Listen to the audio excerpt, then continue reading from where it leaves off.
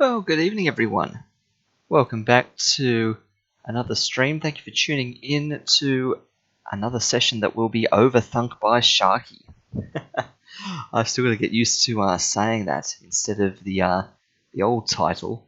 But we are here unscheduled on a Saturday evening for something a little bit different. We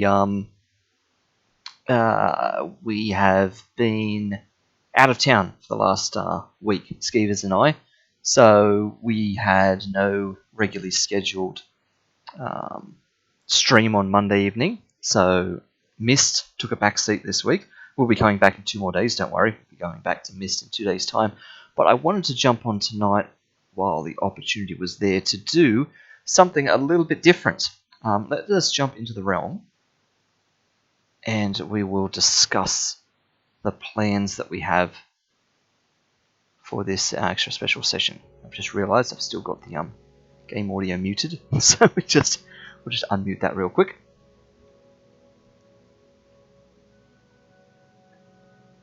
Letting everything load in. So if you caught Novak's stream a night or two ago, then you would have seen him and Joculant having a lot of fun on a skyblock. And full disclosure, I did intend for this unscheduled stream tonight to be Sharky's own foray back into a skyblock adventure, just for a single session, just because I had a bit of a chuckle to myself at how many times the lava generator was going wrong, the cobblestone generator, at the start of Novak's stream, and thought, here's my chance to step in and do a take on skyblock of my own, but I just couldn't bring myself to gather the motivation to start the very beginning of a skyblock with cobblestone generator and things like that. So we're not doing that at all. We are here, and it has been a long time since. Oh, here where are I? It has been a long time since I've been in this world here. This very narrow bedroom of mine. Let's just duck outside. Check that the world still exists out here. What can I say except you're welcome? Is there anything written on the back of that sign? I know you can do that these days. There is not. That's funny. Yeah.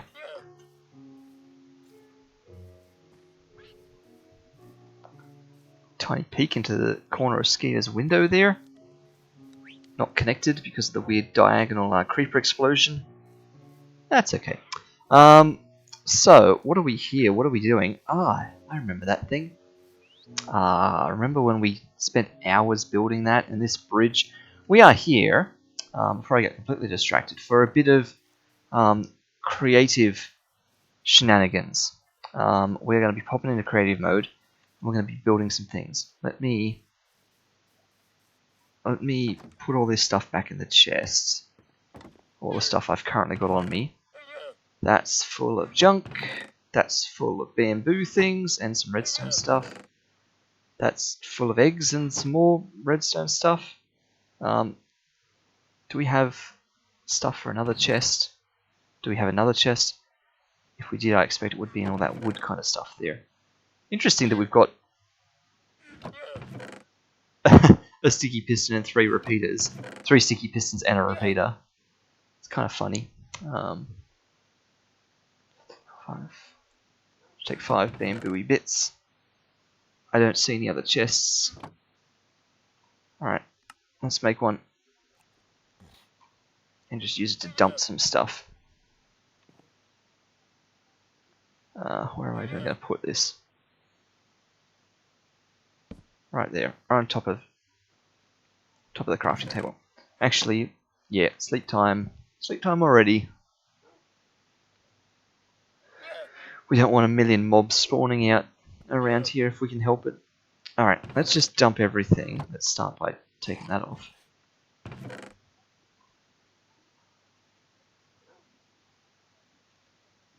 That there and that there. Alright. Easy. Okay, got nothing on us now. So let us jump into creative mode.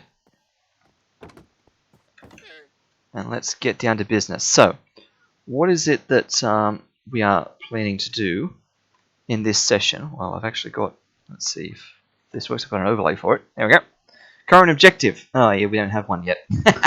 Let me swap that over for what the current objective is. The primary objective is we are building a surprise teleport pad at the coordinates that I always roll out, and I always tell Skeevers and Novak to teleport back to 200, 150 because it's close to the base. I think originally it was actually Katooth, maybe that might have come up with some nice round figures or something of a teleport. It's somewhere down there. In fact, let's do it now. Let's / teleport 200, 150 right here. So it's not down here at all. It's quite up in the air, which is a little awkward.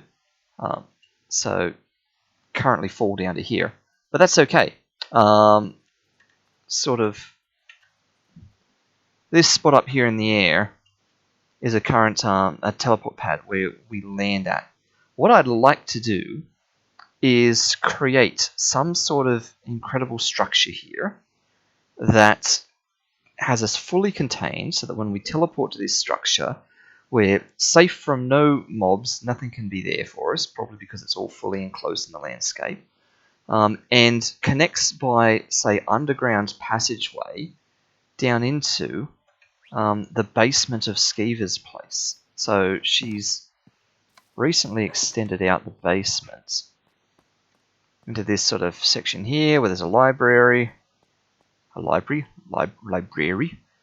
there, all the way up here, connects into Novak's house. So for maximum use for both of them, I would like it if down here there was a nice sort of secret passageway jumping into this area that would allow Skeevers and Novak to teleport to 200, 150 and to be in a tunnel that takes them back down to the basement there.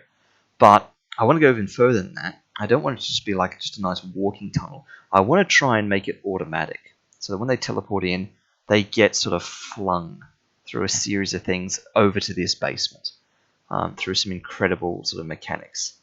And in order to get this working with the kind of vision I've got in my head, we are going to have to test out like a bunch of sort of premises so I know if certain things are even possible. So let me sort of swap that back over. So our current objective is to just do a bunch of testing of things. And for that, I want to go somewhere where we're not gonna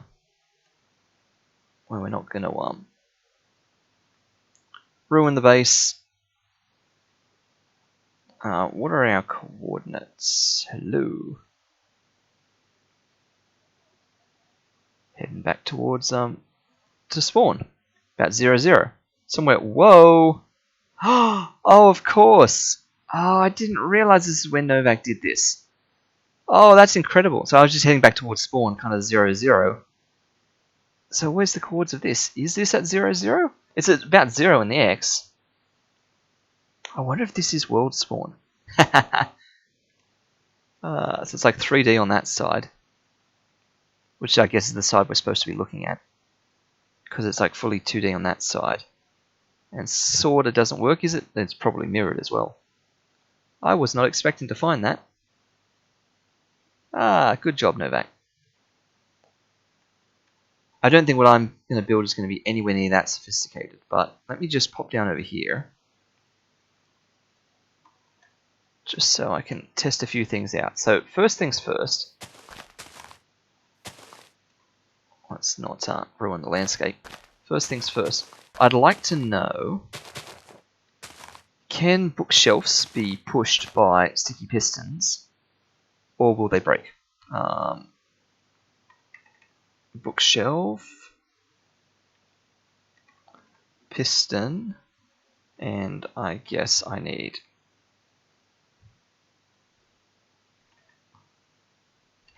some redstone stuff to trigger these. Okay, so let me put bookshelf.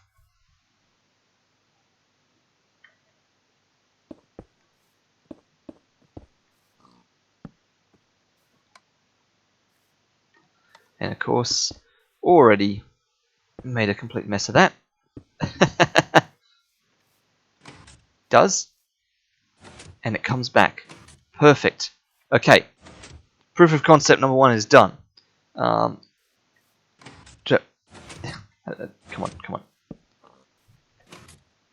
Yep, so, because of course they're not adhered, sticky piston's just grabbing onto that one thing. Perfect. Alright, so that's good to know. So what's going to happen is we're going to be in a situation where we've got like the corner bookshelves of... Whoops, not intended to do that at all. We've got like the corner bookshelves of Skeever's enchanting room. So here's the enchanting table right there. There we go, there's the enchanting table. And I've got these bookshelves. And I'd like these ones here to be retracted. So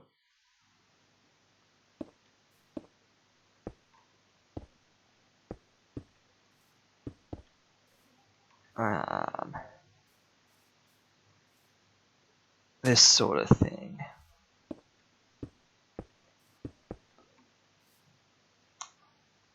Let's give myself a bit more land back here. Okay, so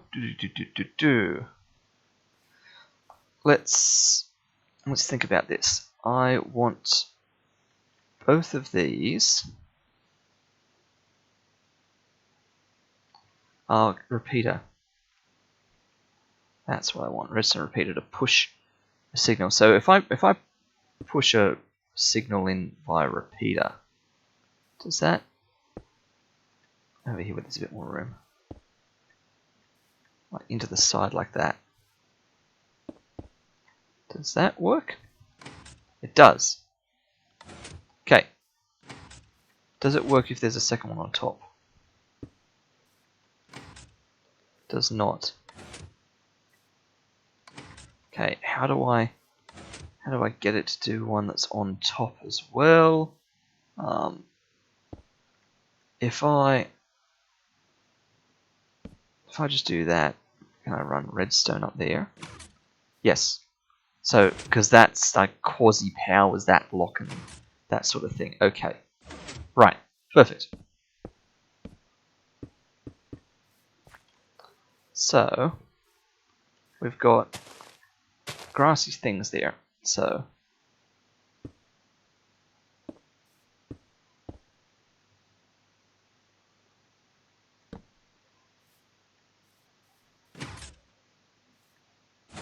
right. Except I want both of these to be knotted. So I need a redstone torch.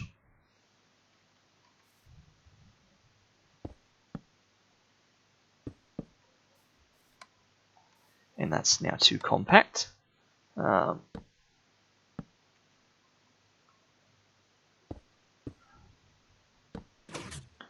it's on. So what I want is... so yeah, this is now like far too compact. Let me think this through.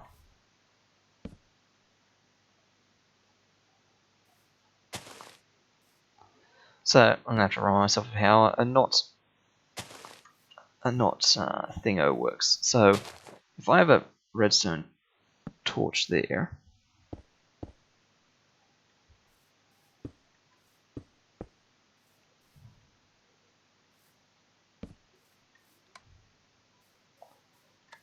yeah, so that turns it off. So I have to power that block. So I can do that with a repeater, right? And just in order to see this getting unpowered, let me do that. Yep, so I've shoved power into that block, which turns that torch off. Okay, so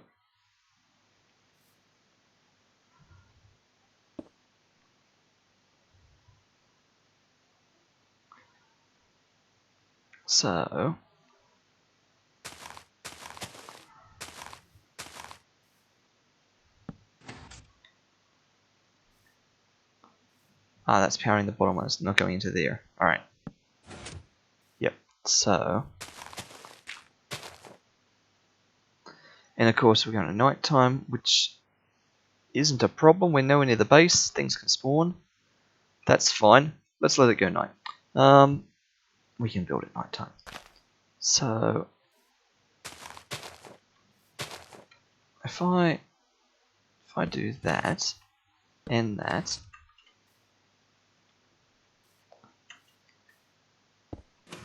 okay. Let's break all of this testing stuff here. I feel like I've just invented a kind of double NOT gate here. So we've now got to turn both of these off by forcing a redstone signal into this block. So if I just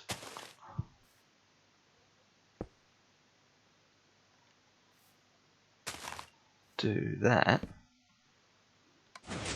right, that's it. Now that's what I would like to be able to do, is to force redstone signal into that block by, like, let's say a pressure plate, like in one of these spots, like here. That would be incredible if I could do that. So we need to get signal from that into this block, you know, by looping it back and under ourselves and something. But I'm sure that's doable. I'm sure we can manage that. You know, if I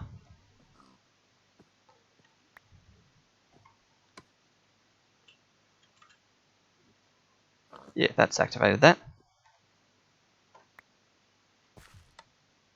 Exactly. So I should just be able to run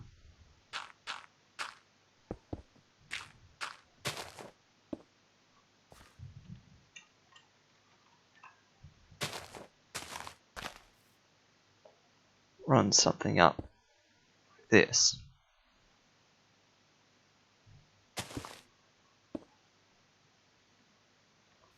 That sort of thing. So I land on this pressure plate here. Let's cross that back in. There we go. Perfect.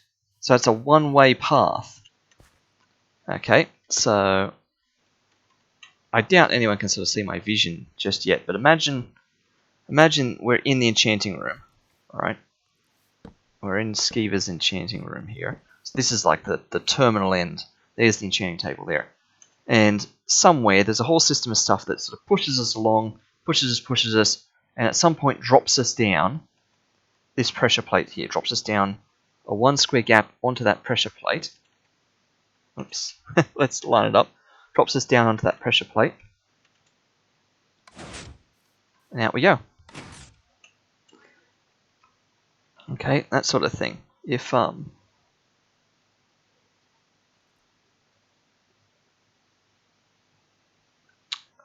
let's see.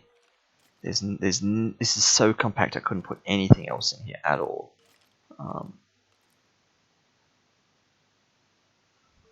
Trying to think if there's like anything else I could do here to fire a piston to force me out, but there's really not. In terms of having all this enclosed,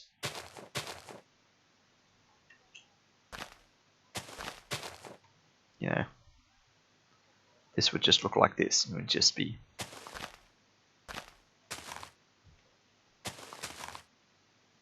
you know,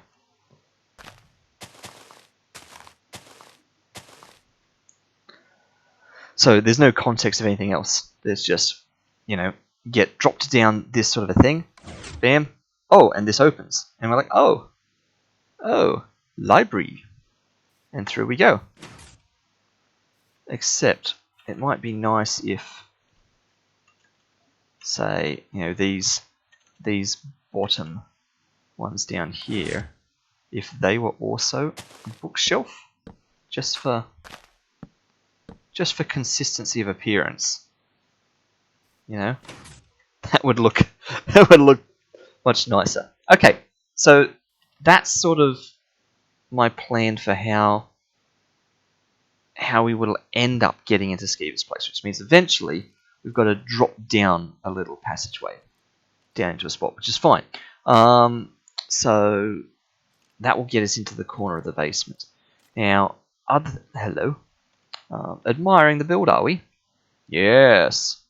Thank you. Other things to test are... Oh, wow. That was a lot of people that just spawned in. Hello. Oh, wow. Is that you? I've forgotten how creepy Minecraft can be at night. Other things to test are pistons pushing people along slime blocks, pushing people with slime blocks, and how to trigger that sort of stuff. So let's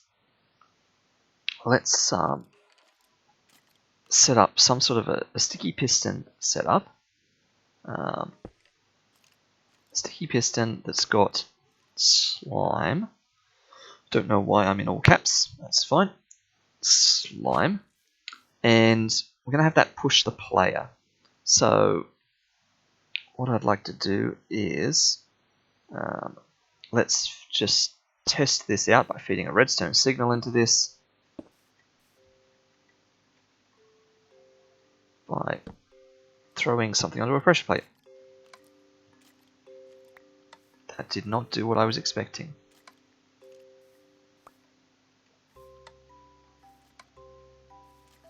Oh, it's because it's slime and it's touching the ground. Oh, of course. Oh, of course. That's not at all what I was expecting. Alright. Yes, I didn't even think of that. So it's touching the ground, it's connected to everything. So we need this like that. This can be just like that. That's better. That's better. Okay. So that pushed me a little bit.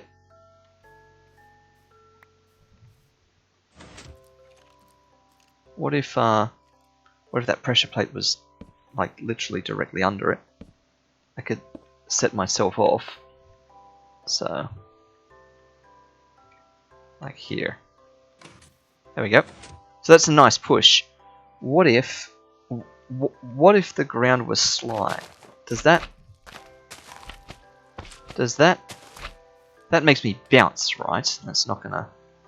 That's sort of not what I want. Yeah.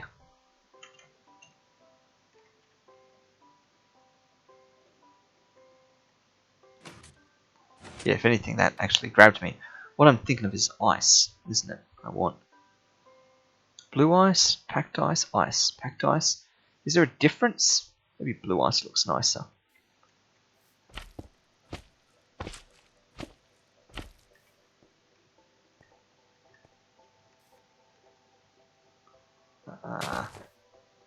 Is there a difference here? Whoa. Okay.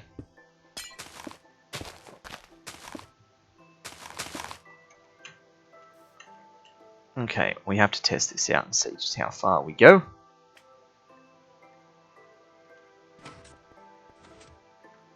And then we start to get a bit of a run after a while. Okay, so we basically made it to the end there. What if I used packed ice?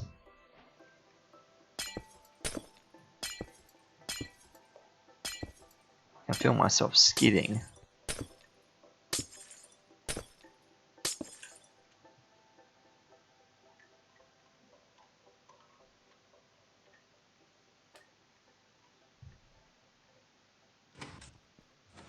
Exactly the same thing. Okay, and what about just regular ice? I doubt that any of these are any different, but you never know. Got to test this out just in case. You haven't taken some of my build, have you?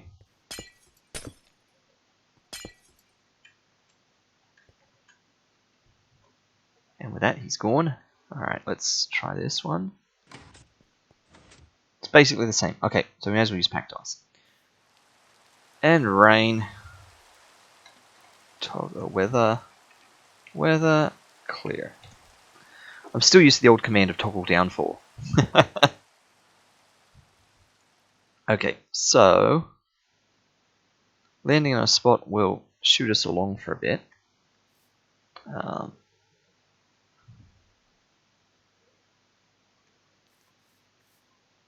So sort of 1, 2, 3, 4, 5, 6, 7, 8. So the question is, if I do that, am I going to fall in that hole?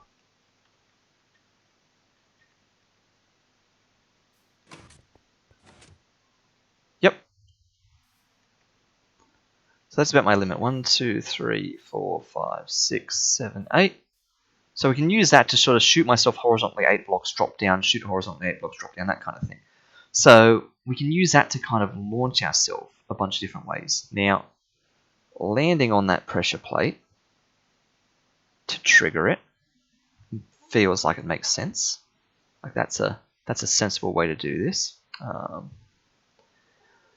The other thing I was thinking of was mechanisms involving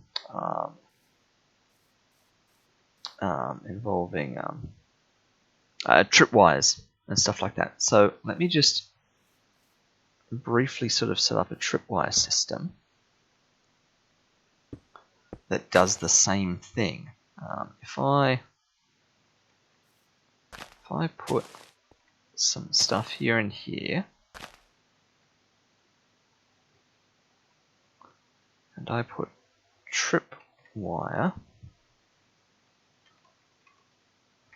and I need some string, tripwire there and there, with a bit of string in between it. Okay. Right, so that does the same thing as well. So if we just pop onto here, fall down, that has the same effect. And if I put ice back down there, again, so we're going to replace that under there with a block of ice. So there's still string there. Problem is that string can be broken, but I guess the pressure plate can be broken. It depends how you look at it. Yeah, it gives a consistent feel. I mean, it's about, do you see the tripwires? Well, I could hide the tripwires in the wall. Yeah, I could, actually, and that would look so much nicer. There'd be no clear pressure plate. Oh, that's Novak in the chat there. What do you think you're doing? I'm testing some mechanics in creative mode, Novak. All in good time. We are... Oh, yeah, by the way, there's your sign. I completely, by chance, stumbled across it. I didn't realize it was at these coordinates. I just wandered over this way and found it. So, just seeing how long it took you to notice... What, notice me or notice the Ghostbusters? Because I noticed the Ghostbusters as soon as I got to this area. But that's yeah, I only just noticed you in chat. If you've just turned up, have a look at this. You've been here a few minutes. Okay, so you've seen me working on this slime pusher contraption here.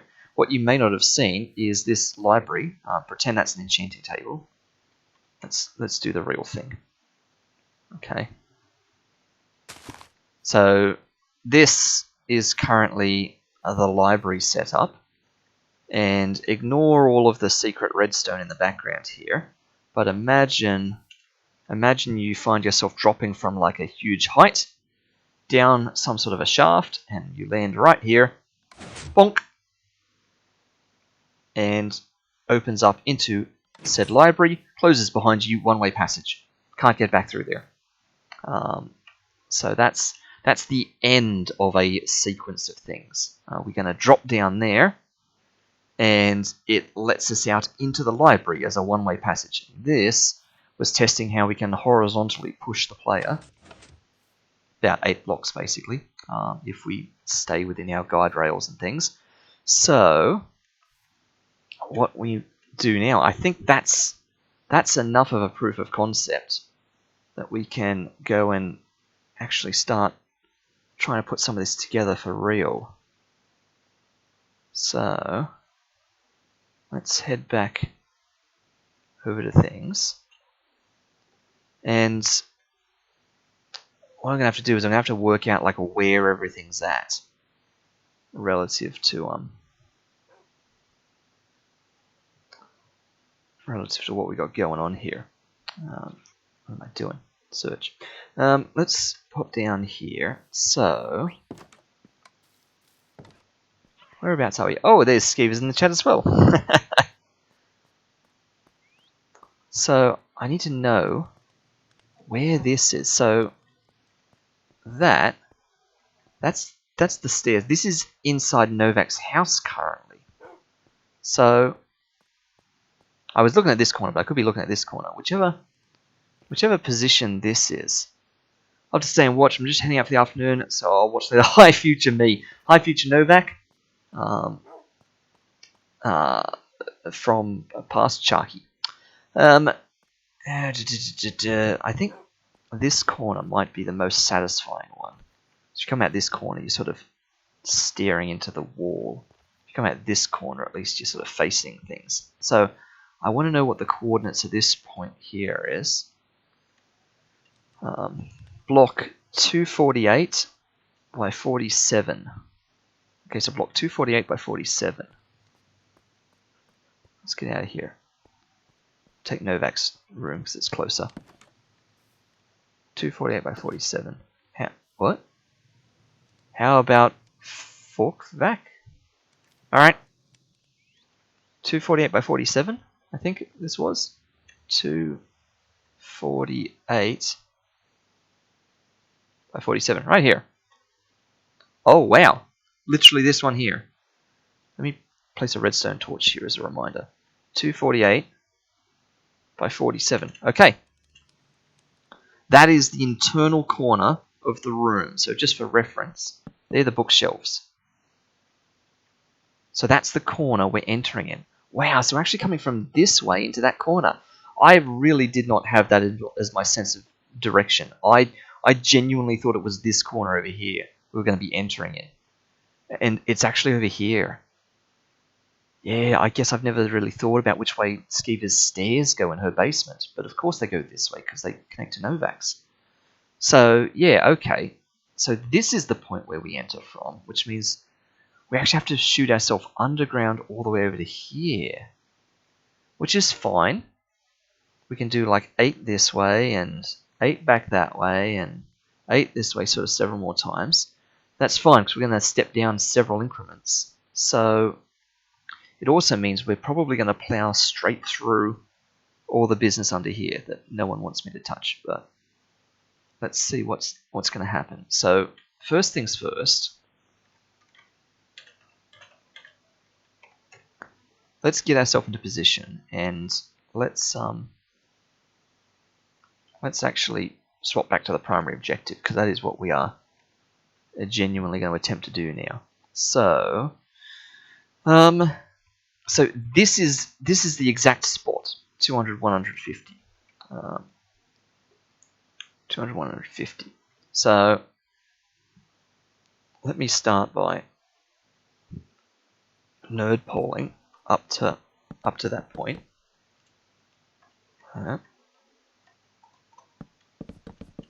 With bookshelves.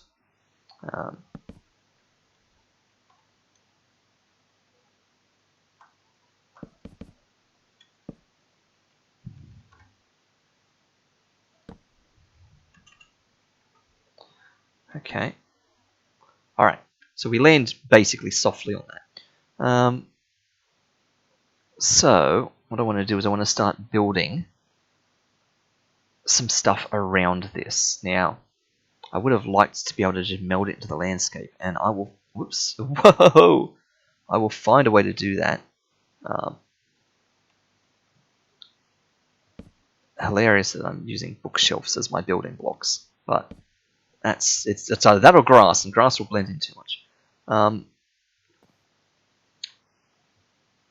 I'm also going to give myself a bed,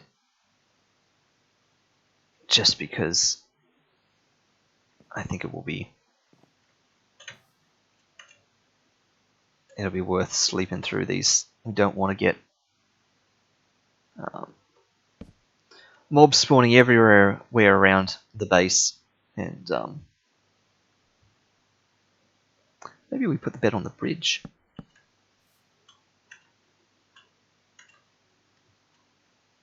Can't use creative controls. Right here. Bed there. There we go. Sleeping on the bridge. Sleeping floating above the bridge. Okay. Why did I break that? We're going to need that every night. There we go. Floating above the bridge. Okay. Don't need the bed anymore then. Don't mind me just typing you into the chat. So, could put it on top of the trees. That would have been nicer. Sleeping on the trees. Anyway. We need to enclose in some sort of a chamber here. So,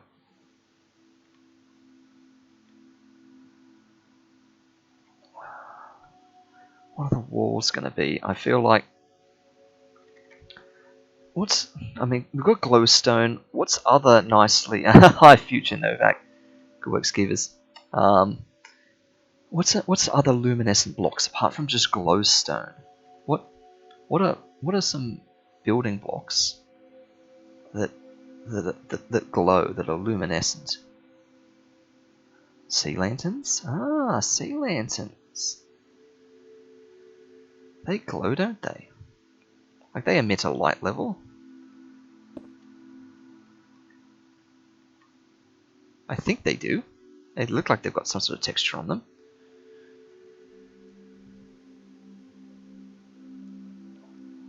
I don't think blocks of amethyst do. What's that? Reinforced deep slate. A lot of this is going to be spent finding like pretty blocks to do appropriate things. Just straight up coloured blocks. Oh, and candles, yeah. Natural blocks. Naturally luminescent blocks. So glowstone. That's just raw gold. Of course, shroom lights, yeah. Always forget about shroom lights. Sniffer eggs, turtle eggs. What's that? No, it's dried kelp block. There's honey, bee nest. Ah, frog lights. Frog lights. Here we go. Here we go. Let's test these out. Things that you don't normally see in Minecraft, so that... Oh. Oh, okay.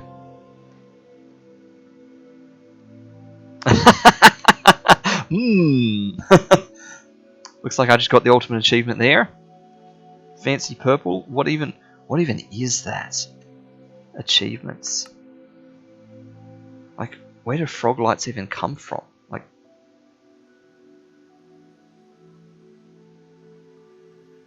I honestly don't even know.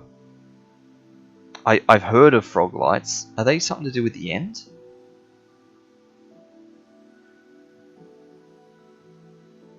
And of course it's just not going to be in this, yeah. Never mind, never mind. Alright, so... Oh, they're squishy.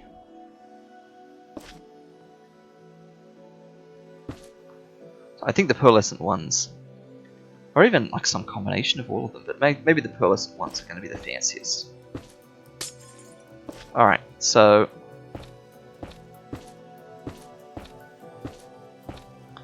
I'm thinking...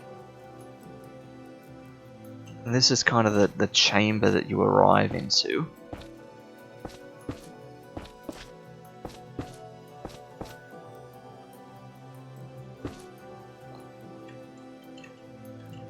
Okay, so when you teleport, you're arriving in here.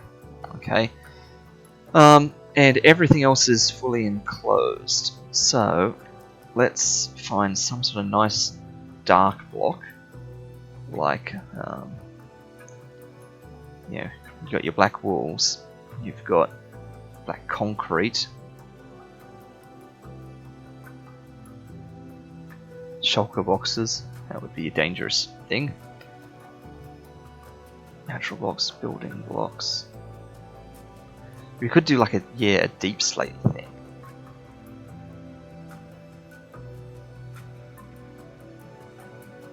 Blocks of coal. Mud. I don't think that would have the right aesthetic to it. Could do bedrock in a weird sort of way.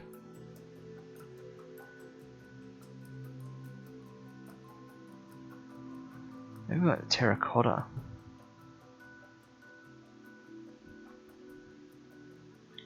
Now what were these again? Just regular old building blocks. Yeah, so this is where we were considering deep slate and sort of stuff. Deep slate tiles. Oh, seems like cracked deep slate bricks. Like obsidian might be like, oh, that's coal. Lol. That's blackstone. Gilded blackstone. Maybe let's go blackstone with gilded blackstone. Let's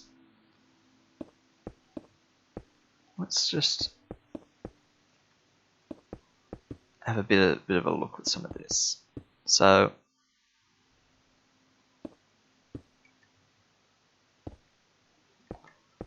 let's do, since we've got these vertical stripes at the moment, what if we had, say, a horizontal stripe of the gilded blackstone? Whoops.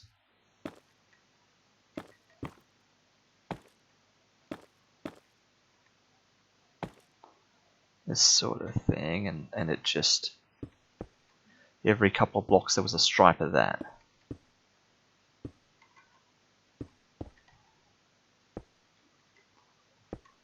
I wish I knew where frog lamps came from, and then I might have a bit of context for what it's like, sort of matching those blocks against each other.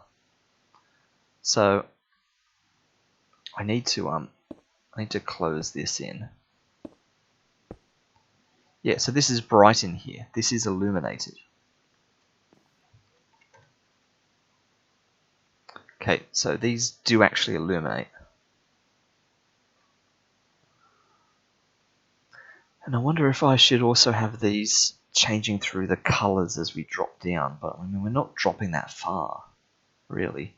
I guess I could have down ones like this and crossways ones for the other color and stuff. Yeah, alright. So I'm happy with my proof of concept for how this is working so far. So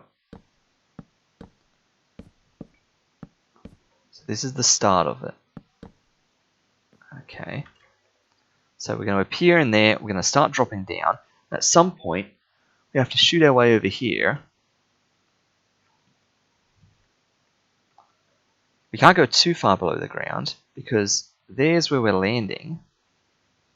That's going to take us down into the internal corner of Skiva's place. And if I duck back down into there one more time,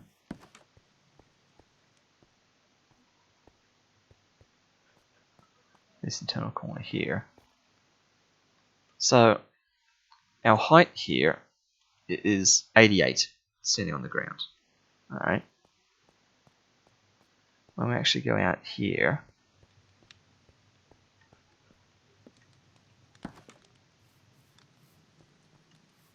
that's 88. So this is like 96. Yeah. So we really don't want to drop too much at all. Coming around back there and then shooting and be shot through here and drop down. Bam.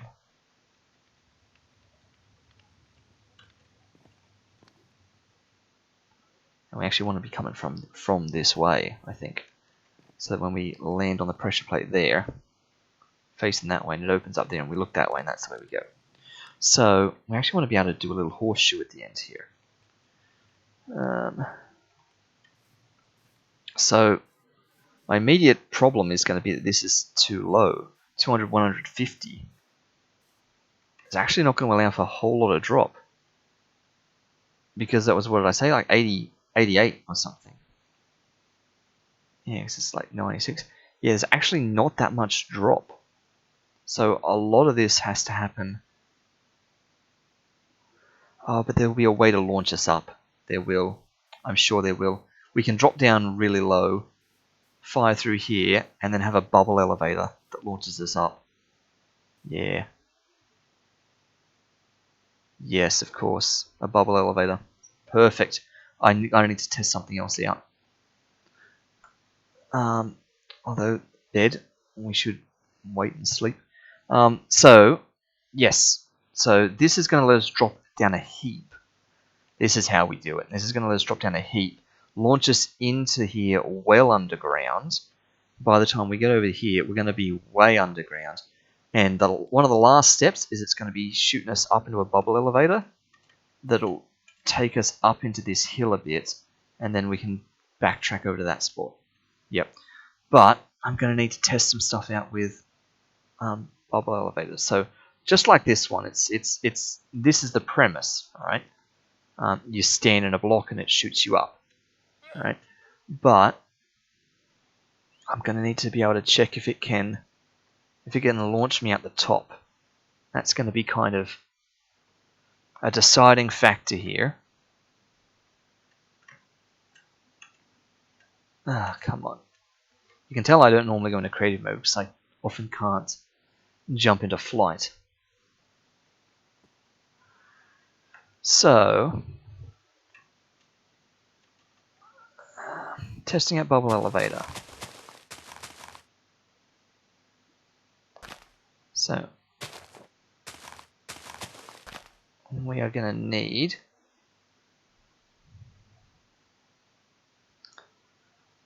let's see. So, well, water bucket. We're going to need whatever it's called. Not soil, soul sand. And let's just go for a bit of the fence stuff again like we had before. So, if I just put that there, let's fence that in.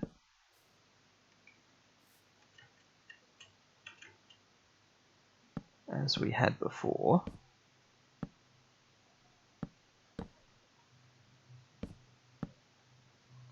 Let's put some water in here. No, not like that. And of course, we've just discovered now the problem Skeever's had with placing down liquids in creative mode. I can't bucket that up because I keep placing down water because I have a full bucket. I'm going to need an empty bucket in order to actually be able to pick that up. Ah, that's annoying. Did I break my string? Don't think so. Nope. Excellent. Although we got off the ice quick there. Yeah, so we've got to make sure we stay on the ice. Alright, so it's because I placed water on that and it waterlogged it. What I want is to have water in the center here. And above it and above it again. Let me put that there so that I can put water there. Nope, nope, nope. We did it again. Did exactly the same thing again. This is not meant to be the hard part. Okay. And we need, oh, of course we need, it's not seaweed, what is it? It's kelp. Kelp.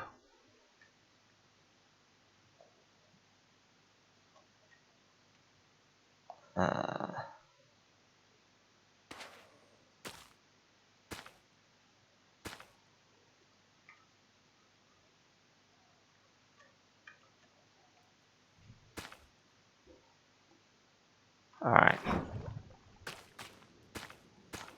Okay, so now it's all source blocks. Right. Right. So that launches us up. Perfect. Okay. So, going into that launches us up. And that launches us up quite a lot.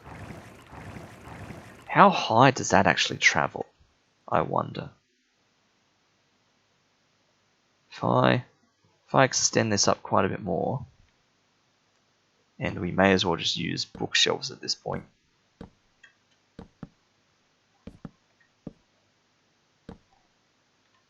So I wonder how high, oops, could this sort of a system extend us theoretically? Put the water bucket there. Put the water bucket in there.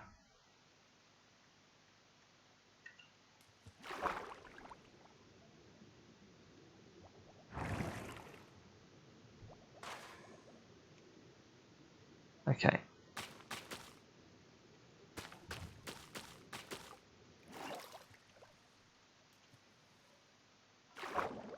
All the way down to the very bottom again. Break it, put the soul sand back down.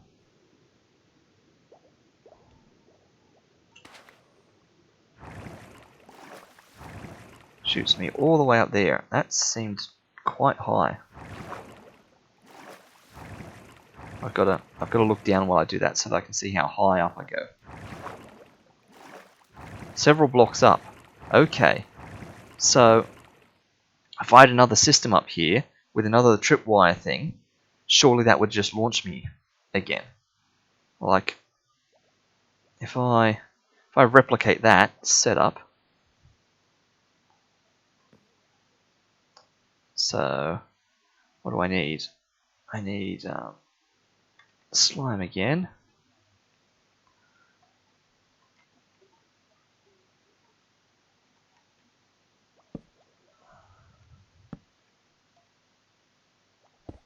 Piston. Slime block.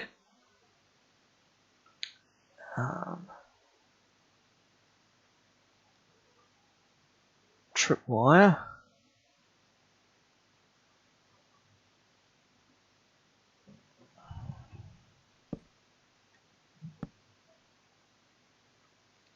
Tripwire. So tripwire there and there.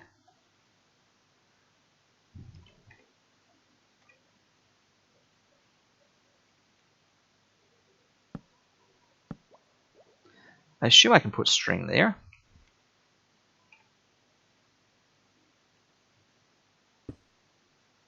I'm not in the water. That was definitely not where I wanted to put it. Like,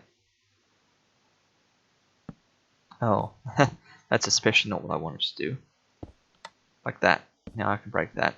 Now I realize I'm missing a bit of water there. So I'm gonna have to fix that. But I can put a water source there and I think we're fine.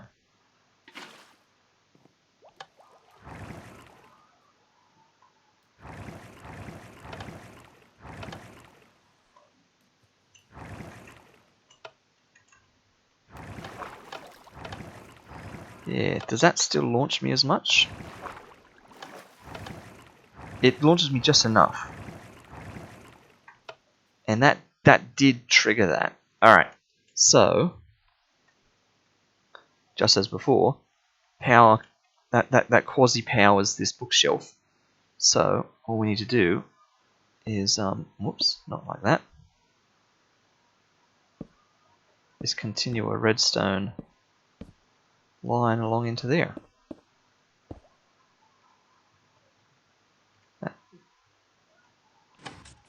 That just does that. Perfect. So if I'm facing this way and I walk into here,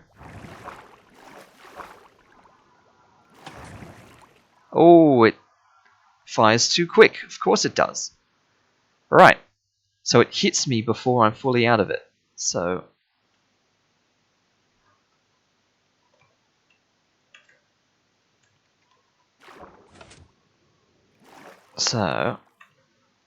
we need to slow the signal with a repeater.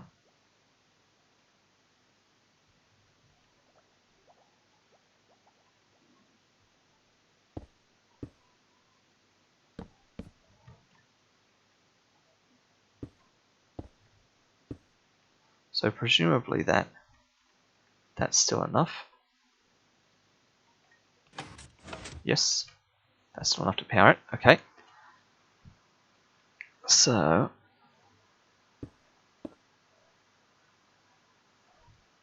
like that. So just on the slowest speed. and then we'll go from there. So if I walk into here,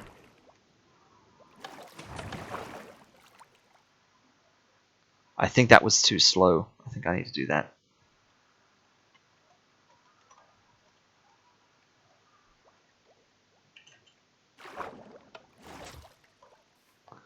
We need to have that going a little bit faster.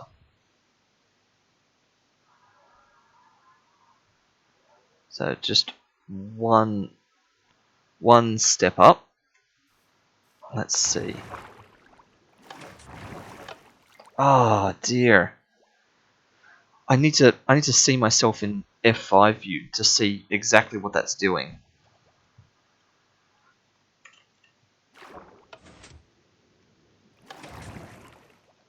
I could do it like that.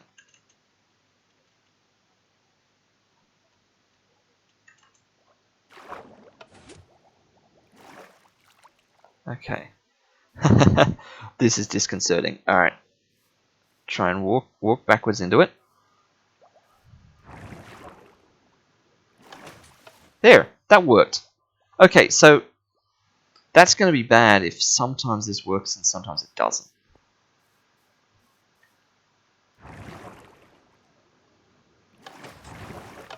So it didn't work that time. Like that's concerning.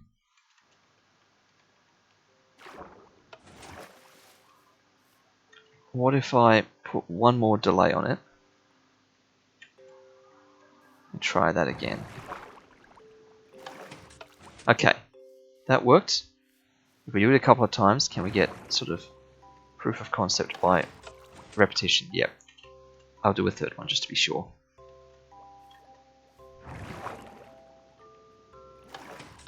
Yep. Okay. So that's set 2 back. Alright. So that will allow us to go up and that will launch us back forwards into another sort of trail. Okay. Alright. So I think we've got everything we need. Let me fly back over and really quickly sleep on the bridge before too much stuff spawns. That is too far away. Alright, let's see how much stuff spawned. Hopefully nothing. Okay, excellent. Alright.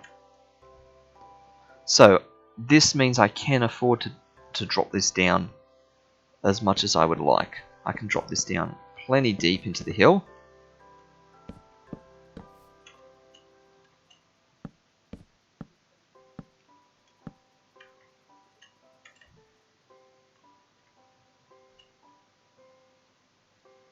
So, let us...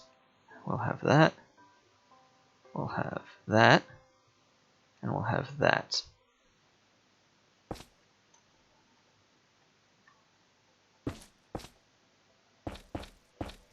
One, two, three. 1, 2, 3.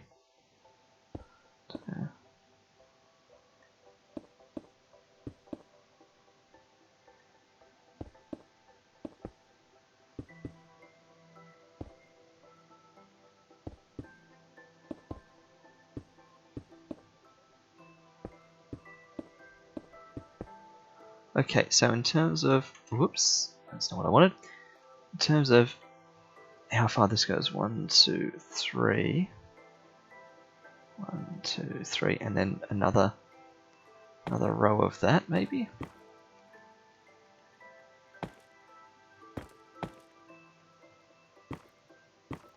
So I want the start of this to have like a nice sheer drop.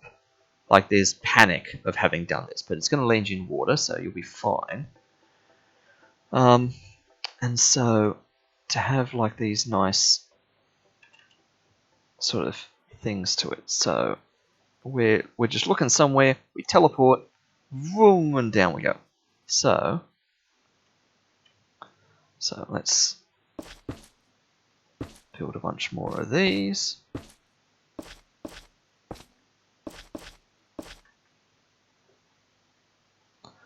I wonder if on the ones where the gilded blackstone are, I alternate that with like a piece of glowstone or something. And we've got 3, and then the next color change.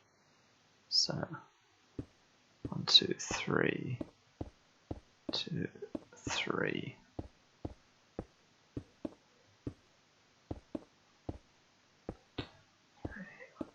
3. 1, 2, 3. 1, 2, 3. 1, 2, 3.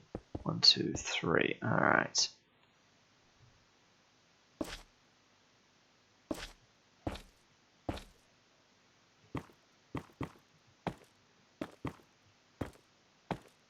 Oh, don't do that. 1, 2, 3. 3 on each again.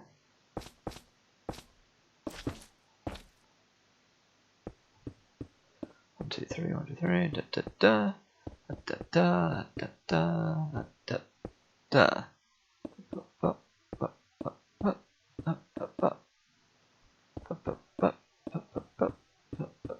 That's actually much faster now. Alright. Let us keep going. So one more layer to put the color strip around.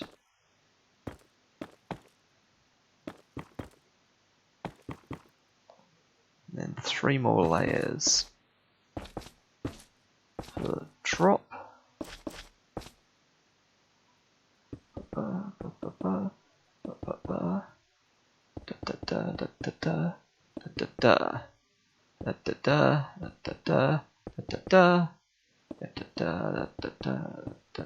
Alright.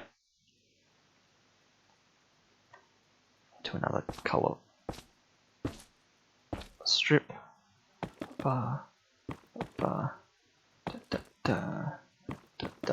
Alright, let me just experiment with what it looks like having glowstone as an alternate at these points, yeah. Because the gilded blackstone is like having glowstone in blackstone. And this will just give a sense of like breaking it up sort of, you know, as you fall, you're going to see these whizzing by.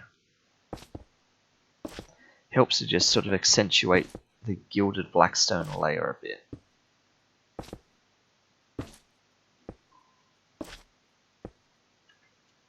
Okay, so I'm looking, I'm teleporting, woo, that sort of thing. Like that's the effect we get. Alright. Oh, whoa, and then we land in our water. Alright, so we need this to carry down into the ground a little bit more. So 1, 2, 3, 2, 3, 2, 3, 2, 3. Ba ba ba ba ba ba ba ba.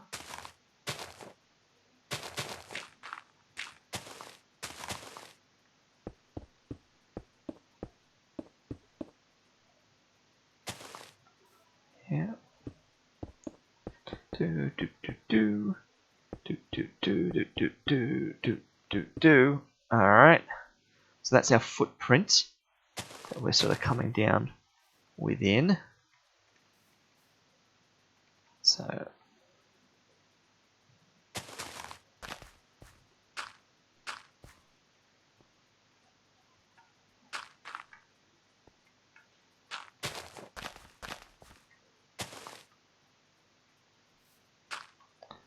just so I can sort of carve this into the land a bit.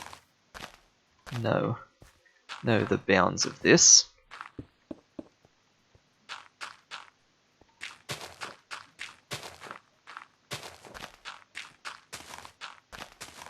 Oops. Look. Alright. I assume you guys are still doing okay over there. I think I can see them in there. Yep. Good job. We might get to you one day. Who knows? Alright. Probably not. So we're up to the coloured layer again, which, rather than make it and smash it, I may as well make it right the first time.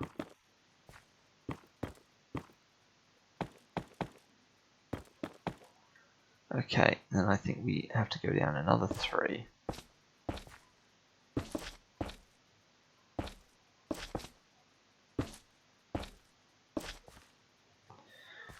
The danger is we're going to trap ourselves in here soon, which means we should like bust open the top or a side or something. But that's fine. I can teleport just above it actually. 200, 110, 50. There we go. So that gets us outside of it. 200, 150 puts us inside of it. Right. Excellent. Bam, bam, bam, bam, bam, bam, bam, bam, da da da da da da da da do do do do do do do do do do. All right. So this is continuing down. This should empty out into our chamber that we're going to land into.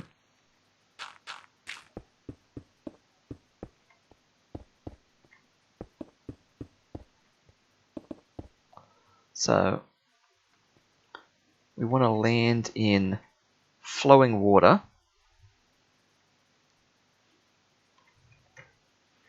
That's not how you spell bucket.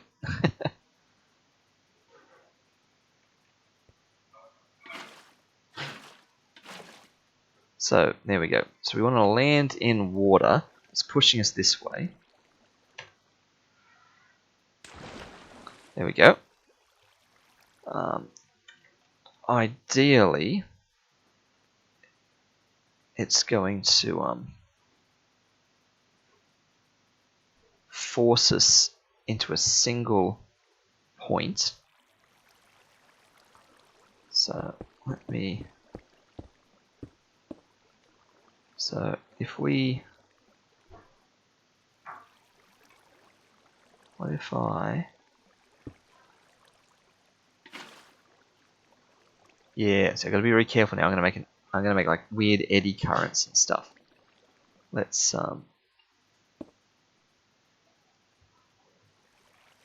if I put things like that, see, I'm gonna get stuck on those blocks. I want to be able to make sure that I do taper into the middle here. How do I do that? What happens if I put a fence post there? We still hit the fence post.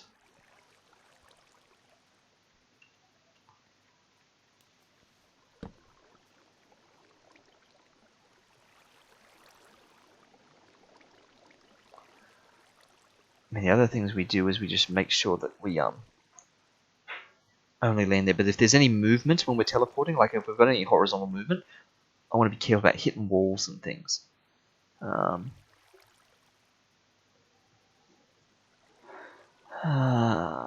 Let's see.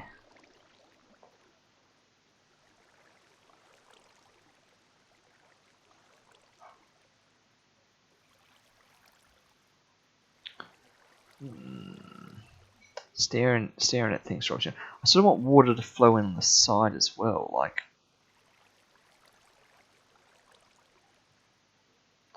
Maybe this is a problem that solves itself when the water starts to run out of steam. Maybe I just have to, because the water only flows a couple of blocks, like 8 blocks or something, then it will stop flowing. Maybe this is a problem we solve at the end, where the water has stopped flowing.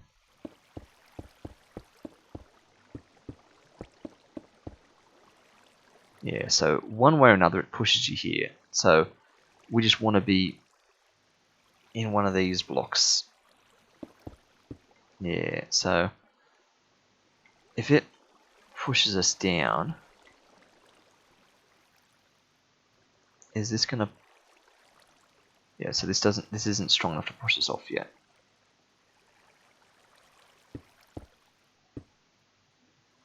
If I do that, what if I hadn't done that? What if I only did that one?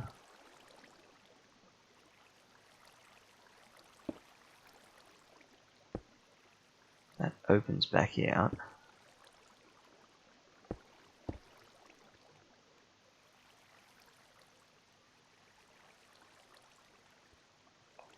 I feel like that actually does taper us off now. Yeah, yeah. See, that guarantees us into the middle.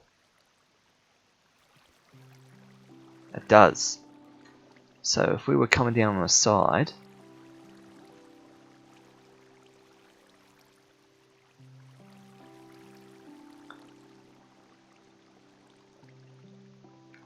that does flow us to the middle. Okay, perfect. So that's what we want. We want one sticking out like that.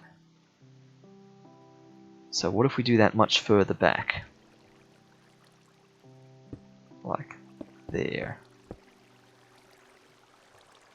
And I'm gonna have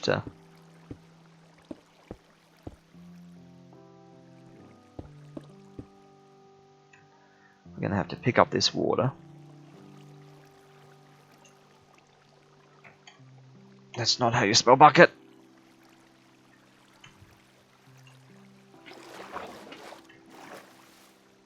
Okay. Like that.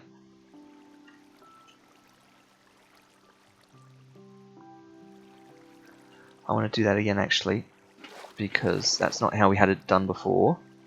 Before, we had it going and then we removed that bit and that bit.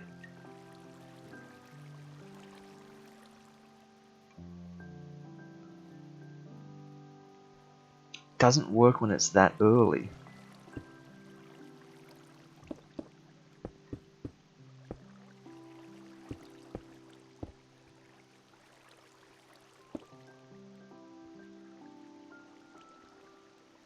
And that actually makes it flow outwards in a weird way, which is not what we want at all.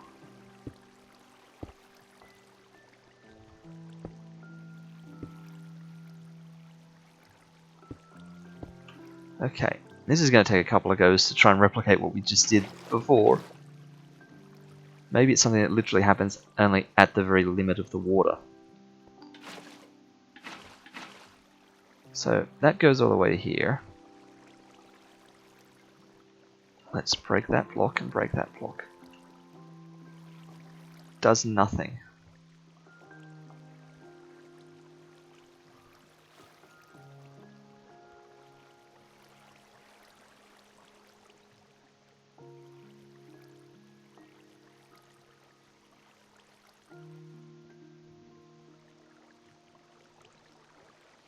What if... Okay, here's a completely different idea.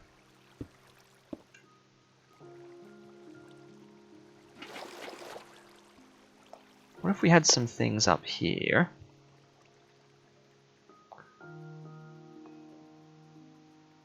That kinda forced our head in. Whoa, there's a weird message from Skeevers. The aircon is flashing some weird symbols on the machine. Oh, wow. What could that mean? What could that possibly mean? Well, I think that means we do one of them and we go and check it out. I'll be back in a sec, everyone.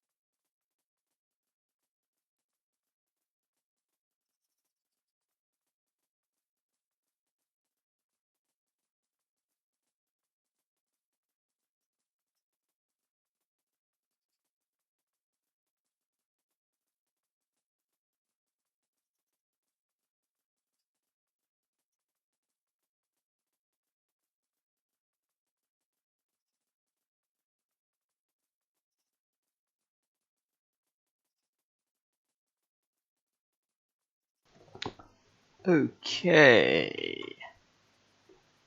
Welcome back, everyone. So, not to bore everyone with our weird air conditioner problems, but yeah, that's definitely a strange one. Whoops. Is this enough to? Oh, that's already too high. Is this sort of thing enough to force the player? Oh, come on. Like, you know, with water flowing. Probably not, but like that of course lets you through the middle. If you're slightly off to one side,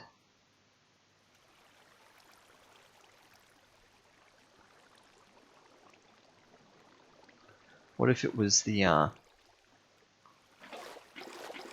what if instead it was the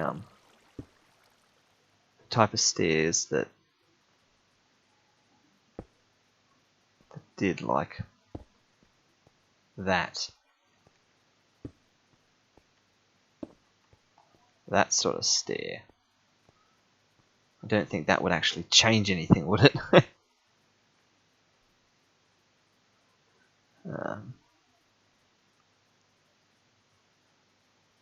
I guess the other thing is, what if they were fence posts? That would have the same sort of effect, wouldn't it? Let's just put this here and just see that this does not do what I'm hoping.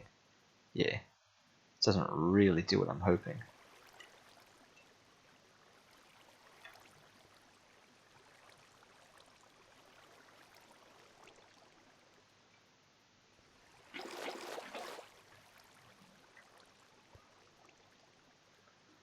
I mean, the other thing is that there's like a weird redstone thing. Like, there's a tripwire that pushes you to the center.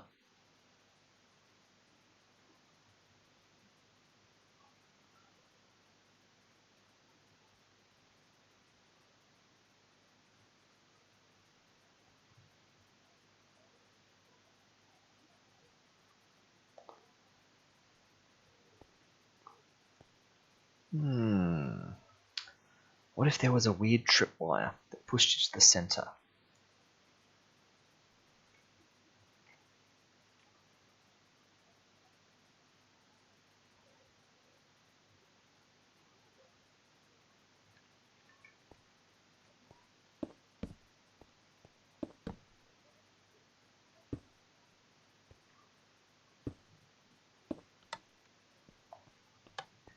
So water flows you there. Doesn't matter where you are. You go over that. That triggers something. Okay. That's going to trigger these to push out and push you to the center. So what I'm going to need behind these is just the top one pushing. So I need the sticky piston again. On just the top one.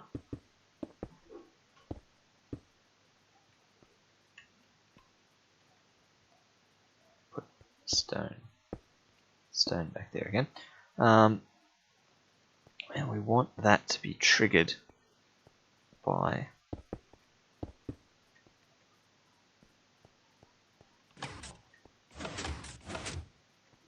so it's literally the block. Oh, that does it. Oh.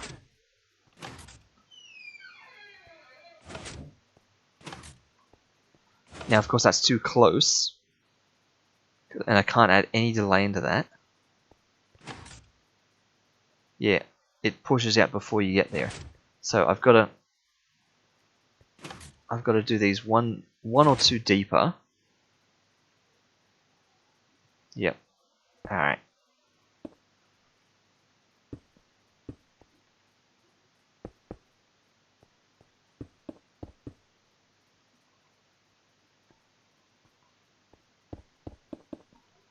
So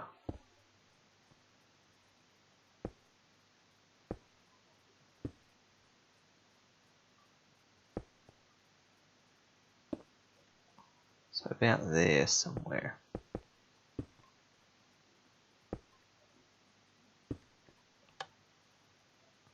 Okay, so that's giving power to this. And can I just do a repeater?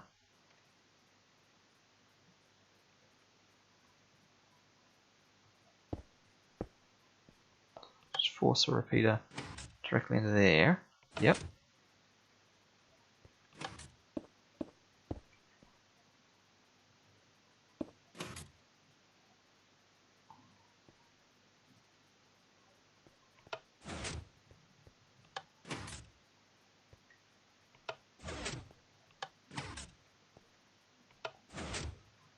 I reckon that's not slow enough.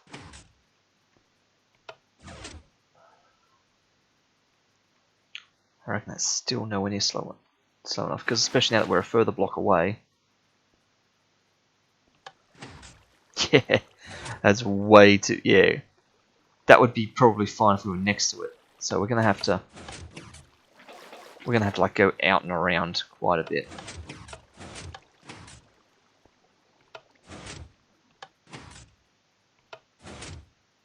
Okay. So we're gonna need some redstone dust.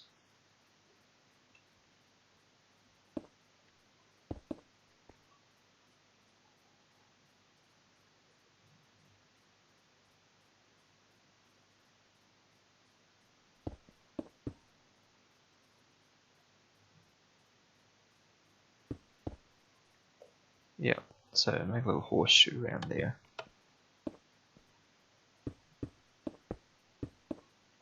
Okay, so I'm thinking, so that's coming out of there, into there, and then we're going to have to force a line of repeaters that way, so I'm actually going to have to stand here, because I can redstone dust into the side of a repeater, can't I?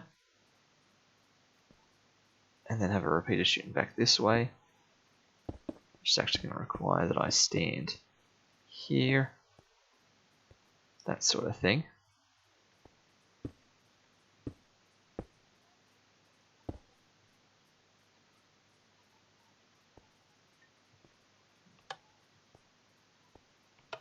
No, I can't do that.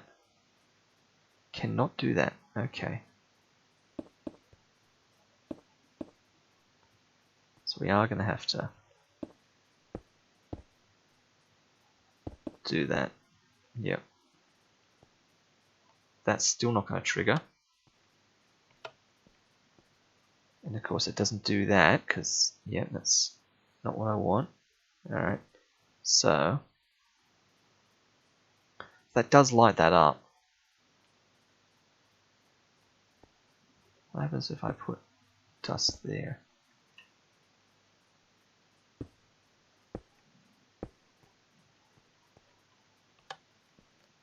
Yep, so most compact form of this. You just loop around the back to 3 repeaters there.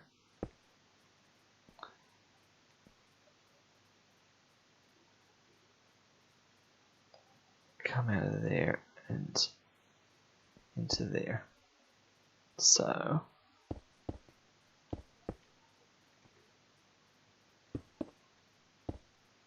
like that.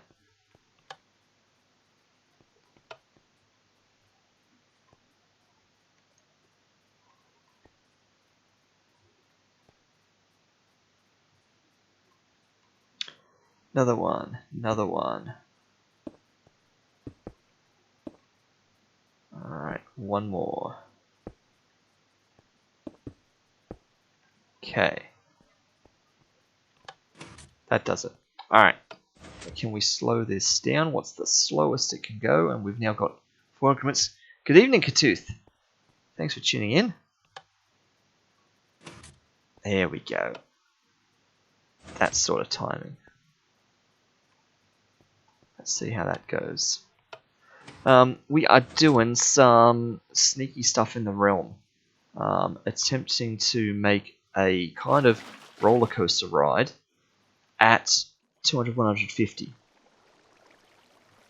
And we're doing a bit of... Ah, perfect. Oh, that's amazing how well that works. Let me just put that there and that there. Come on, back up this way. So if we happen to be here, come along here. Perfect. Okay, that guarantees we can be in the middle line now. Right, so from this point, if I did that, that will push me around it, maybe? Oh. Wait. That's the wrong spot entirely, because that's where the block is. We actually want it to be like that. Okay. Get up here.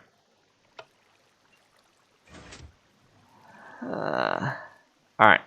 So, tick and whoop. Perfect.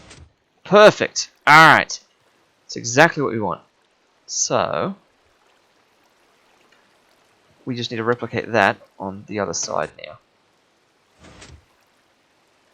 So let's take the water out for a minute, so I can actually walk. So what did we ultimately come up with? We had to go. We had a line of several repeaters. We did this. So yeah, we did a horseshoe coming out of that. So bam, bam, bam. And I think it's 4 repeaters. 2, 3, 4. And then another horseshoe into the side of that. So, and I'm going to have to go that way in order to place the repeaters. 1, 2, 3, 4. Then a horseshoe into that. So, bam, bam, bam, bam. And now I need that back. And put them on the slowest. Wow, it's a thunderstorm out there. Perfect. Excellent. Okay, so if I close all this back in,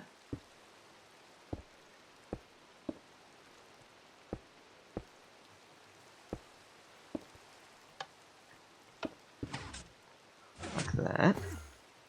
Whoa. Enderman teleporting somewhere.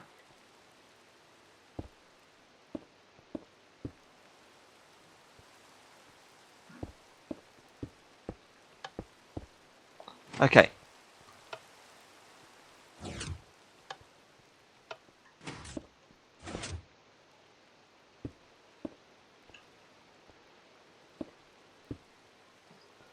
Right, so this guarantees that we stay at this kind of position now.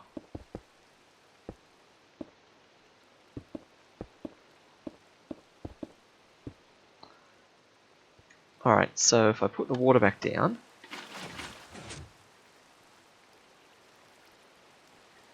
I'm in the middle. If I'm lined up with the middle, I stay in the middle. That's fine. And away we go. If I'm not lined up with the middle, if I'm lined up with one of the edges, if I come in on one of the edges, I get pushed to the middle. Perfect. Alright.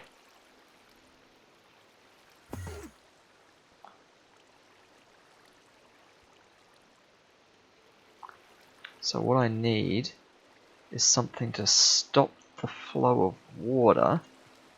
And what's a sign gonna do? If I put a sign here, nothing. If I put a sign there, exactly. And can I hit that sign is the next thing. Maybe. That's going to be a problem. What if I trapdoor? That's the other one, isn't it? Trapdoor for stopping water.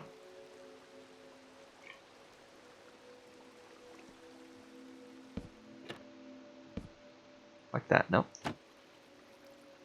Nope. Okay. Maybe I'm not thinking about that correctly then.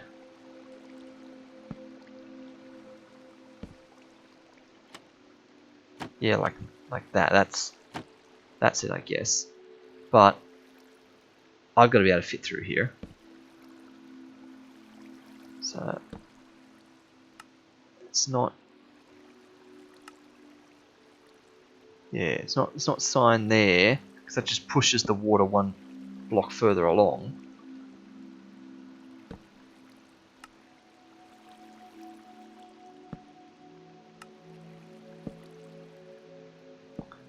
It really is like that. Okay.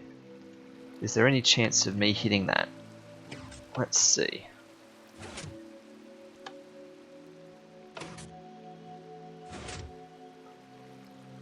Doesn't seem like it. Maybe that's a price we pay.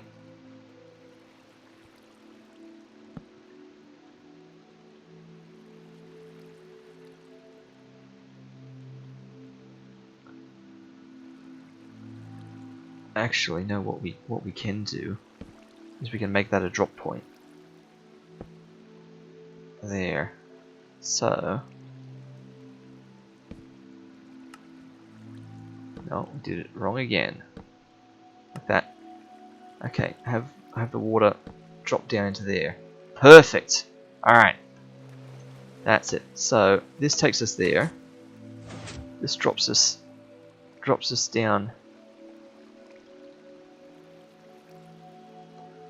Drops down here. So how do you stop how do you stop water when it's going down like that? Does water stop from a cobweb, for example? I have a cobweb, so just testing out some more design elements here. If I put a cobweb here,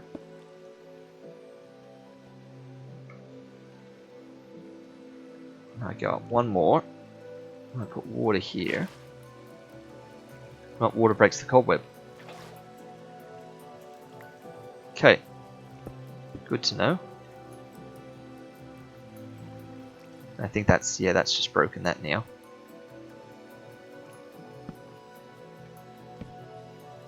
Yep.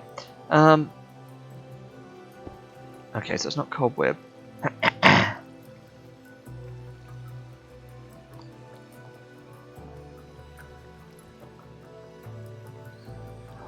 What do I do? Do I just allow for that to push me off? What if that were... Okay, hear me out. Because you can waterlog stairs and weird stuff. So what if this were stairs? So you couldn't actually step, and I might try and do the stairs the other way, like that. Ah, no.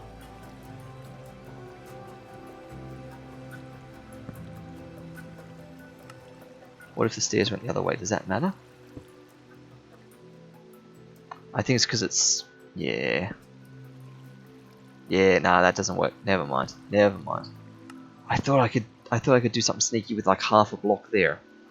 And I bet if it's a slab it makes no difference either. Let's try it anyway.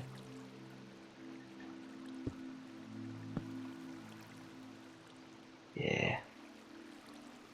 No difference. That's fine. This game's just as good at fluid dynamics as it is at gravity. Yeah, there's a real art to fluid mechanics in Minecraft. Maybe we just live with that. Let's just have a feel of what this feels like. Maybe it's okay.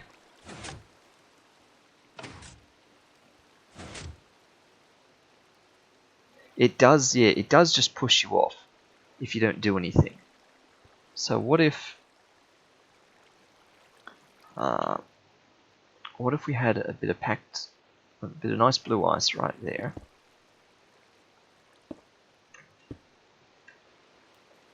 Is this enough momentum to do something with that ice?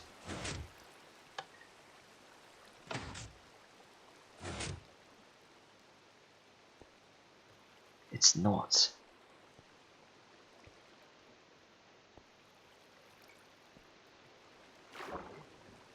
Because we don't want that to happen. We don't want to sink down into there. What if it was slime? Would there be enough bounce to do something there?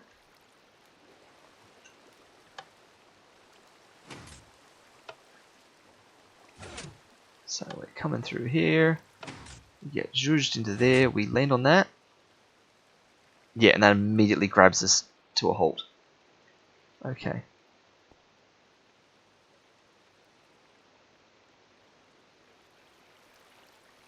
What if...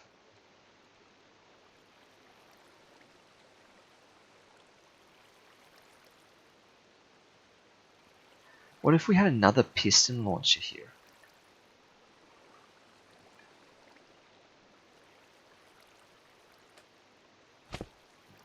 What if that block there was slime?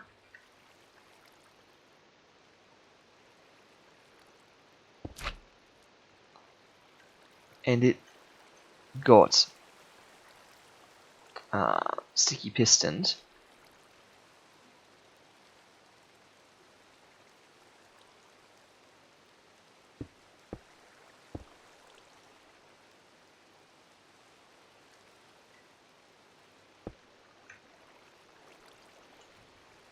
That's not going to get triggered by this tripwire, is it? Good. So we need another tripwire for detecting when the player lands right here. Or for detecting when the player goes through here, in fact. And that sends off a signal that fires that. So...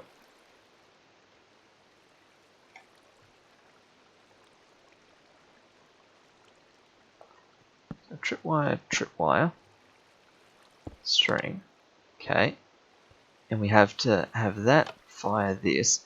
It's going to hit the player. It might adjust the water flow and break the string. That's the thing that worries me. So we're just going to have to try and see what happens.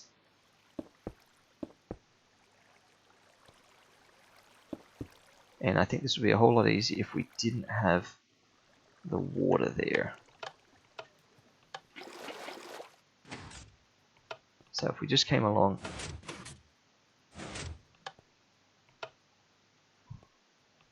oh, and I wonder if that slime block is gonna,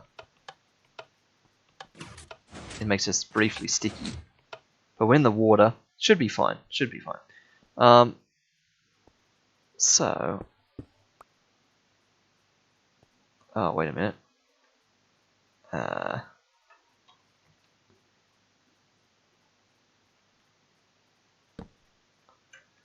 Yeah, I knew that was going to happen. We've run into that system. Ah, no. We've broken that from the inside.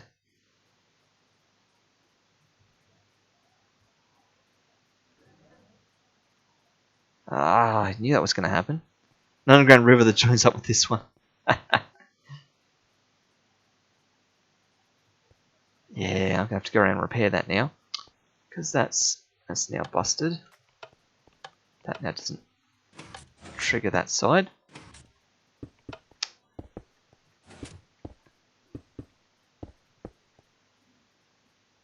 Okay. What you're supposed to do when you're doing redstone stuff like this is you're supposed to put like colored blocks of wool down so that you know which blocks are the ones that you've got redstone components on. But Sharky ain't doing that. I'm no redstone expert, so I can't break that block. That's got redstone on it. On both sides. So that's giving me a signal. Is that lighting that up? It is. That's fine. That's fine. So I can take that signal. Make it exactly more. Yeah. I can take this signal and run it down underneath.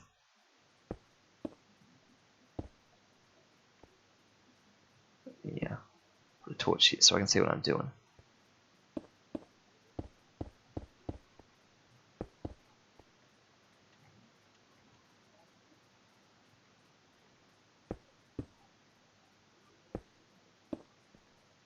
So that's not going to power that, is it? Not at all. Right?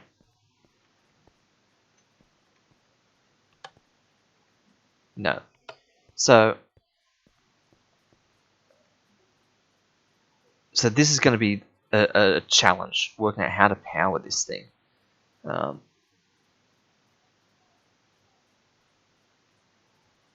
Let's see. Because I have to send power into the side of it, but it's on the surface of something. Water's flowing over top of it. So I guess it's a repeater going into the side of it, but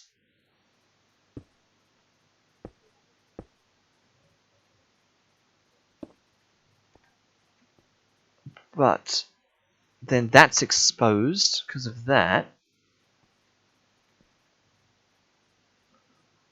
Ah, dear. Actually, what it needs to be... Okay. Okay, this is getting advanced now. Where do I put this? Oh, will it not be powered by a redstone block? Really? Oh, I was not expecting that. I thought a redstone block would power that.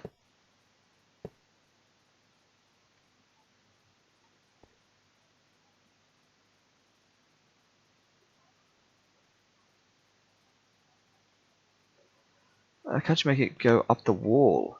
No, you can't have redstone climb upwards. It can only lay flat.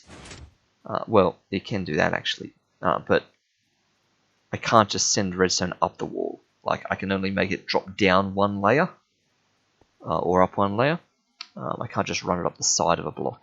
It's got to be placed on the top surface of a block.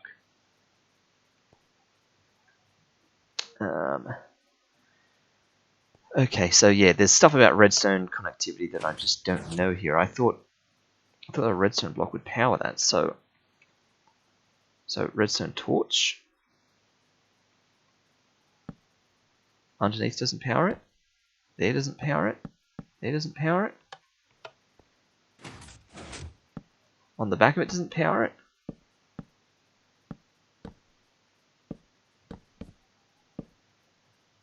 Okay.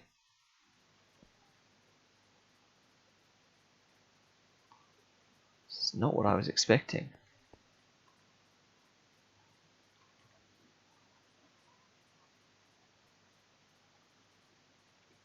So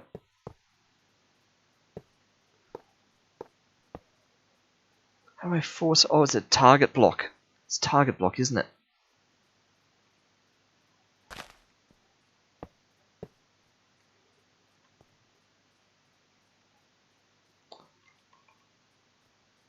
That's a thing, right? Target blocks emit redstone in all directions? No.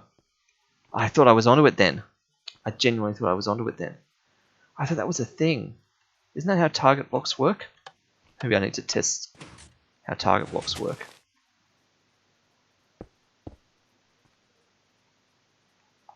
What do I need? I need a pressure plate. Just so I can step on some things. So that does that. I thought...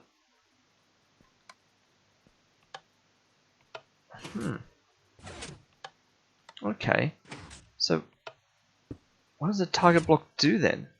I knew that it did something like really fancy. It like revolutionized redstone.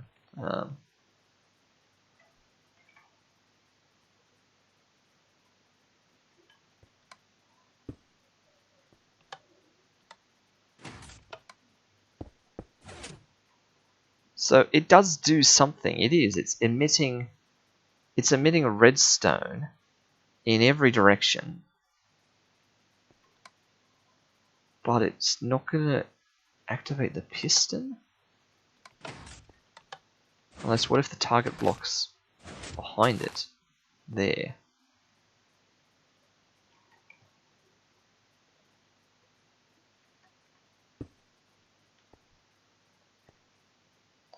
And just for simplicity,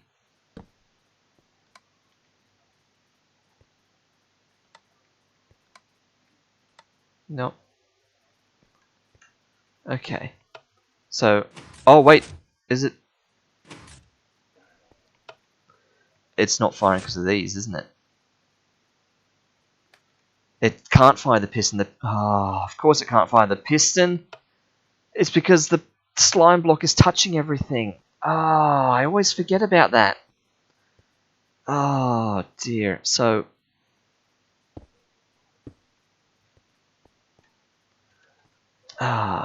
dear. Okay. Like that. See, there. Half of this would have worked the first time. It's just that slime block is touching everything. And now it's pulling everything back.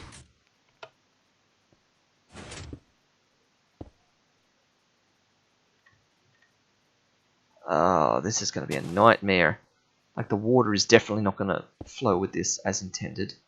So if I put that under there... So that doesn't do it. But if I put the target block under there...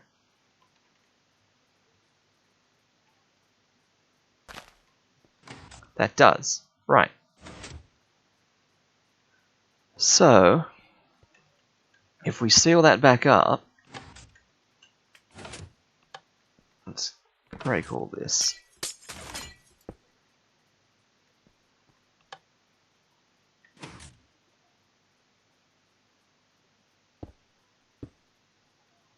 So I've got to leave them exposed all the way through.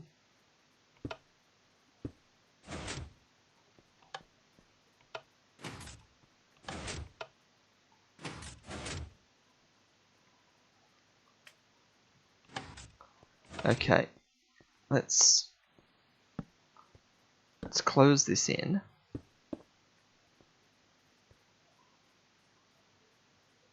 What's that? Ah, dear.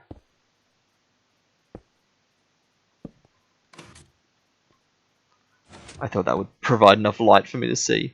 Clearly it doesn't. Torch.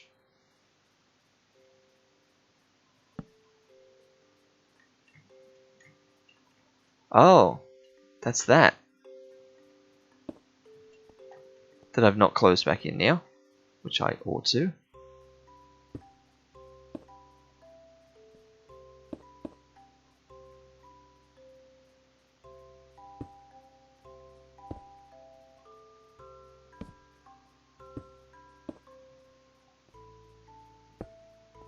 Okay.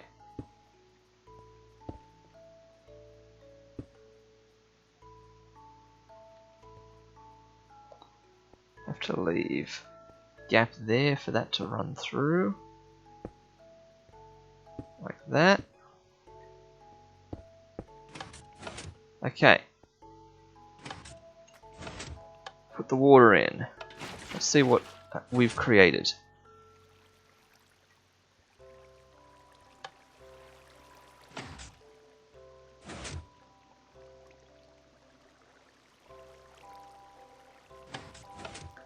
It works, and it breaks the tripwire because it pushes the water one block over. So, incredibly it works, but of course, by pushing that slime block, it pushes the water.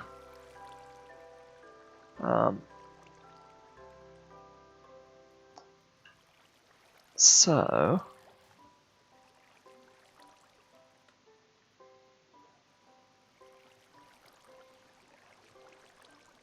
I think I'm working with an uphill battle here, because we could just move the whole thing across one, we could have it pushed like one higher or one lower or something, and it would just keep displacing the water. What do you think, Dude? Can you put signs next to it? Yeah, that was like 3 minutes ago.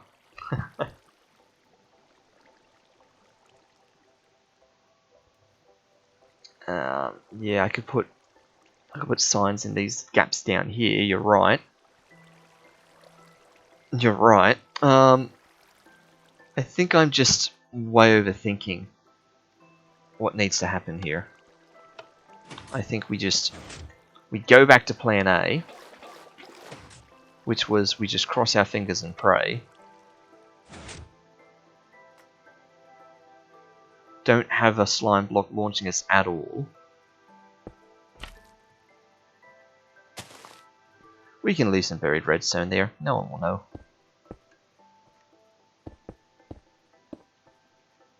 We just go back to what we had at the very beginning.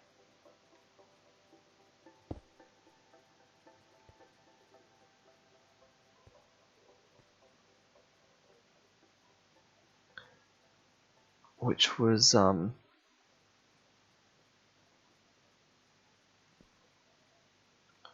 having this just drop us down.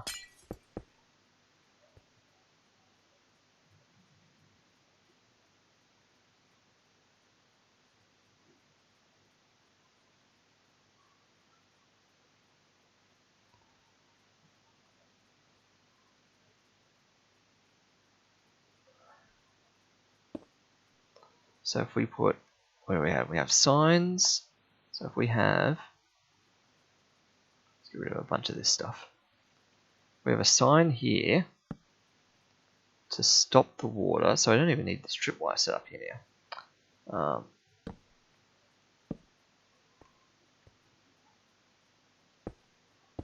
Sign here to stop the water. No.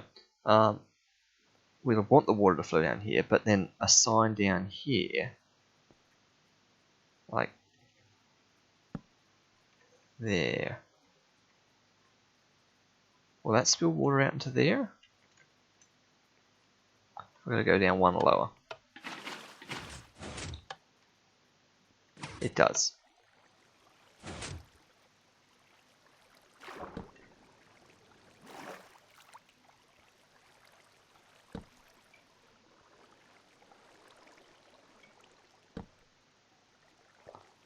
Okay. But if I put a sign there,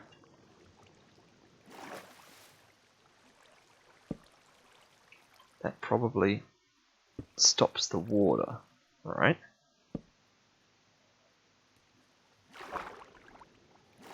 Yes. And then we drop. Right. Okay. So, let me close this in. So that's all just a really overcomplicated way to get us to be guaranteed to be in a single square. That just collects us from the catch, lets us drift forward, gathers us into this square here, where we won't ever land on that sign, and now we're in a free drop, and we can proceed as planned. So what are we at? We're at like 68 here. Okay. That's fine. That's fine. So, okay, so let's finish beautifying sort of the rest of this entryway here. I'm going to need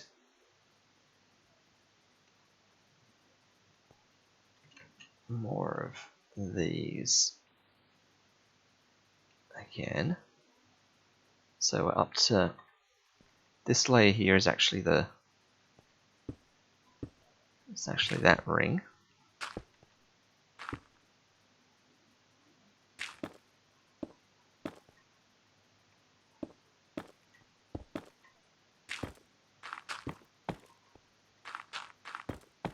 Okay.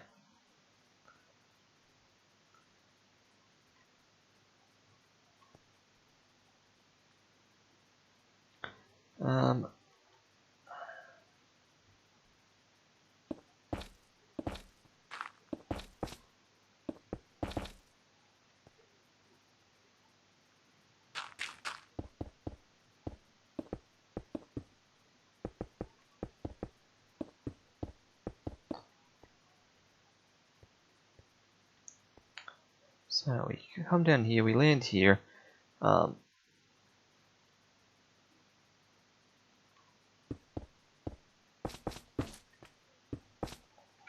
that.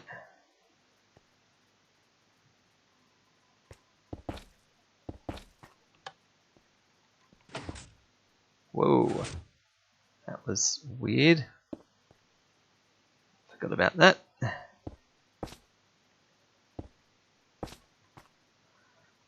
Okay. Whoop.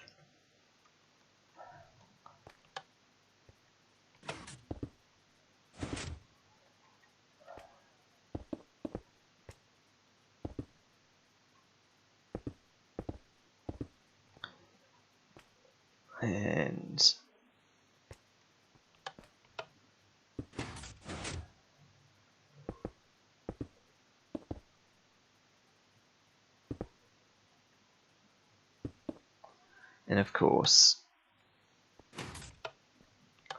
that should be like gilded, really. We can sort of do like that. So if I break this, that's going to break the tripwire, of course. So let me just get tripwire back. What are we? We're going to need tripwire, and we're going to need string.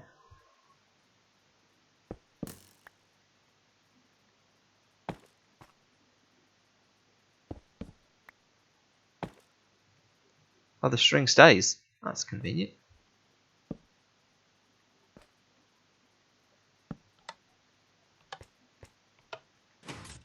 Good. Perfect. Alright.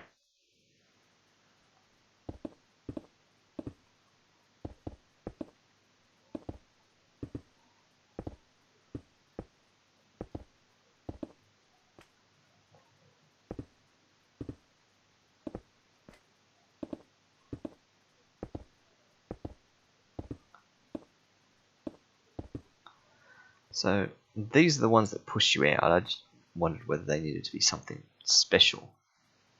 Like, if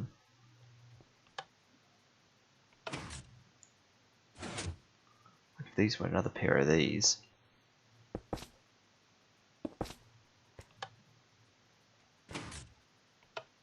Or something.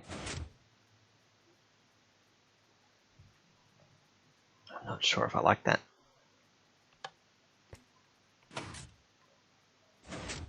But this could be...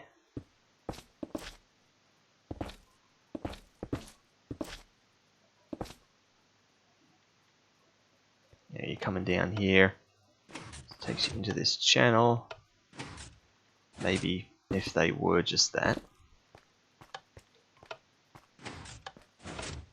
Forces you into there. You actually don't need all this height up here. This can quite correctly be the 2 squares high. It doesn't have to have all that height, because then we could be jumping out of it, which I don't want.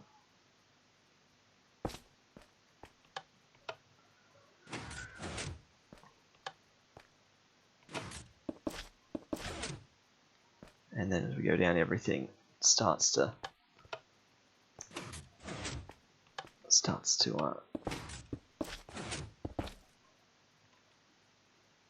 this is where we can go through the color changes and stuff. Okay. Right. So, let's get the other sort of frog lights out again. So, that one, that one, that one, and we're going to need the sign again.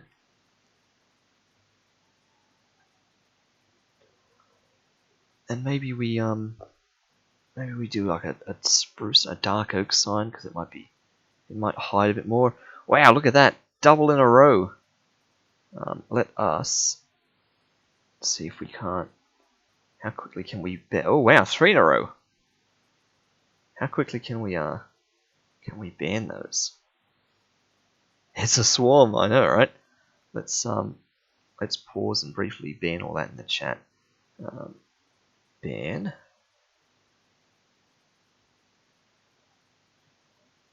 And that one. Ben. And that one.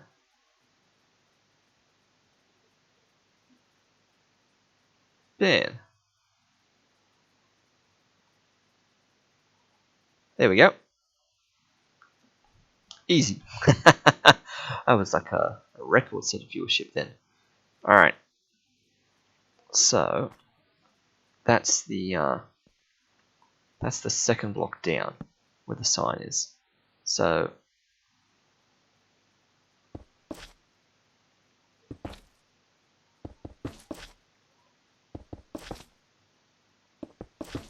I put the sign there. Oh, and of course it stands out against the green. That's not what I wanted at all. So a birch sign. I mean, it's going to be underwater.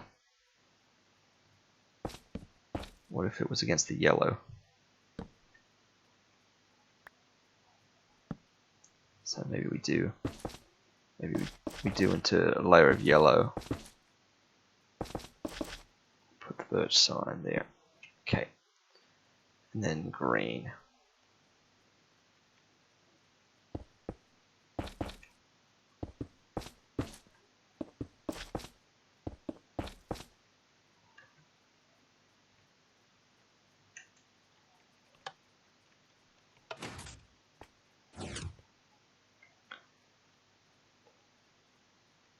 And let's do a couple more down. So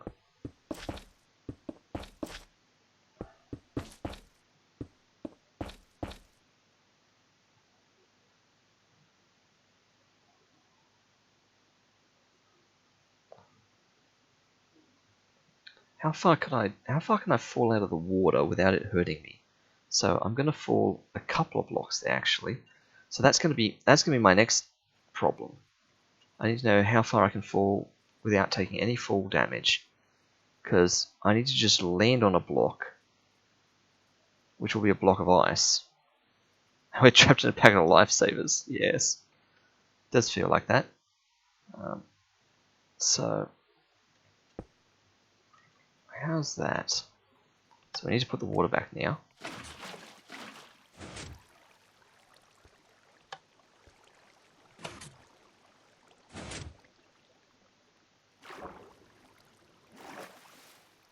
That's fine, because the water's not all that far. What if I go down one more block? Oh wait, I'm in creative mode. Of course I took no damage.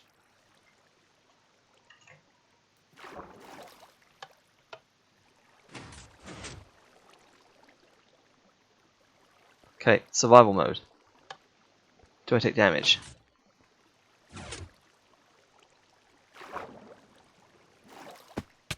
Yes. Okay. Back to creative mode. Run the gauntlet one more time. Let's go to the side. Get full experience. Ow!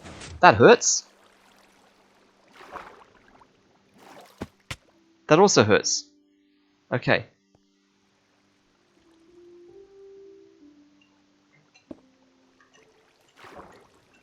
I didn't expect the piston shove to hurt. Put a sign on the back wall, not the front. You're right, so we don't see it. You're right. Good call. Good call.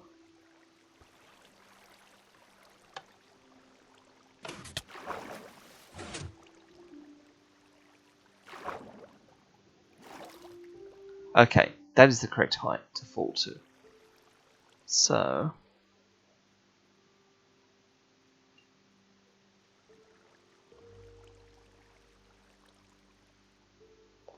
oh, how am I going to do this? It's on that bottom yellow. There. Okay. Alright. Or is it because they're on both sides of the person's hurt? The piston's hurt, or they always... I think they will always hurt, just because I'm taking collision damage from a block. A block is hitting me, like I've taken collision damage. I don't think it's because it's shoving me into the other one. But that's kind of unavoidable, because I have to be prepared for shoving on both sides. So, So this shoves me. I ride that down. I drop to here. So at this point, I need to be able to get shoved again. So there needs to be a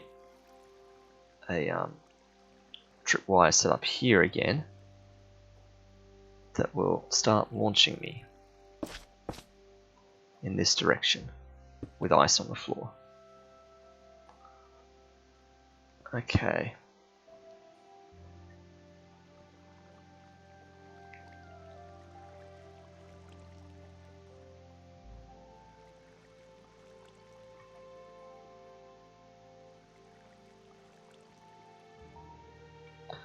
I'm thinking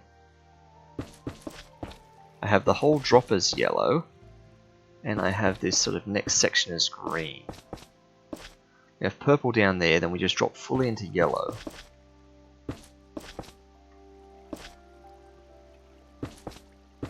Okay. And then we're going to have a standard green stripey sort of thing going. So that's going to drop me down. I'm going to need here and here. We're going to have the piston, the whatchamacallits again. Let's take them off.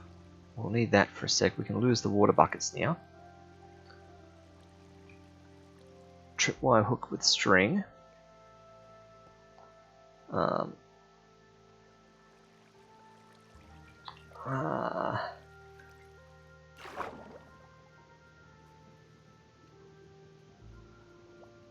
We want blackstone and gilded blackstone. So we're going to have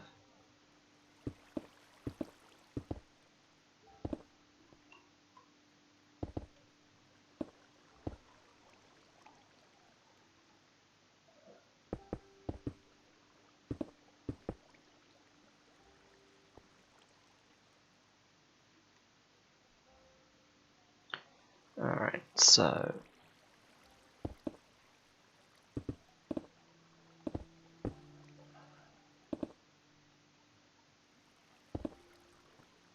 just to kind of get the theme going here.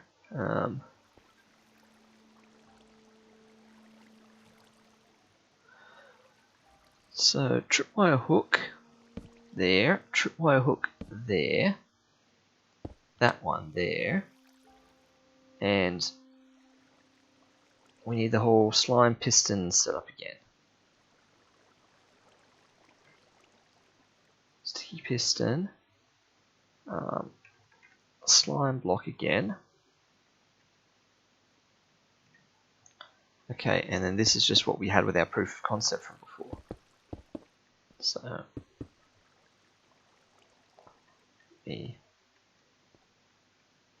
that's on the back of, yeah, it's on the back of that block. So that block is being powered.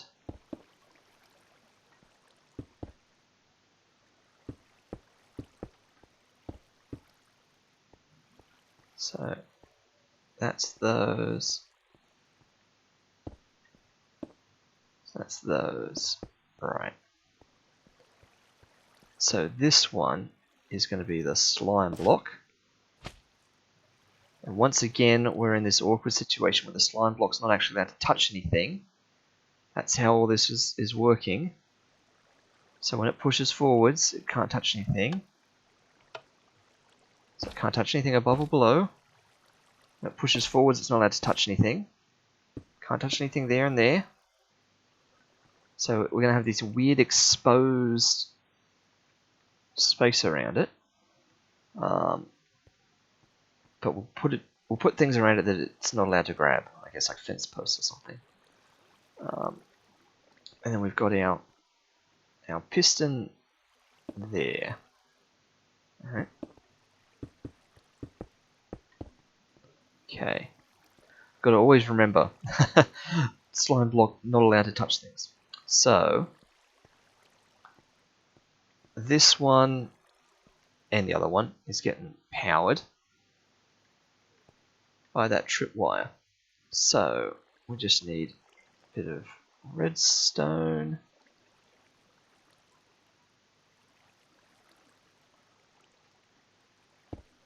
Coming out of there.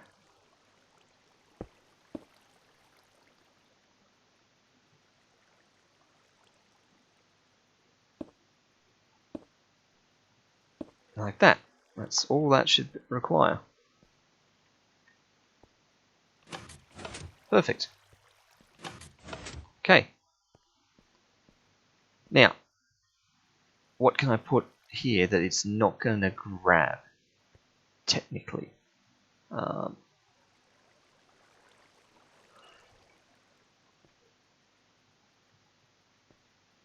So, does it grab glass?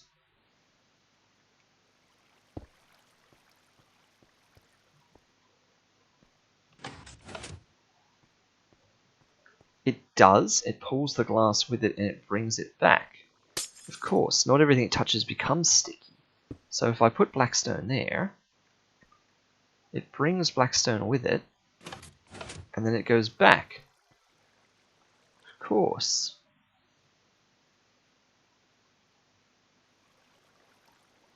So what I should actually do is I should actually put like a lamp there. For what it's worth. I've got to have air block here in front of it. I shouldn't put anything underneath it because it will push it into the string. So we've got to have nothing there, or at least something there it can't grab, like blackstone slab? Blackstone slab, like the lower half of blackstone slab.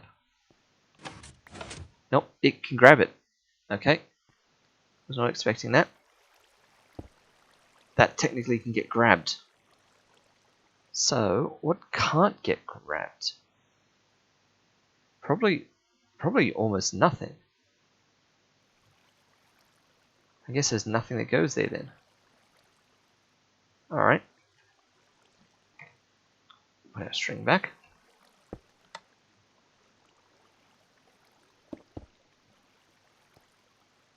Oh, we could put ice there. So, all of this can get closed back in now. That there can be yellow light.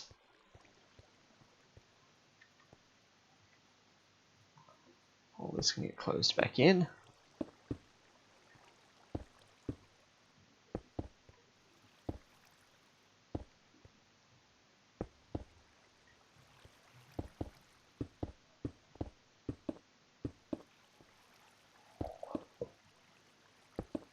Okay.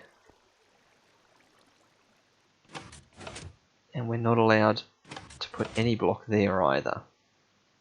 So we should have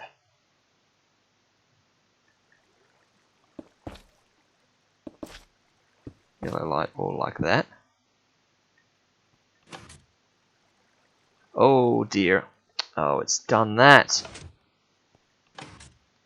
Ah, okay. But that's because I'm walking in there. It'll never do that. That's because I've gotten in there. Yep.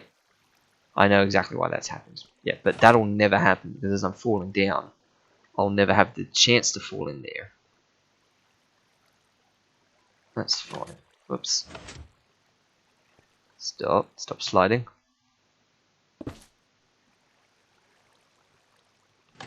That's not what I wanted to happen.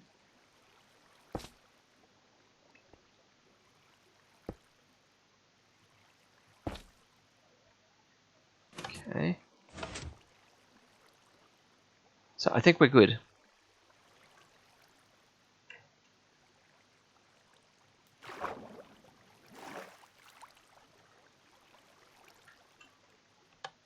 So all the way back up to the start.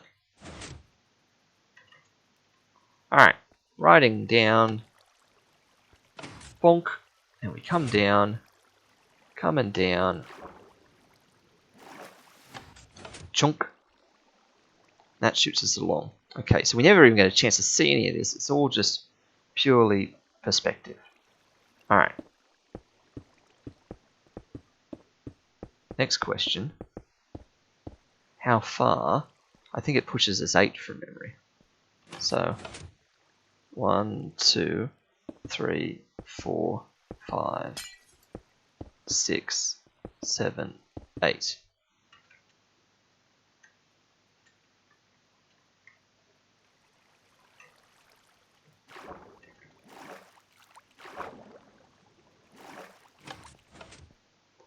Yep, pushes us to about there. So the real question is, how far have we got to go now? So we're working in the X direction here. This is like 214 in the X direction. So that's going to drop us down that little hole there.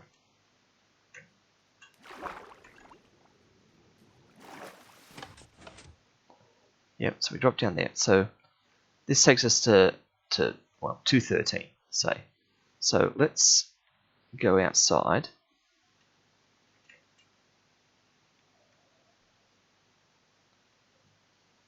We've got to run this to a solid like 260-ish. So we can turn around and go back. Okay.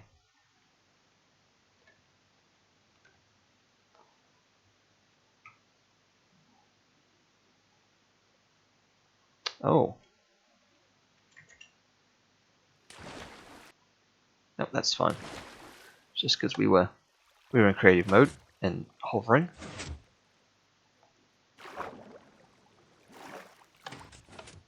Okay. So 250, 260-ish.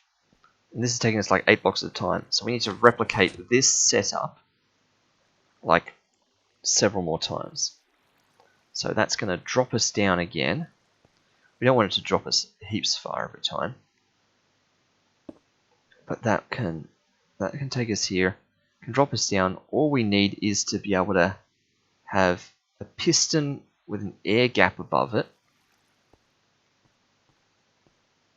So yeah, a slime block with an air gap above it. So there's the air gap, there's the slime block.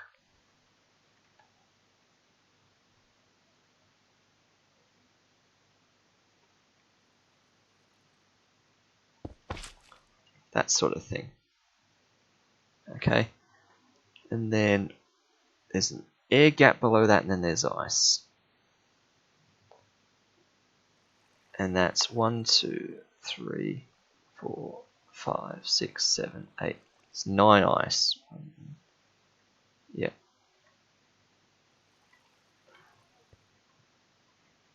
So air gap and then ice, and it's 9 ice. 2. And then this is the height we're on. 3, 4, 5. Let's version of night vision.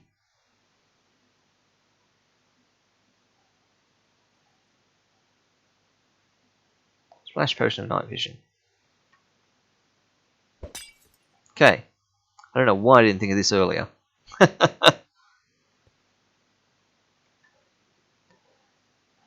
1, 2, 3, 4, 5, 6,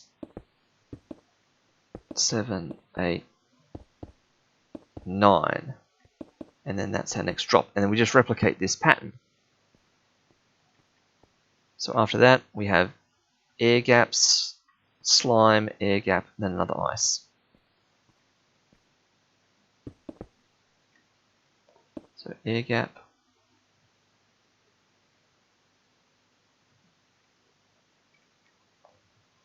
air gap, slime, air gap, ice. And that needs to be part of 9 ice. And then this is our line along here. 1, 2, 3, 4, 5, 6, 7, 8, 9.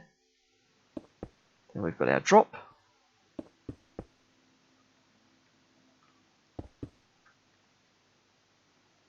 Air gap, slime, air gap, ice.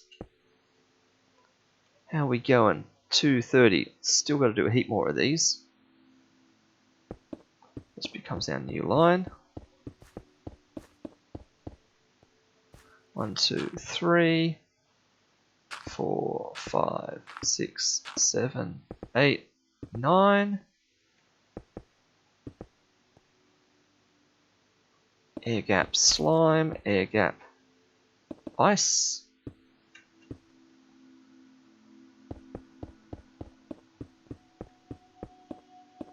What sort of depth are we at? We're getting down to a depth of 50. 1, 2, 3, 4, 5, 6, 7, 8, 9.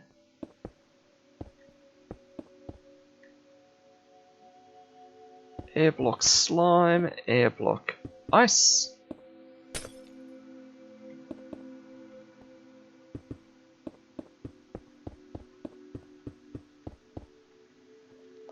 One, 2, 3, 4, 5, 6, 7, 8, 9.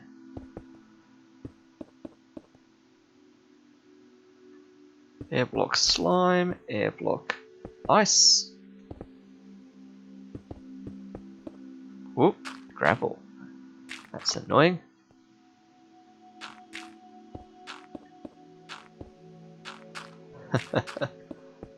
Gravel. Even in creative mode, it's a pain. 1, 2, 3, 4, 5, 6, 7, 8, 9.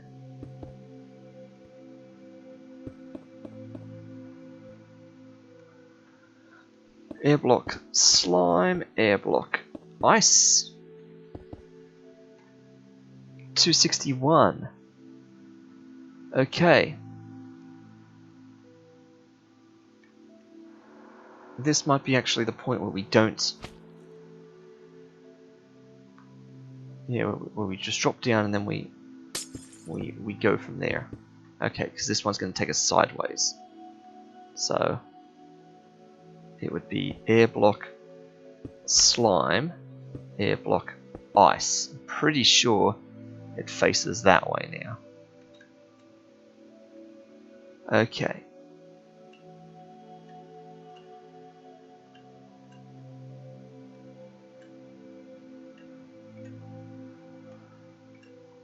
Alright, so what we get, whoop. Don't get so close that you accidentally trigger it, because that will send us down every single layer constantly. Which means it's going to be a nightmare to actually put together. So we need a load of black stone, and we're doing green frog lights with the gilded stuff.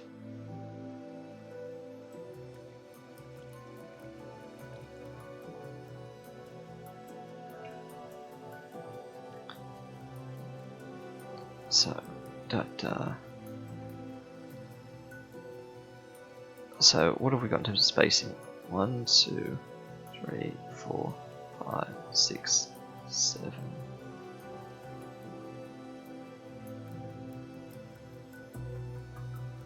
Yeah. So 7. So 1, 2. On the 3, 4, 5, and on the 6.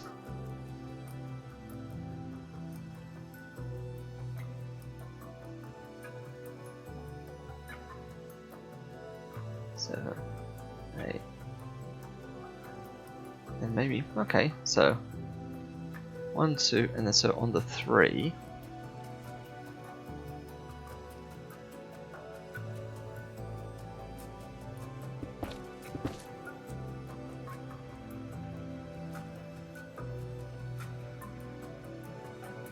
no, that's not what this is. That's not. I'm getting myself confused here.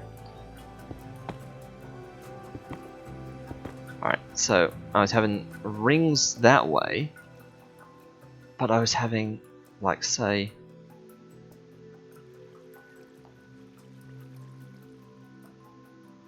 these ceiling strips, like this. Yep.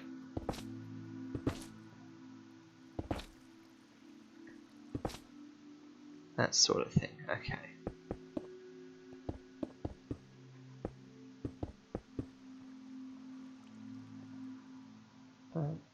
That was supposed to be that one.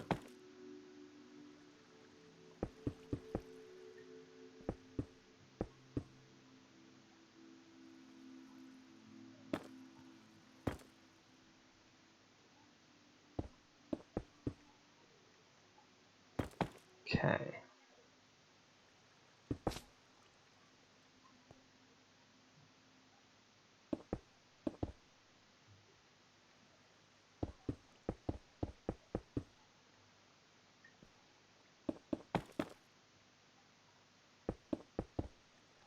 That sort of thing. So it launches you through that. Okay. Just so there's a bit of texture to what's going on. Alright.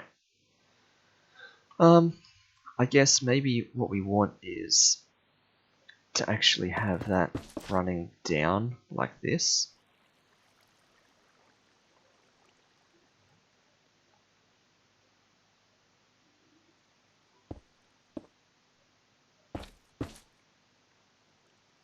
Each time, because that will be connected through the ceiling. Yeah.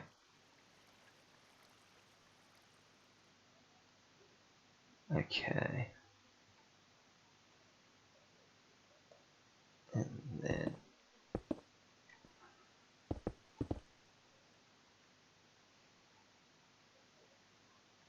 alright, so what I'll do is I'll just replace all the ceiling. Like this.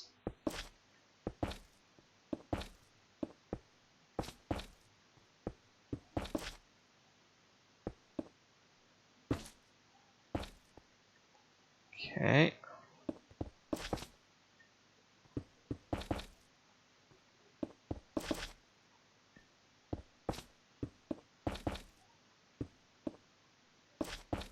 Alright. And this will also serve to illuminate everything because these are light sources. So, yeah, because I don't have my night vision going on anymore.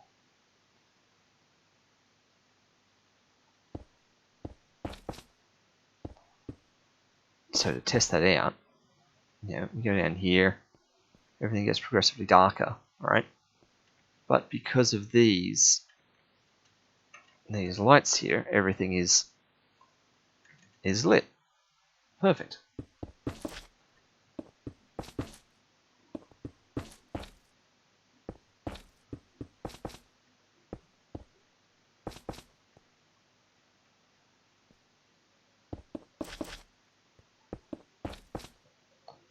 Alright.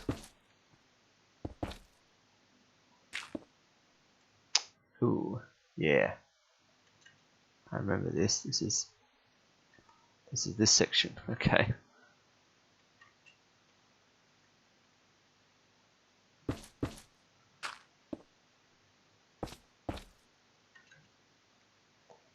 So I guess we just fill all that back with everything.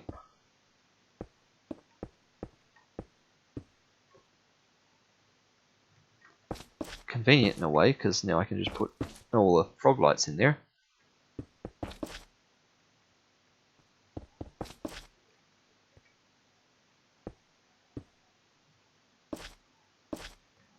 And then that's the sideways one, right? So we'll work out what happens when we get to that one when we get down there. Alright, but that's all the frog lights done. I feel like we should do all the redstonery last, because that will just send us down the line if we put it all in now. So we need to have blackstone and gilded blackstone. So it's 2, That, 2, that, and 2. Yep, we probably could put the tripwire hook and string in on all of these, really.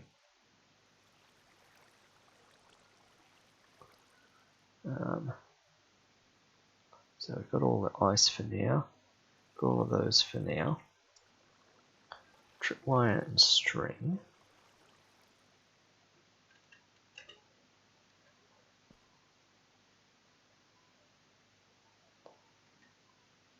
So,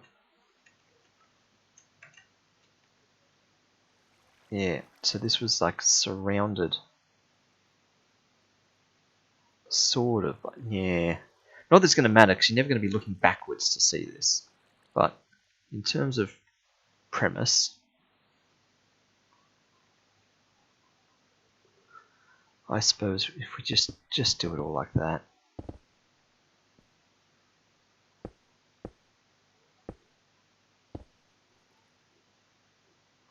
That's air gaps all around it.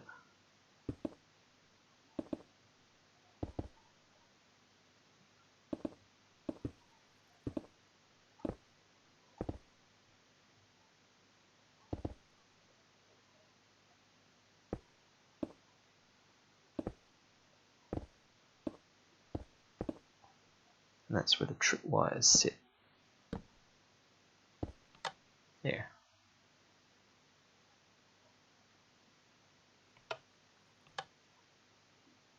Yep, we're going to have nothing in front of them. Yeah. Yep, tripwires have got nothing above them. Yep, it just all seems very open, but that's what this is going to take every time. Yep, okay. Alright, and then we have... Whoops. 2, 2, and then the gilded. 2, 2 gilded.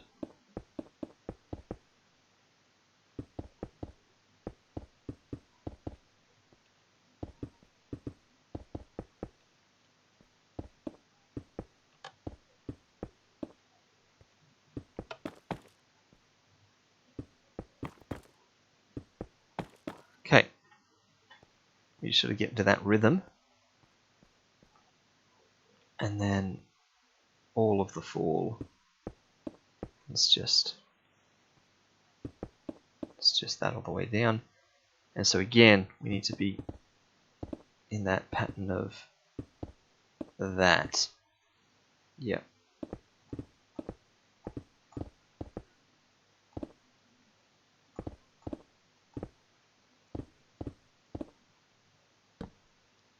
Tripwire, string. Okay. So that way it's touching nothing. And we continue on.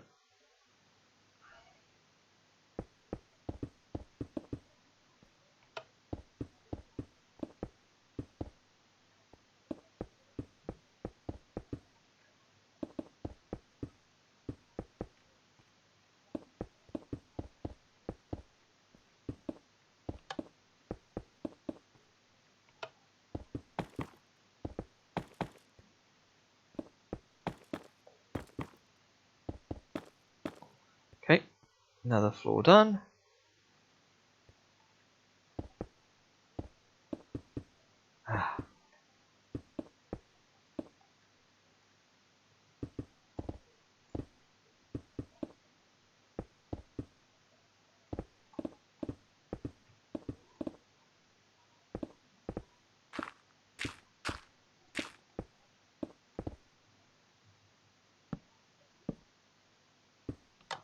Okay.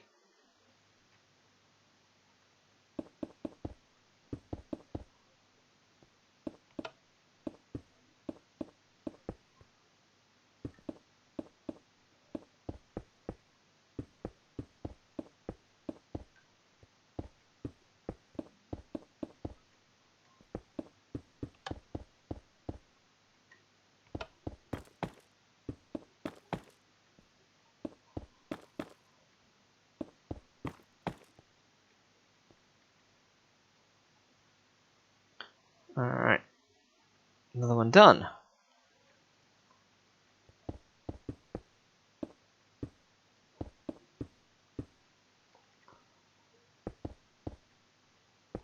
Two.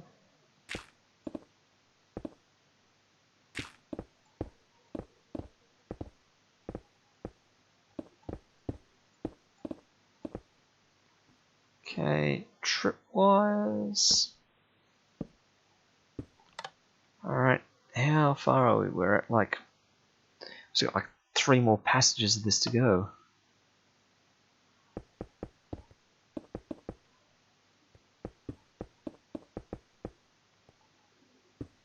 Hopefully we can be this efficient with the redstone as well when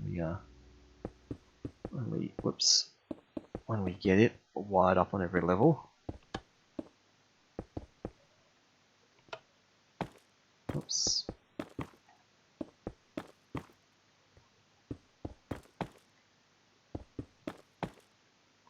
There'll be a clever sort of fun monotony of going down all these layers that feel identical for so long. Like maybe I could have changed the froglight colors so that they go through a bit of the spectrum of the 3, but maybe there'll be a weird kind of monotony with having the same colors on so many layers in a row.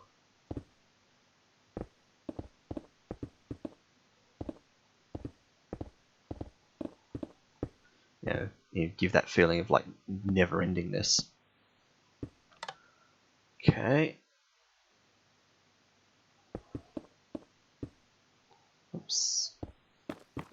Broke that one by accident, so may as well gild it.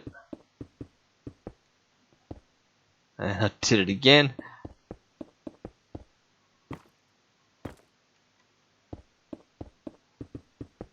It might be quicker to actually just gild them as we go, really.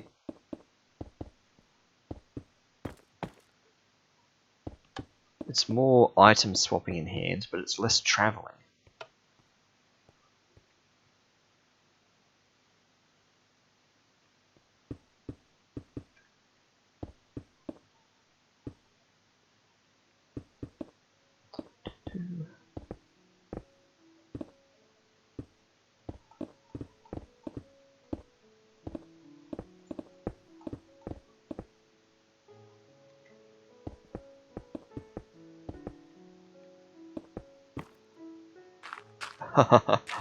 Gravel, of course. We're into this sort of segment again, so this is going to be super annoying.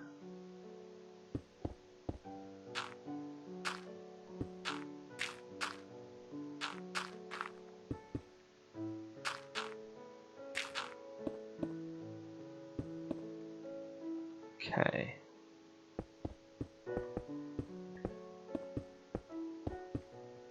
Alright. Ah. It's because of how close I am to the blocks.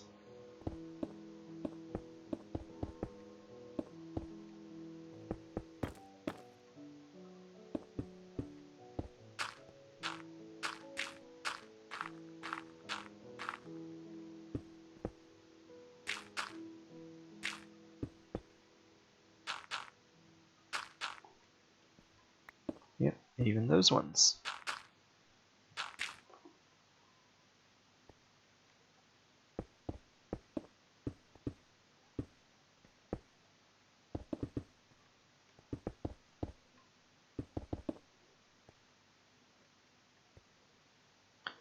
Bam, bam, bam, bam.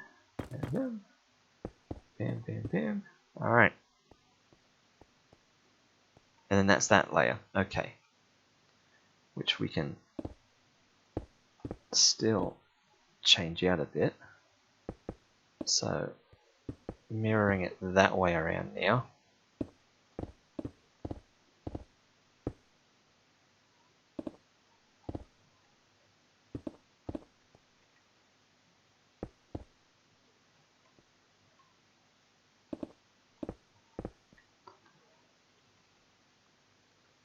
Yeah, actually. Just sort of working out what this is. Yeah. because it's heading that way now. Is my understanding. But I will just make sure that is... Where's that? That's north.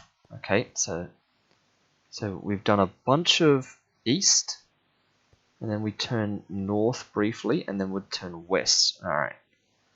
Let me... So this is 261. Alright. 261.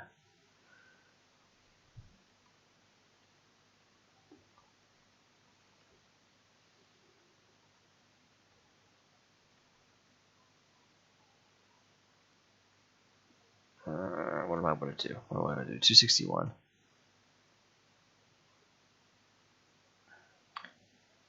$261.39.50. Okay, let's go back to here.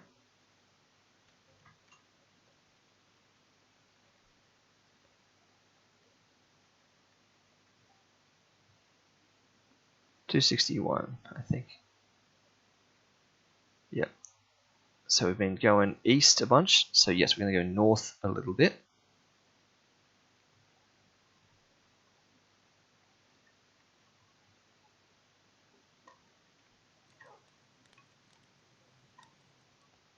And then we're going to go north to 47.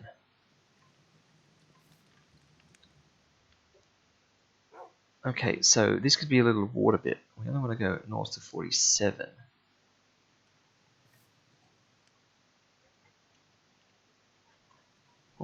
So let me write in the chat here. Let's get the coordinates of that point where we're trying to end up at. And let me leave it in the chat for reference. Because we're going to be getting close to the point.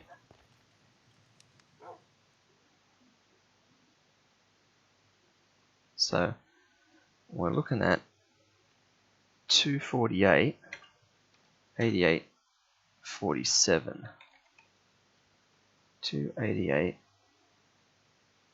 and that's in that corner.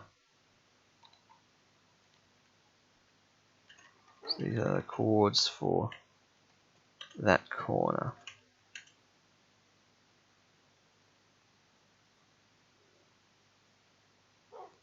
$288, $248, $88, $47. Okay, right. So let us go back into the setup. Go down a few layers.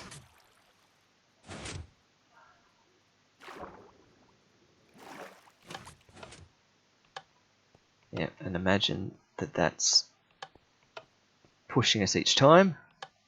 Imagine that these are bouncing us. Bouncy, bouncy, bounce.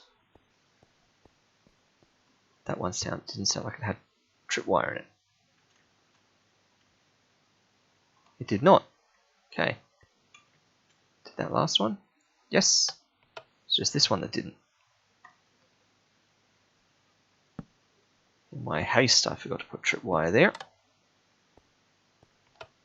This one comes down here, and so we were correct in going east and then turning north.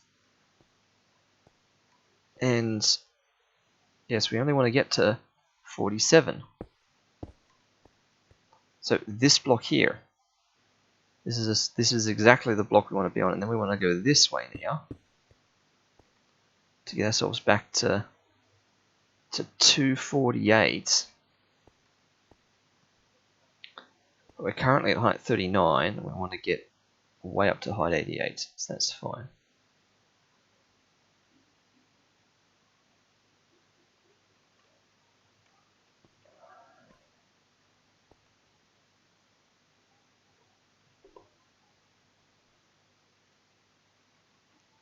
So this one doesn't actually need to be a piston pushing me this way at all.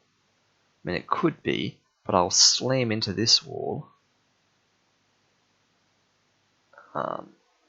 where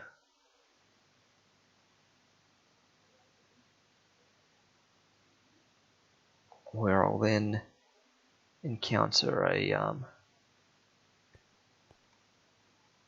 bubble elevator, maybe. This might be where we hit the bubble elevator.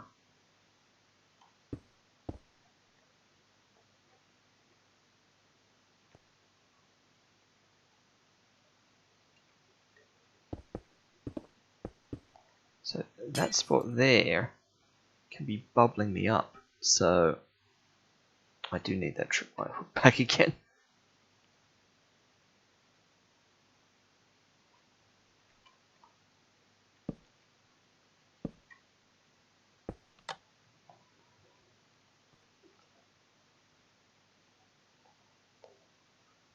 So,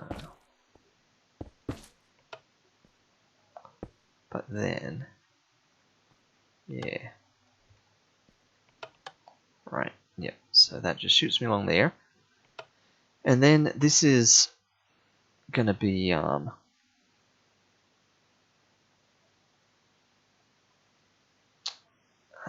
magma block with water going all the way up here, which we're gonna have to be really careful about messing with everything.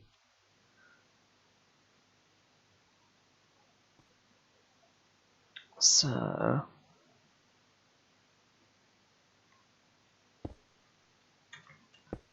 my next question is going to be how high can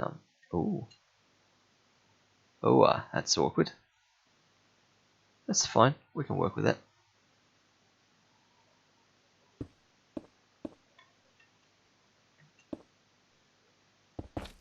Just put one of them there for a minute.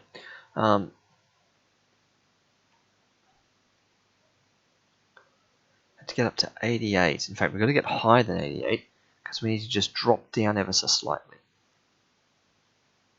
So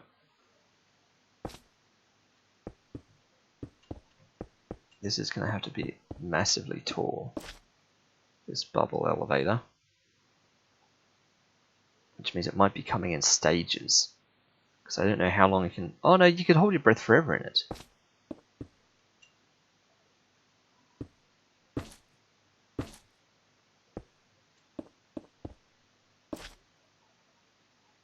Because it's full of bubbles, right? That's how this works, isn't it?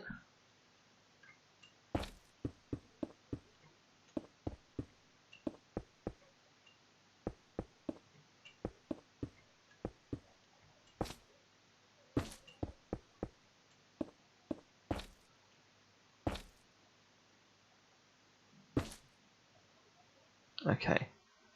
I want to be really careful here about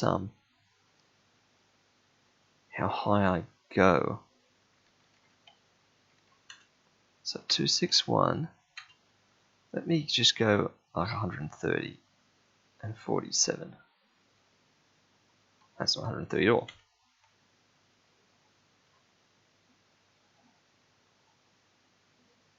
And of course there's mobs everywhere because we're close to the surface.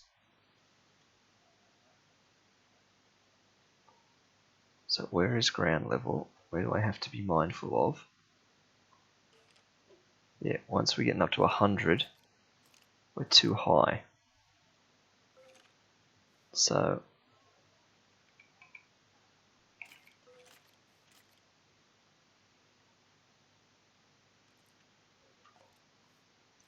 this might be kind of the peak of where we're going to. Yeah. Alright. So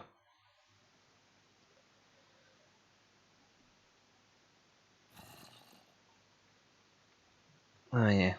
We can close in as we get there. So as we head up all that way, get through what we've got. So it was always 1, 2, then gilded.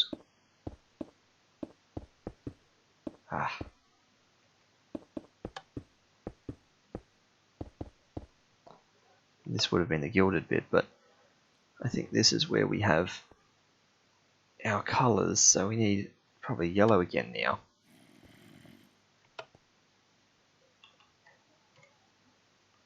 Bunch of yellow frog lights. And do we just have yellow all the way up on every side?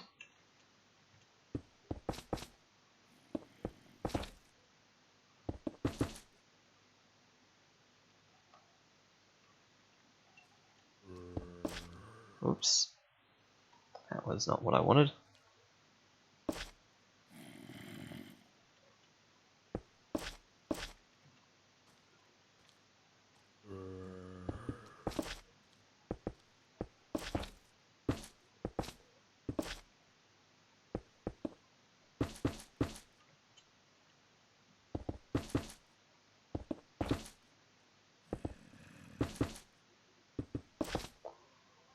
Yeah, do we just have just a full yellow chamber that we're running up? I think we should cycle through the colors, really. So if I'm counting from this layer, which we would have to have, well, we could have the magma block right there and water starting from right here. I like it if the magma was one more down, the water started from there, so we should have all of these from that layer. So there's currently 1, 2, 3, 4, 5, 6, 7, 8, 9. Well, let's do an even 10. That's 10 layers of every color. Right? 1, 2, 3, 4, 5, 6, 7, 8, 9, 10. Alright, then we go back to purple.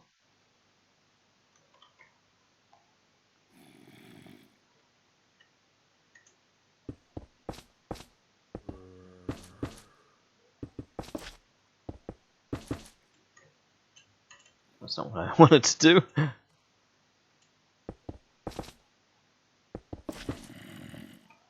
Aha.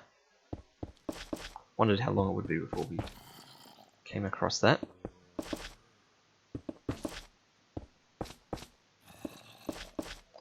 So that's 6. 1, 2, 3, 4, 5, 6, 7, 8.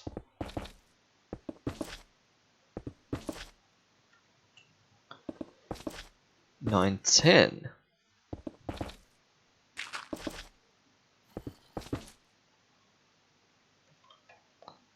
And that means we're back to green again. 1, 2.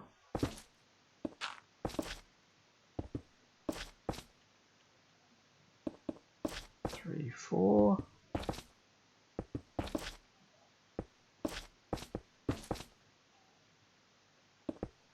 5, 6.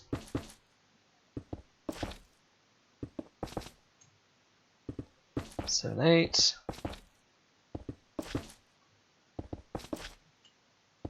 9, 10.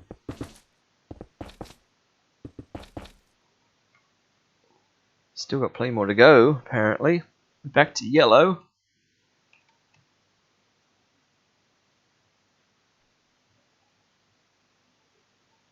It's green and yellow, then pearlescent. That's 1, 2, 3, 4.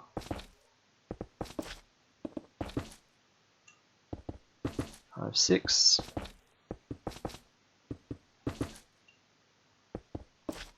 7, 8.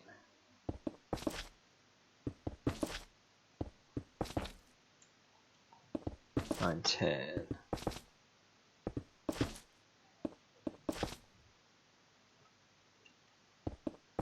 And 2.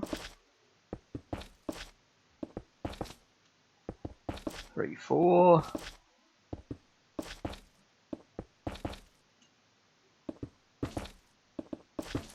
5, 6. 7, 8.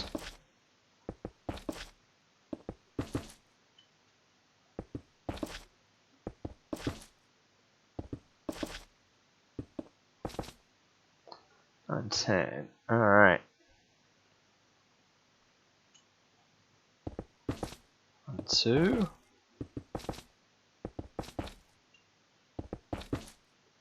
3, 4.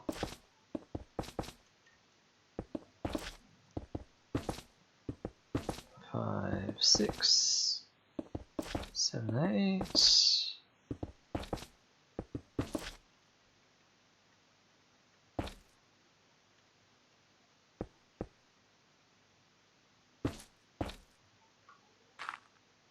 Oh wow, that's grass there.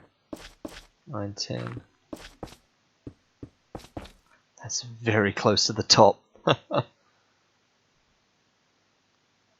So we're doing a bunch of east, and then we turn and we're heading north. So we did a bunch of, alright. We ran east for a while, then we turn right and we turn north, and we turn right and we to west. So, yeah, we're heading back this way. So if I break through there, yep, exactly. That's exactly what I thought. And I'm in line with the block, which is perfect. We're just maybe a smidge too high, but that's fine. Woo! That's fun. Alright. Bubble elevator. So I need signs again. If we do these dark oak ones,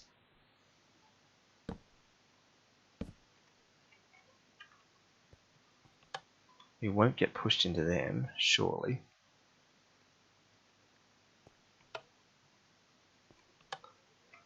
And we'll have already been facing this way, so when we come down there, we'll have been pushed like this. And so we'll be coming up this way, so we'll have had our backs to the sign. Alright. Okay, so what I want to do is I want to put water at the very top. We're going to need magma block at the bottom. Let me get me an empty bucket because I know I'm going to make some mistake. We're going to need kelp. Alright. So, water shouldn't spill into there if I do that. Perfect. Okay. So, now we just go to the very top.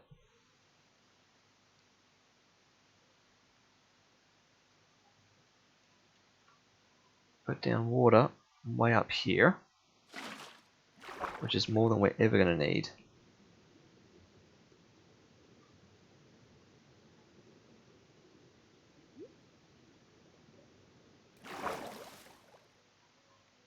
Actually beat the water down, which is incredible.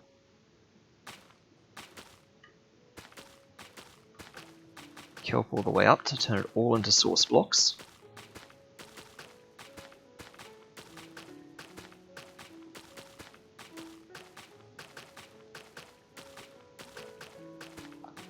And it's not magma at all, it's soul sand.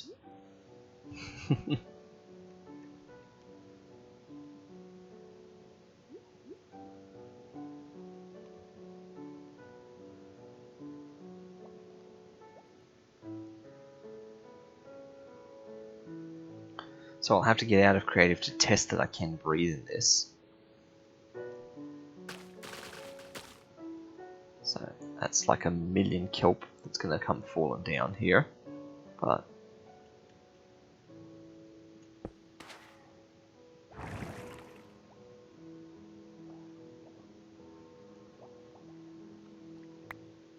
okay.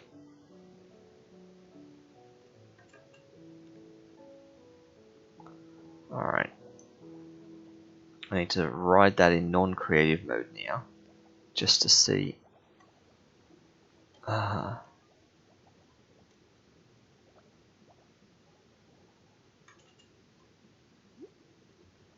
This is going to be tricky.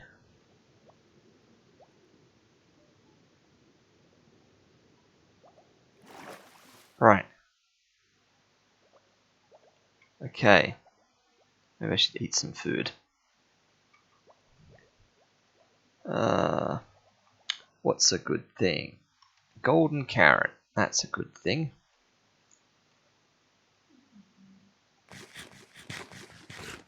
There we go. Alright. Moment of truth. If I get flung into here.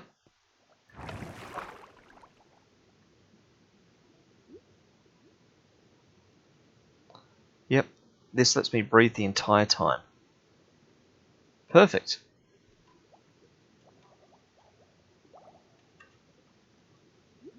Okay.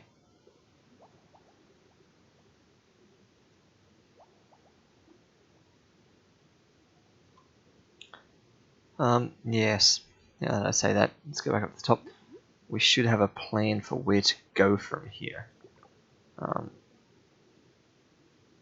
So, yes, let me think this through again. So we went east, turned north, and going west. So yes, west is where we're currently heading, but that's currently too high west. So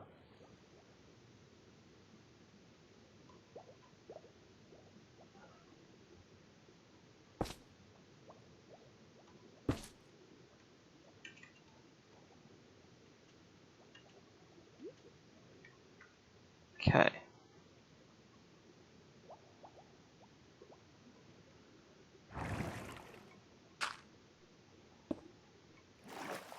Right.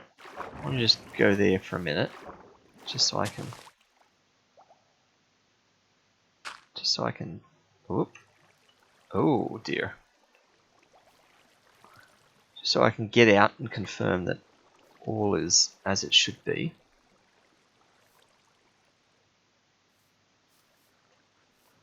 Yep. So we want this point, but just, potentially a bit lower.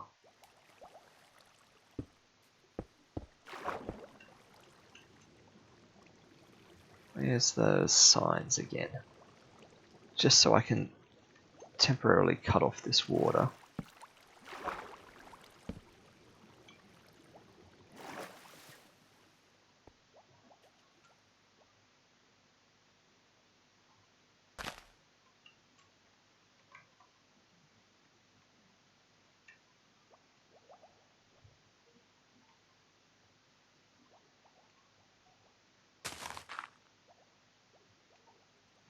Alright.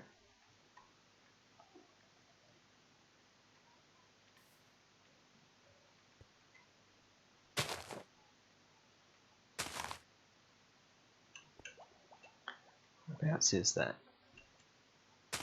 Yeah, it is. It's there. It's in line with that. Alright. So that is the way we're going there. So we need this water to stop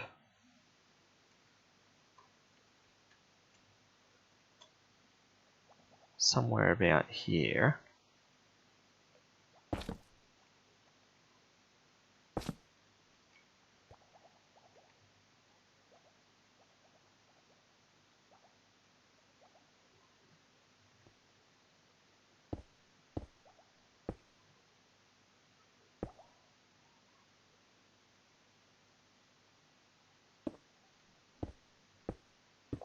Okay.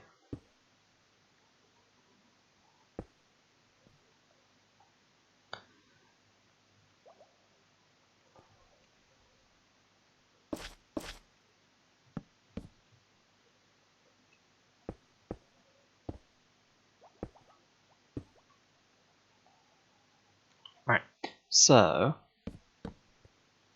that's going to shoot us up and we're going to bounce here, and then we need the piston thing here to happen again to shoot us this way. How far is it going to have to shoot us this way?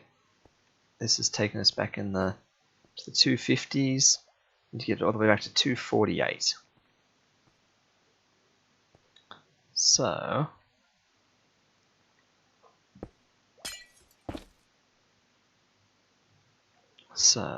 let's see. We've got to remember this again now.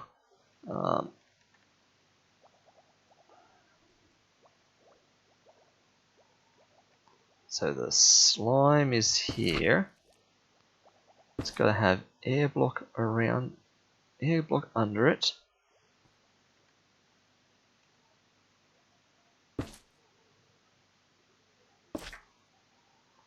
Air block above it. Bam, bam, bam. Bam, bam, bam. Like this.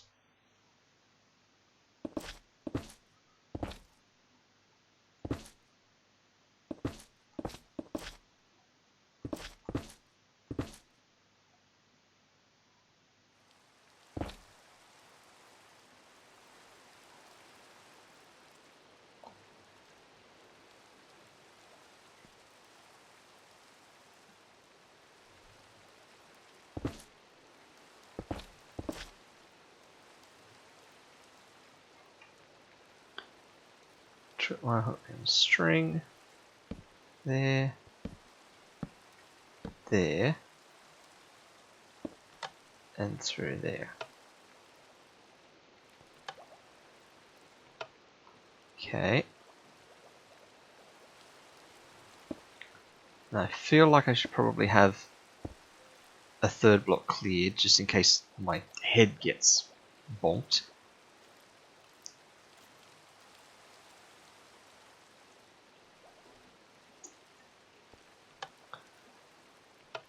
Okay.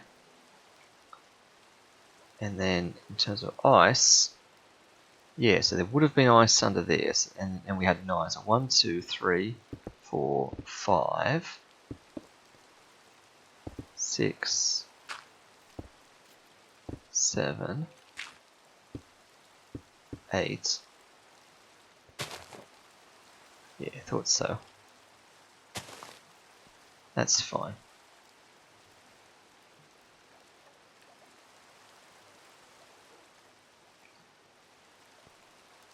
That's at 255, and we're only going to get to 248. Yep, so we can drop at this point.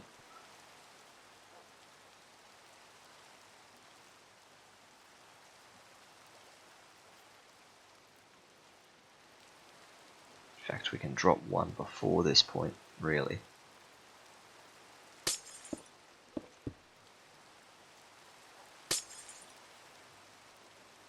That pushes there, and then we'll do the drop. So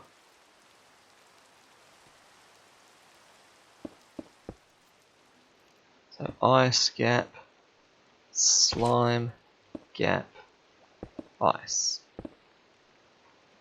Right.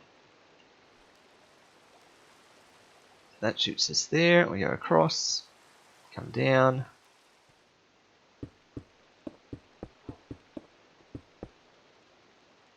It shoots us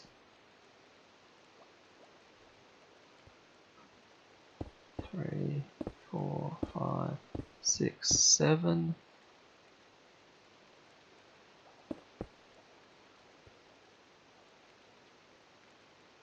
Oh! Oh! Oh! Would you look at that? We've arrived. We are here. Ooh.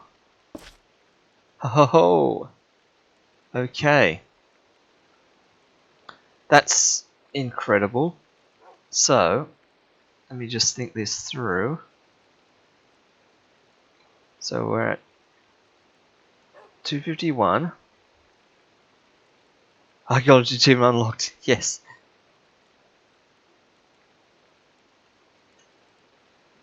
So,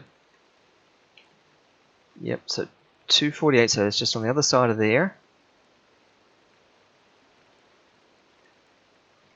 Okay.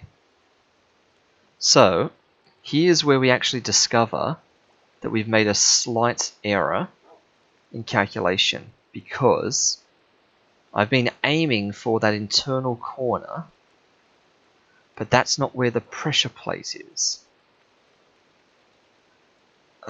Yep, that's not where the pressure plate is. Okay. Let's go back here. Let's go and sleep. We need to go and re-examine the end section. Now look at all the nasties here. We need to go and examine the ending again. So, back over to the little test area. So, the coordinates that we've been looking at were effectively, I mean the room's oriented wrong now, were effectively these coordinates. This was the square that we had coordinates for. But where we actually want to be dumped out is there. We want to have the thing drop us there. Which means we want to go right one and back one. whatever that means. Left one and back one from that position. So we actually, like, our whole bubble elevator is literally one square out of alignment now, which we are not remaking the whole bubble elevator, but we're gonna have to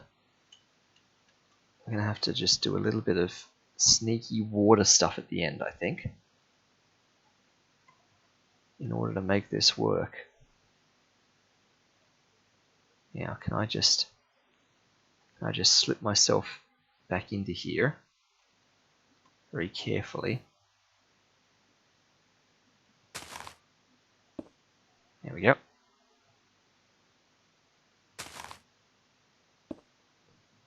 So we want to be in this next row across.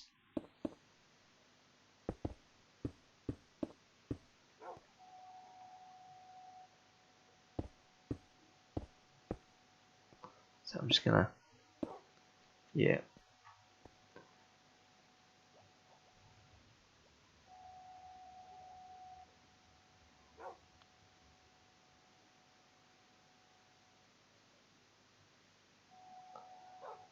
I'm still not able to think through exactly what has to happen here. I don't think it's made sense.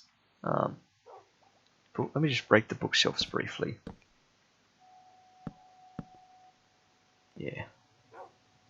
And we're even higher than I thought, because the bookshelves go higher than I thought. Wow, okay. Well, we can always repair these bookshelves as they need to be.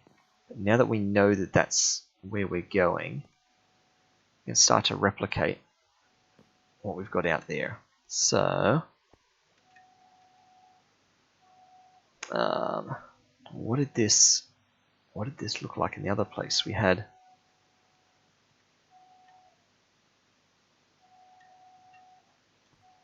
the shroom lights all along the top here, which would have been the frog lights, which would have been purple by this point.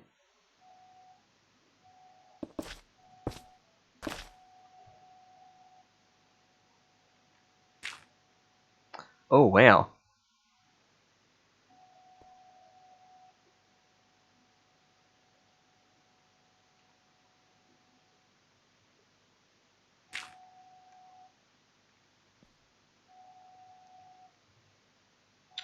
Yeah, okay.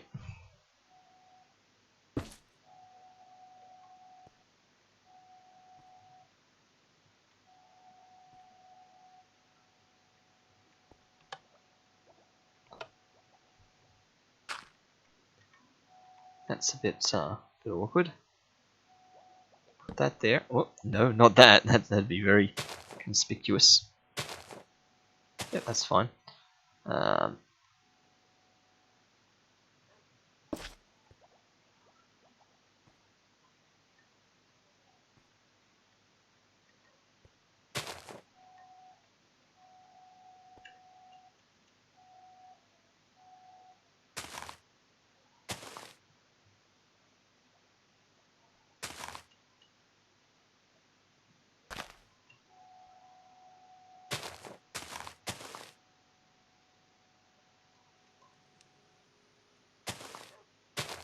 There we go. That's fine. Just trying to make sure that as none of this as possible is visible.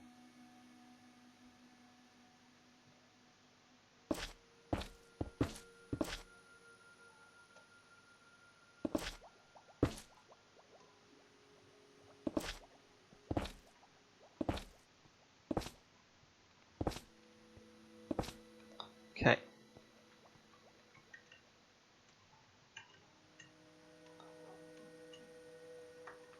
And we had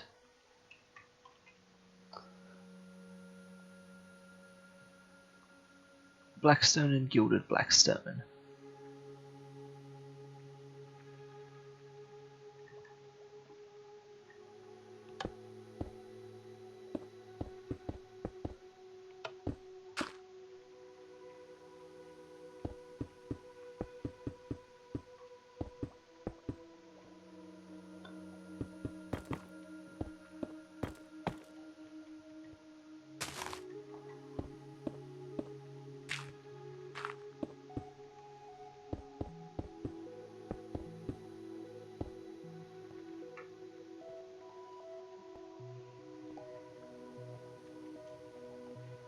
Yep. That's feeling familiar.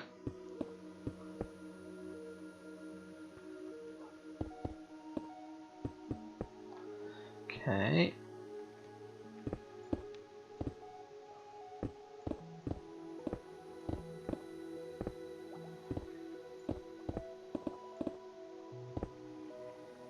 Tripwire hook, string. Okay. And then the same sort of thing here. This is going to push us somewhere here, and then we have to have a little bit of water to redirect us.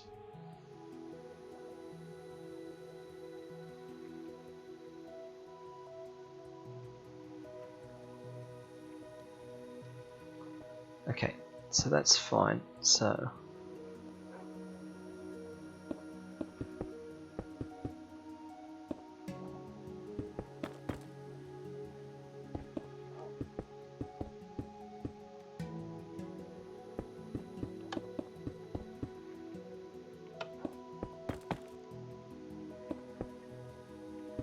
yep, and we'll figure out what we need to once we're there. Alright, so what we need to do now is go back and probably do all the redstone of all these tripwires.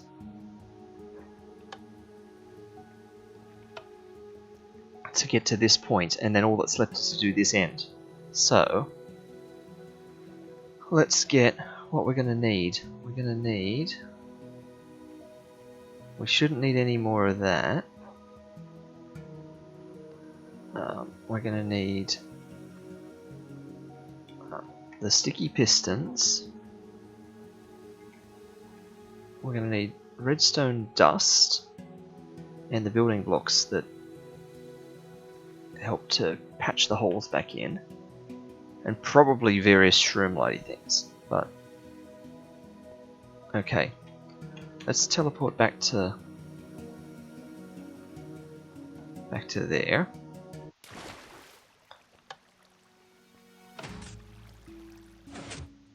Find where our first one is that we have to patch. That one's done. That one's not. Okay, so it was just this side that we ran around. We took the redstone signal from that,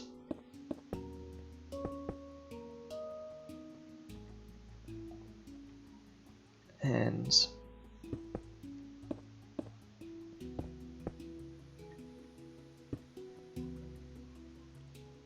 yep, it was that block there. So when we dig around here, we dig a zigzag, we take out that black stone there, because we have to be able to put... No. We do that so that we can put the piston like that.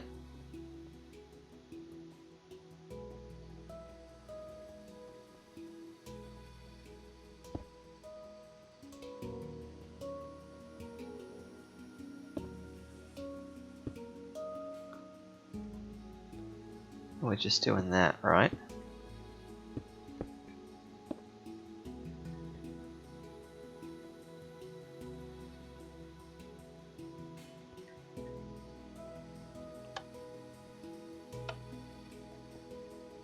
Yeah.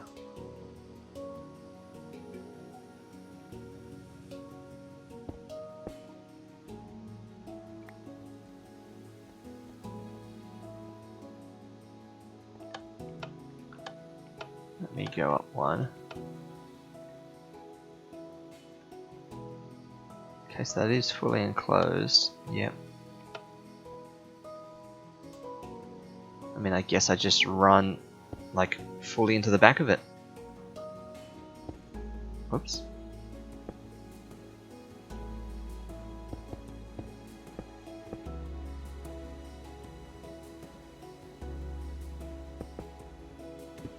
Yeah, that does it. It's just a little bit wider than I would have liked.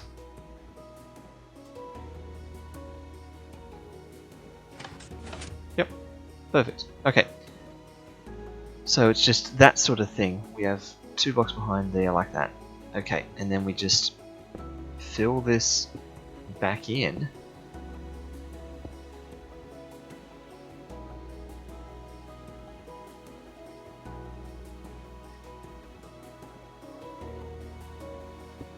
And that goes black stone there.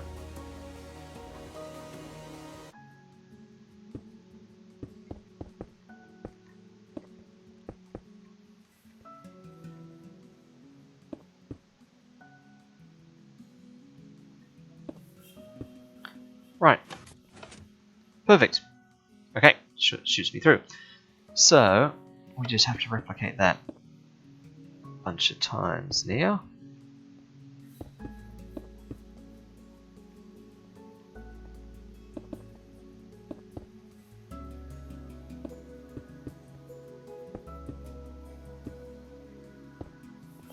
So we had to break that. Yep, in order to put that there. That's like the first thing I should be doing.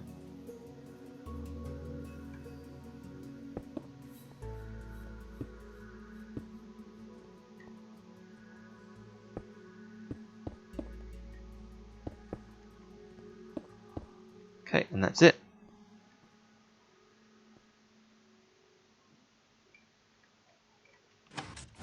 Okay. So that's a more minimal breaking pattern. Put that one back there.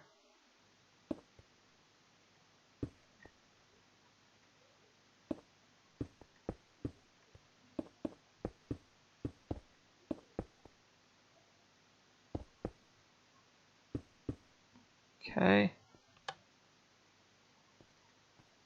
Oh. Oh, I've cut off a bit of that redstone with some of those blocks I put in.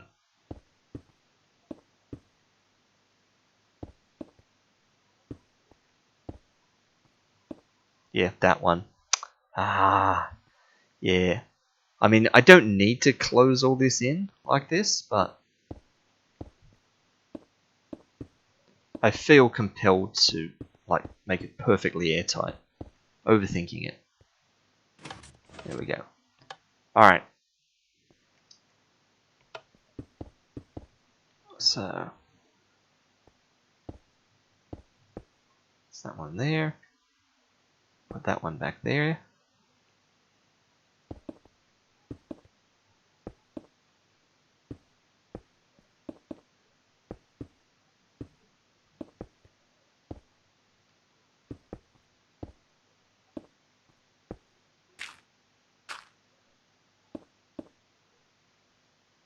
So that should be it. Alright, the piston's just behind there. Exactly. Yes.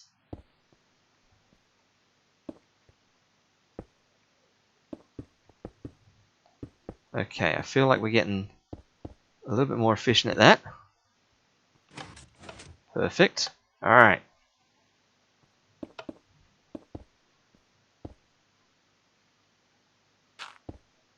Put that blackstone back there.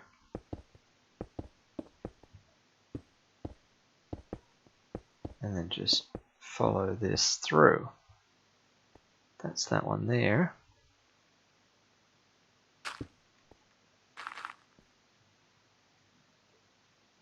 Didn't mean to destroy that one. Okay. That should be it for that one.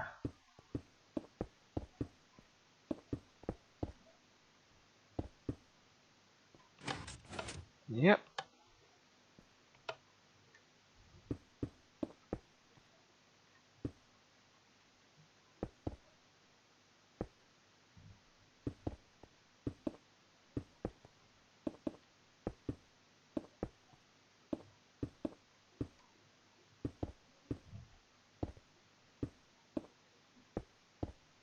Okay. Tucked around there. Suspicious noises. Don't worry about them. Perfect. Alright, we're getting in the groove now. Not that I want to jinx myself. But we're now starting to do it without actually looking at the piston. Just getting used to the feeling of the cave. There we go.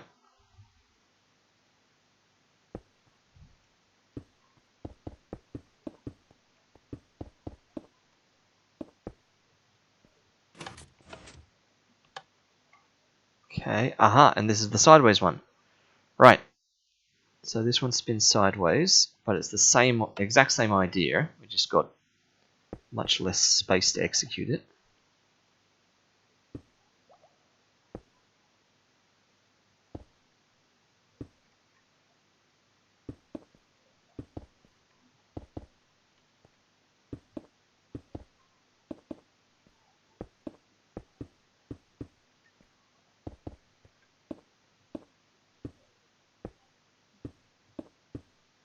Okay. So that should be that.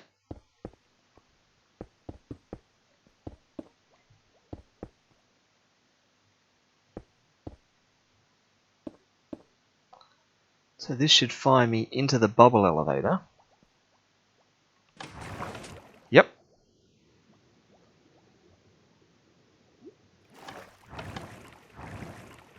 Which is triggering this thing. Now, when we did this one, I remember we had to have a delay. I had to have a redstone repeater going to this one on the second slowest delay in order to allow it to trigger us coming up and have time to hit us while we're in the bounce. Excuse me. So we'll have to be creative with this one. So we've got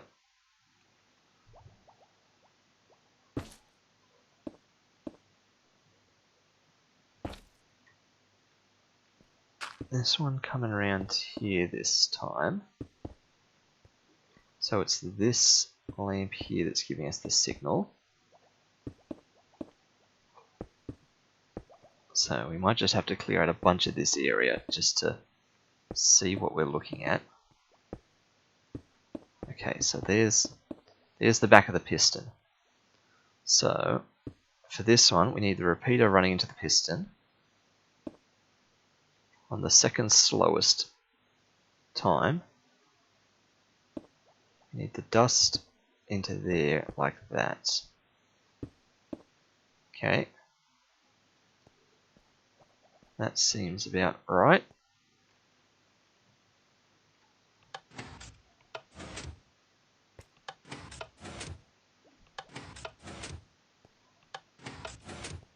That still seems very quick. But we're going to trust it.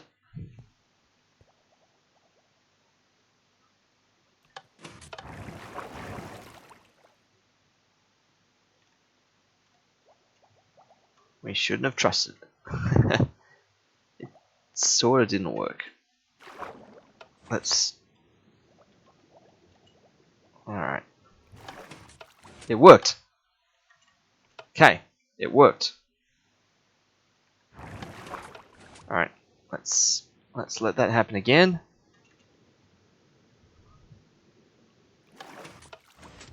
Perfect. Okay, it actually works exactly right. So we can close all this in. So we can't close that one up. We can close those ones up. There.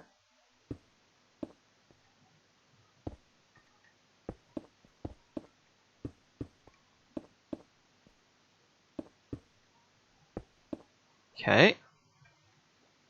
That takes us through and it drops us down here at this one. So we'll just go back up and check this one more time. Let's go all the way back through to here.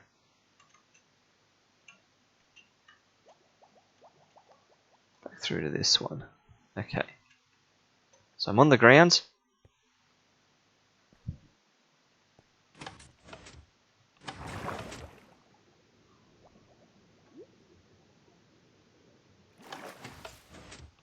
Okay.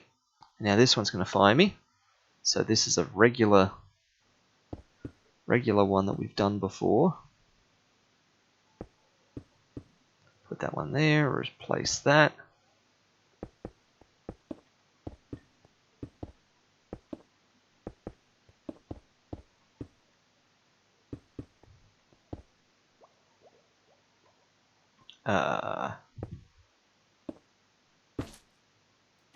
Okay. Not what I was expecting to find there.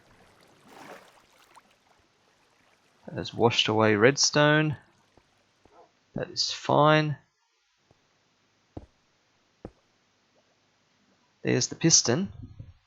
This one's going to require some creative engineering.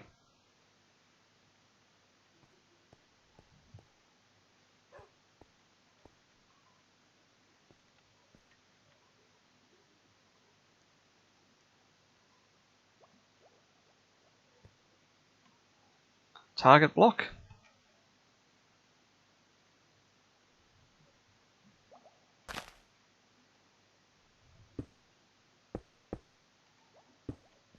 Just like that. I mean, we could have done that for all of them.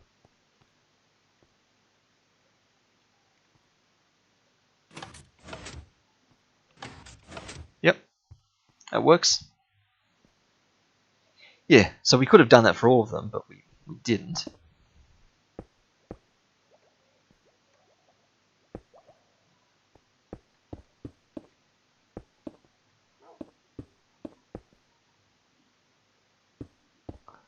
Okay, so that one. Oh.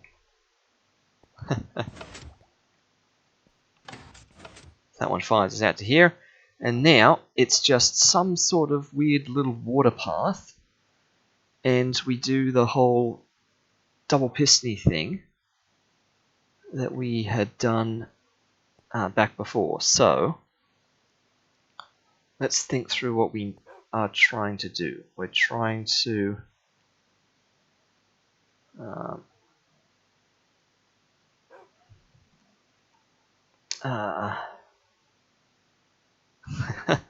what are we trying to do? Let me go outside.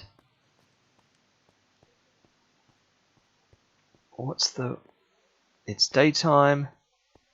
Novak's door has been open the whole time. Don't tell him.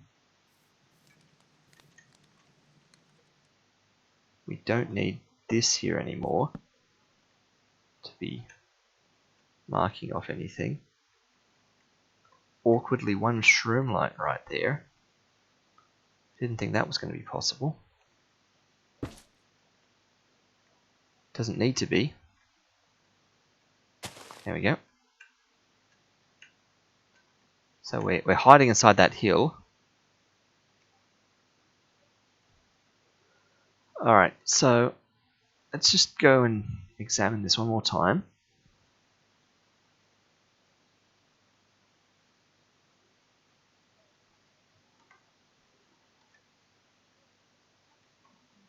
So it's those ones we're pulling away.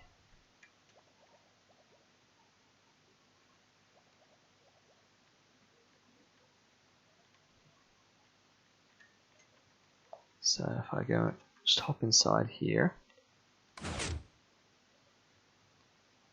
So it's these two in the corner.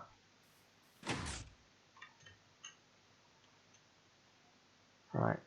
So by landing on those, yep. So we've got to replicate this. So we've got to have double piston, grabbing that one, double piston, grabbing that one. And the top piston needs to run along to a not gate. Not gate on both sides. Alright. So we're going to replicate that and then just hooks up underneath to the pressure plate. By whatever means necessary. So that we can just drop down onto that pressure plate, trigger this, open that. Okay. Let's try and make that happen.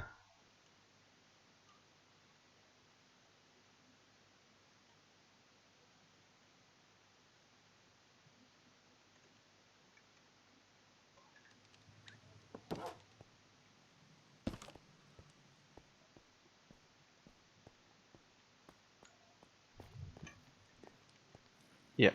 So this one doesn't even need to be a bookshelf. It's these two that are getting retracted.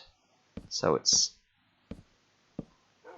those two, and in fact it's those two. that are being retracted.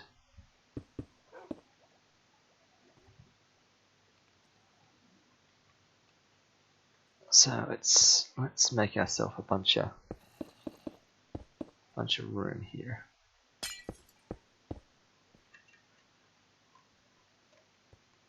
So it's those two. So we've got a pair of pistons here. These pistons are already extended.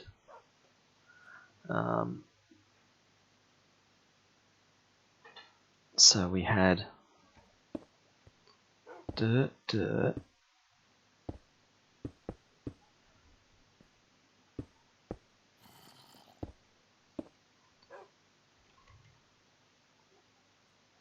redstone torch here and here. Okay, so they're both already extended.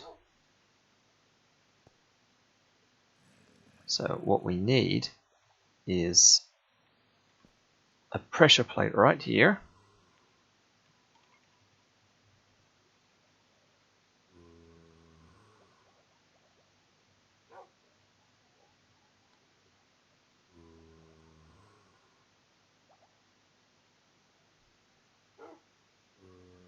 Maybe a nice heavy pressure plate. That's fun. On a appropriately colored block, which I guess is blackstone. So pressing that just has to send a signal to those. So we just got to get a signal back around, probably underneath this way.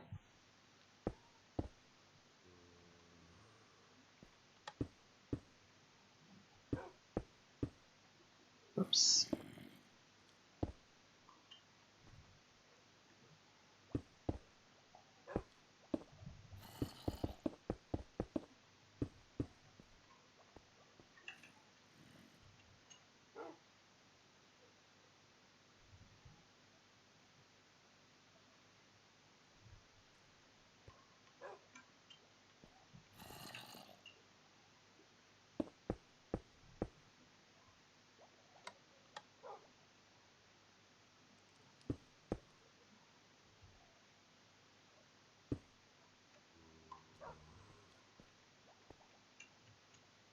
So if I force the signal into there,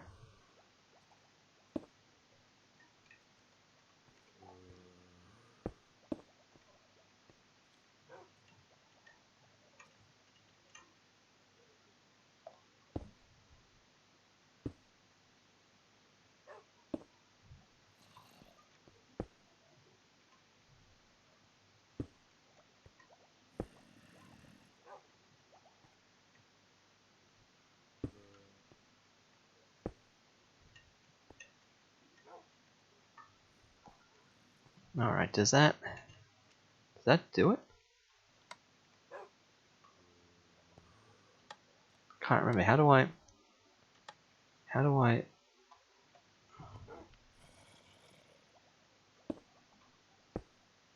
it's just that, isn't it? Oh, does that not power that?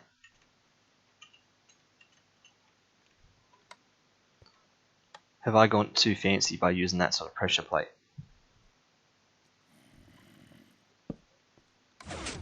Yes, I have. That does it. Okay, so gold pressure plate.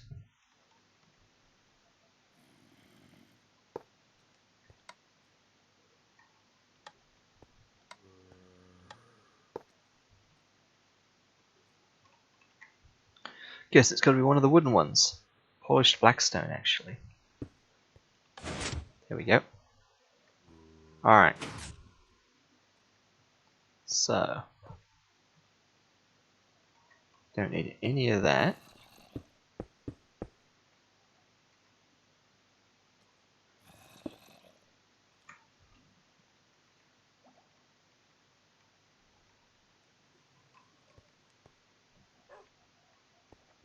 Don't need that one. We need all of those.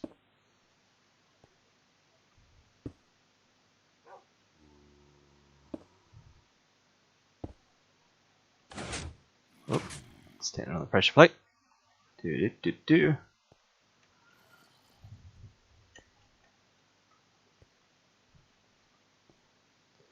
How am I going to get myself carried over to there? Like, we're in the contraption. I need to get dropped over there. We need to have done this still a whole section higher. Like, but we can't because...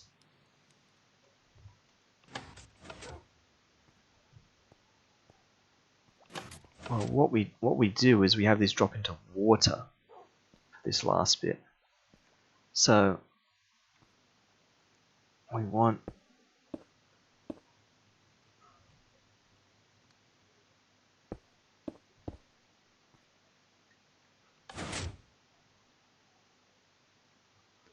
we actually want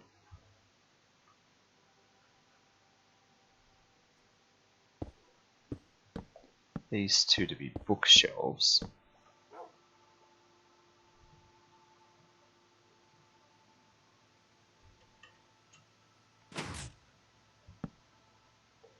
Like that.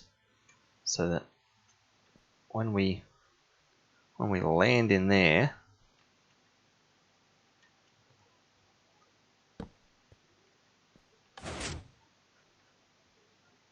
all we see is where we came from in bookshelves. Yeah.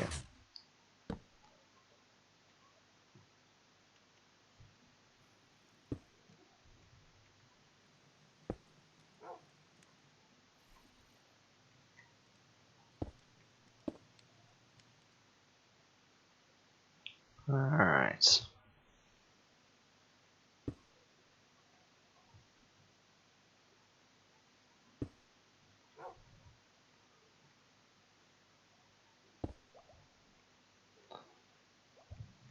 Okay, so we're going to have to start by breaking this. So that doesn't accidentally trigger on us anymore. And where this drops us down here, we actually don't want to drop all the way down to here. We want to drop down just into some water.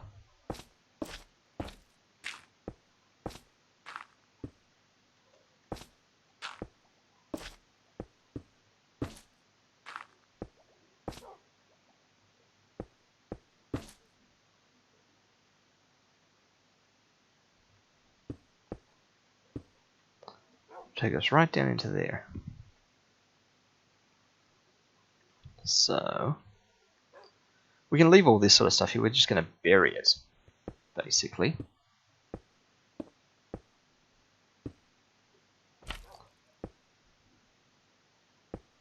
fact, I'll get rid of that so that nothing can trigger.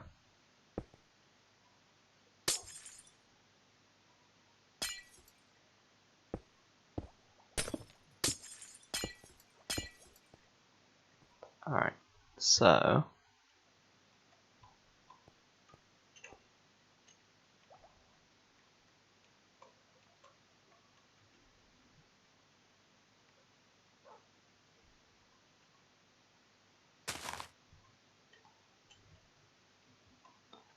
wow, okay.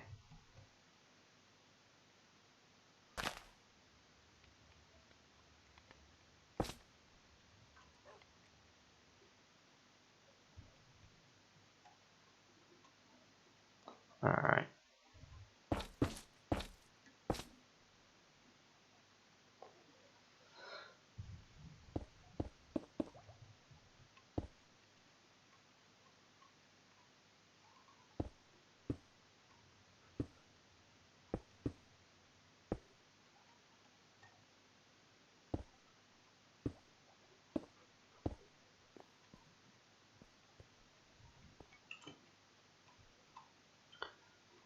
So I have water here that flows us this way.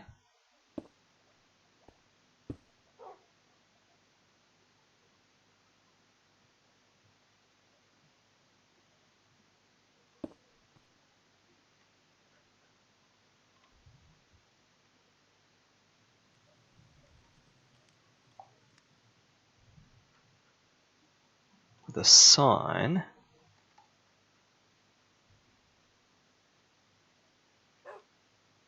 on this side. Okay, so that should just flow us down into there. And that should stop there. Test it out.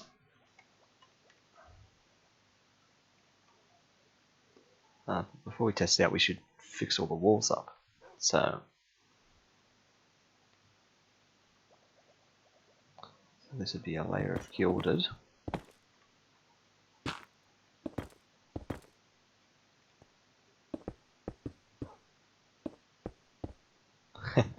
That's the old gilded down there that's in the wrong spot.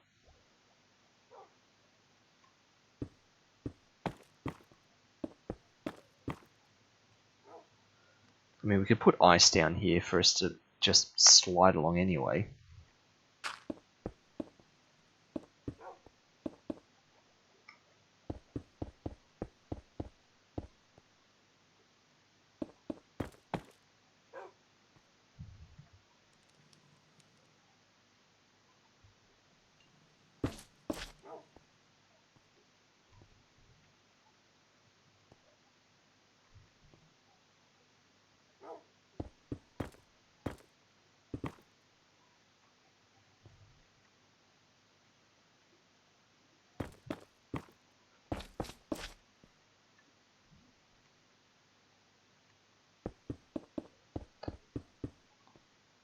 And then that's actual ceiling of Skeever's place. So we can't disrupt that. Alright. So, ice. Continuing the ice along the ground.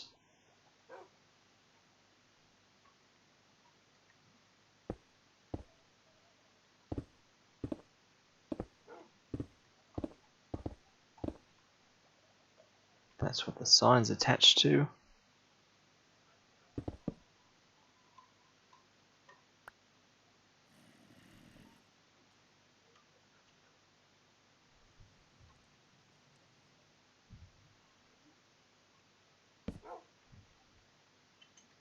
Okay.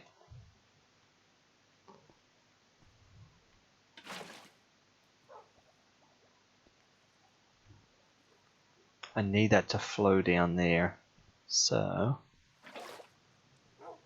sign goes one block lower.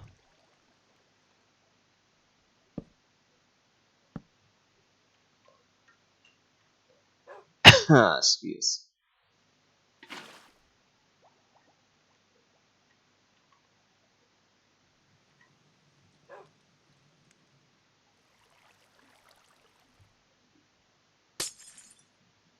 Like that. There we go. Perfect.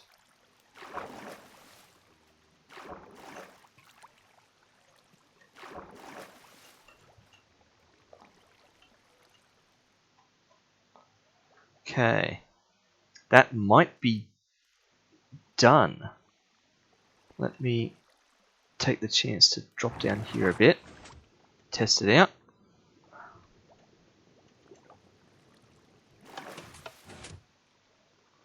Oh, that pushed me into that block there and I hit my head on that. Let's try that again and then we can work out how to beautify the rest of that.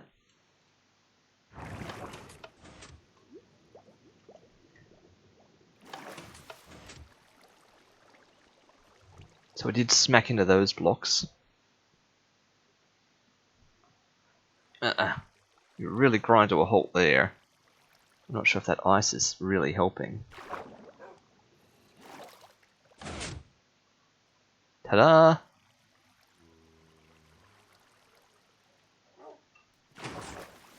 So, I would have thought that this ice was helping, but maybe it's not. I'm also going to see if I can improve my water speed a little bit by dropping down a block.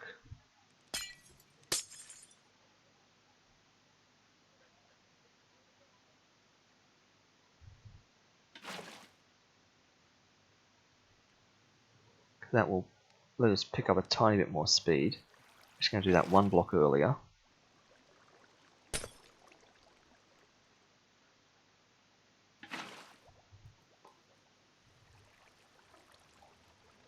Okay. Which is going to require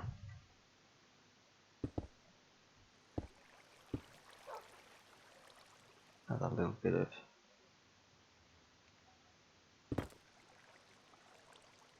that's fine, I can hit the tuff there. Okay.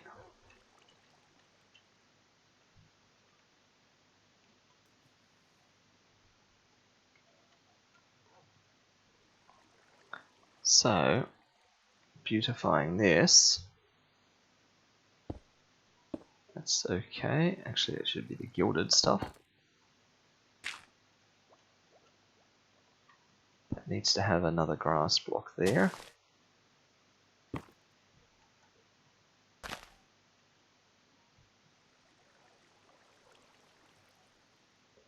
Yeah, that needs to have more of them there.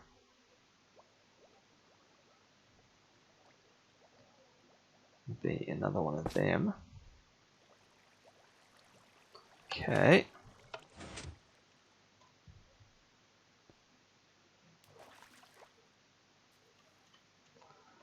Let's delay that by another.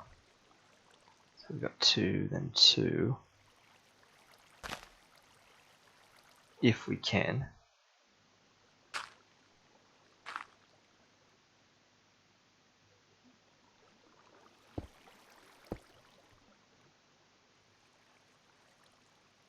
We can. We can definitely do it.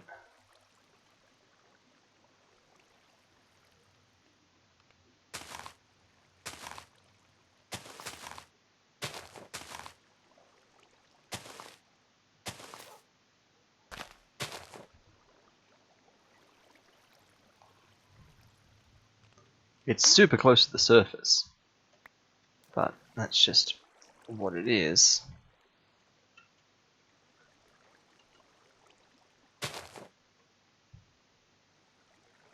We're always fighting that battle of having things super close to the surface. Alright. I think that's good. Let me shrink down here a bunch.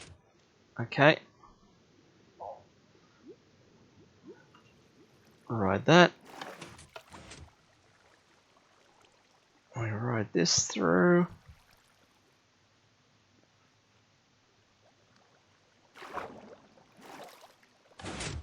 Okay. Sounds very nighttime out there. Let me pop into Skeever's bit. No, it's not. There's just zombies down there somewhere. Okay.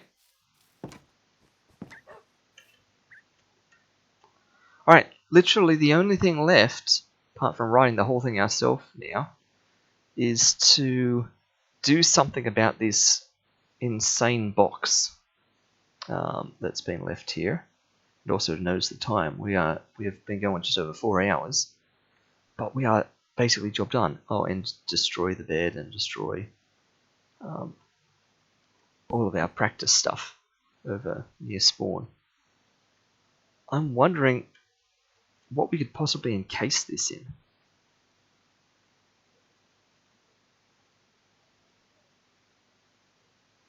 Can we make the landscape naturally sort of curl up to that? Disguise it as a tree. Ooh. As a gigantic cherry grove. That would be very on brand.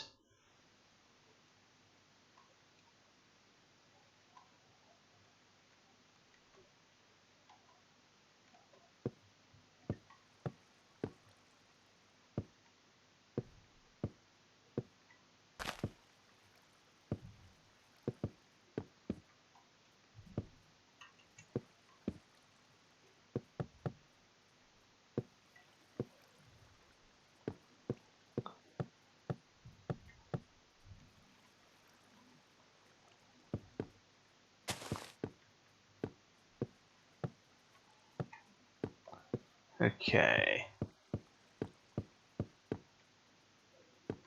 Good thing you're still here, Katooth, because I was just preparing to extend the dirt of the landscape into like a weird giant mound on the side of this, but I reckon we can make this look like just a comically large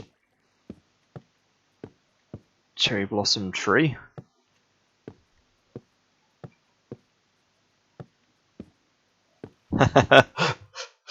Yeah, it's internal 5x5, so it's external 7x7, which is kind of yeah, kind of comically big. But it's fine. It was a good idea, and I'm going to go with it.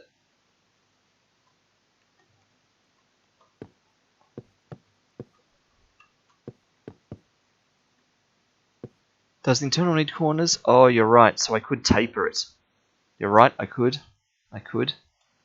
Alright.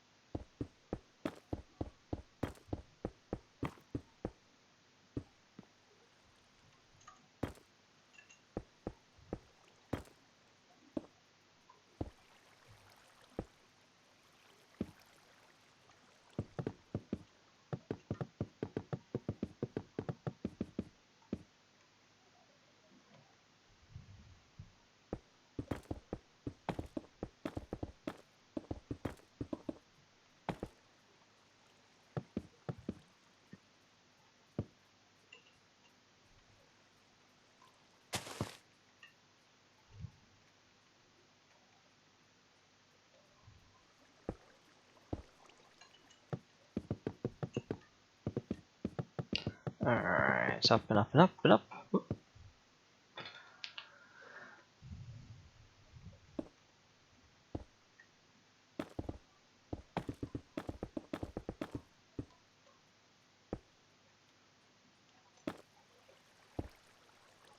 We didn't really need to go anywhere near that low, but that's fine.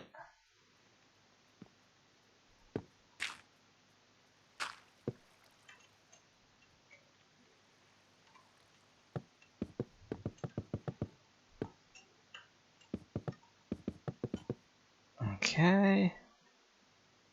Last corner.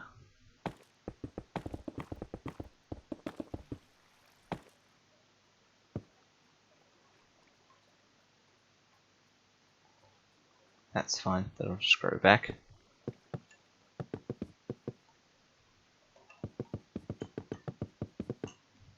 Okay. Alright.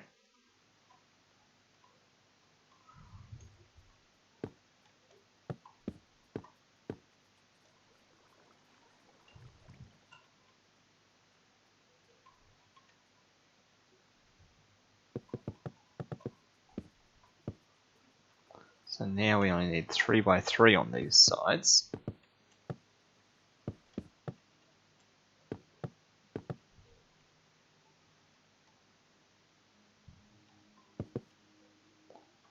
Quick nap in Skeever's bed. Ah. Excuse me, dogs. And birds and things.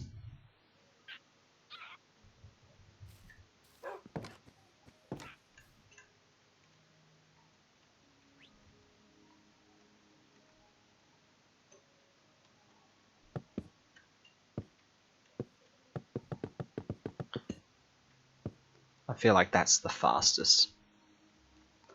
Even though I've got to like... Oh, not if I do that.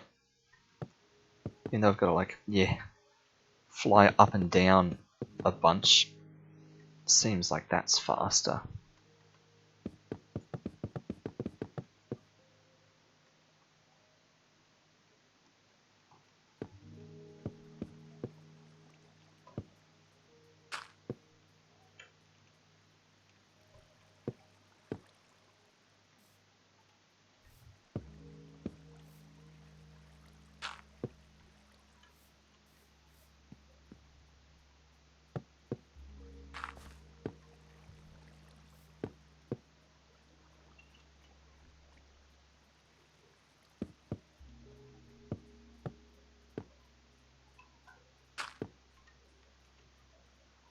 Okay.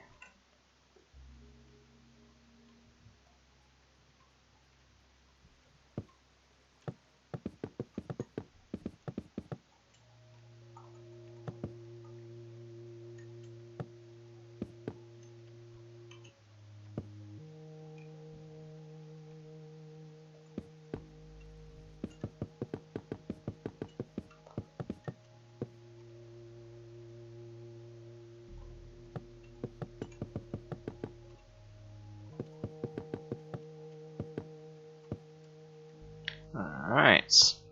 Starting to take shape now.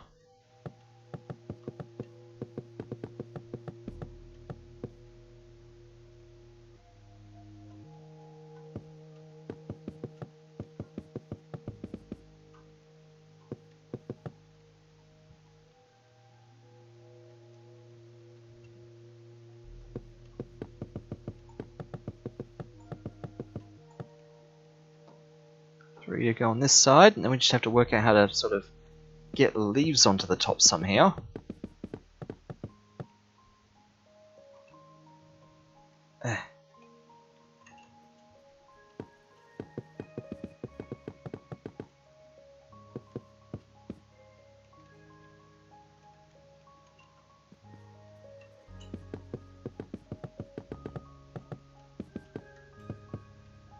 Alright. Looking good. So, the style of these is that a lot of them do go straight up, but a lot of them also jut out. They like go up and then they zigzag a bit, and they stick out with a bit. So, if I do like a side bit sticking out up here,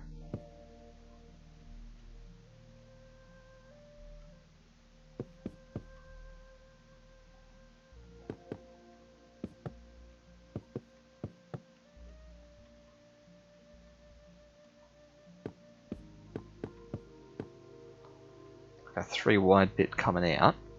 That'll sort of keep perspective, I think.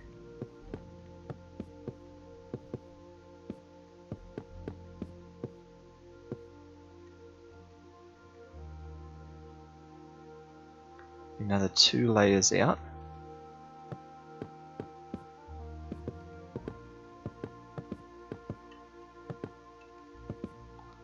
And then like a block up.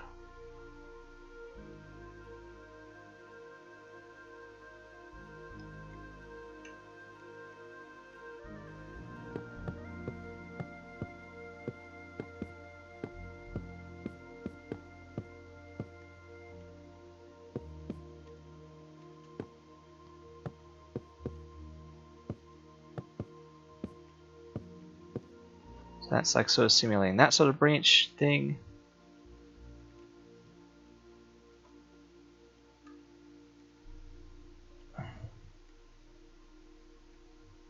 And like a zigzag.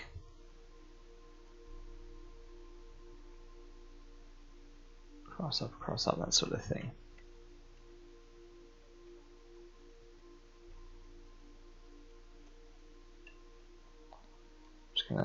Just gonna taper this in a little bit.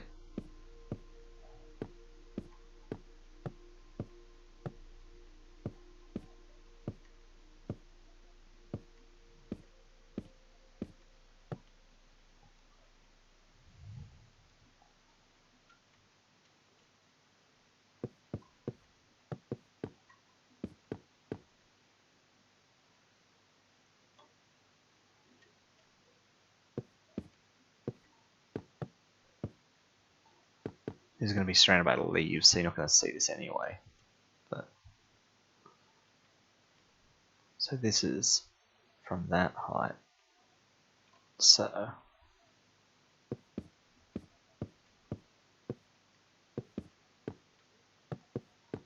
27 logs this way.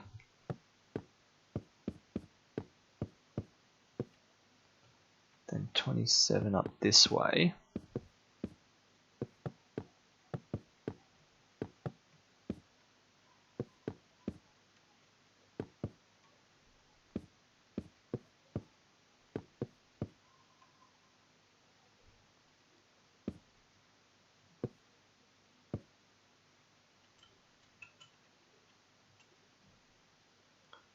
What am I doing? Cross, then up, then across again this way.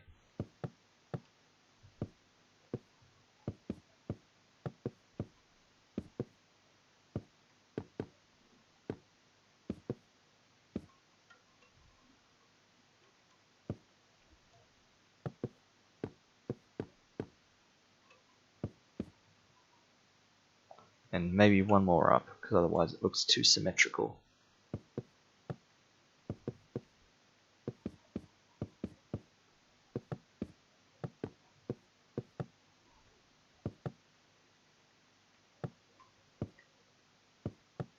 Okay, so that is kind of mimicking that sort of thing. It's not exactly that pattern. It's got that kind of thing going on. It's all very planar. It's very much into this 2D. It doesn't branch out any other direction, but that's fine. I can live with that. It sort of fits the plane of a lot of these other ones. And so now we just need to get a bunch of leaves and do this sort of thing. Sort of, 3, then 5, then on the 7 one it tapers in and it hangs down a bit.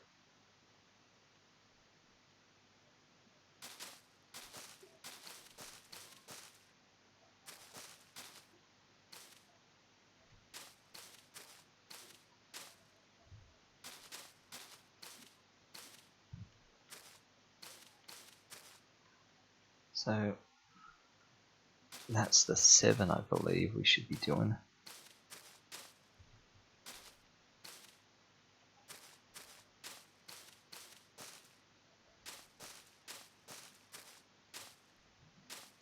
So that's the 7. And then the 5.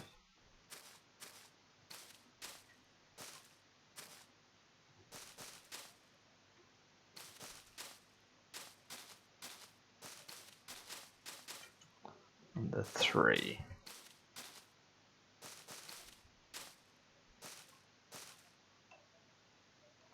And then it kind of just goes down a bit from there. Looked like the 7 had basically a whole band around the outside. And I realized that everything I do here is going to look very symmetrical and not organically natural and randomly asymmetric at all. So I'm going to have to put some lumpy bits on at the end. Need to replace the old heart tree with a much bigger heart. Well, yeah. Alright.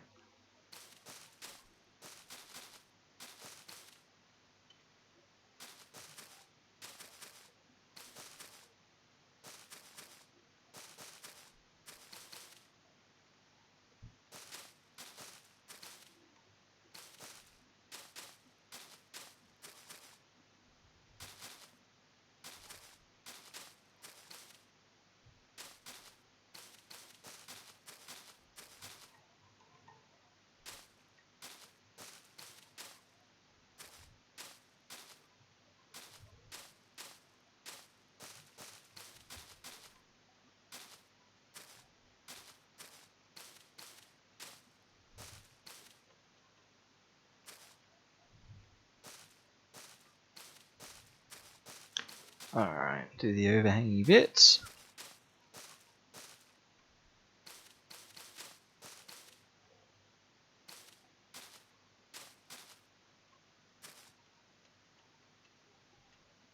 Okay, that's the one that matches there. Quickly pop back into Skeever's bed again for another quick nap.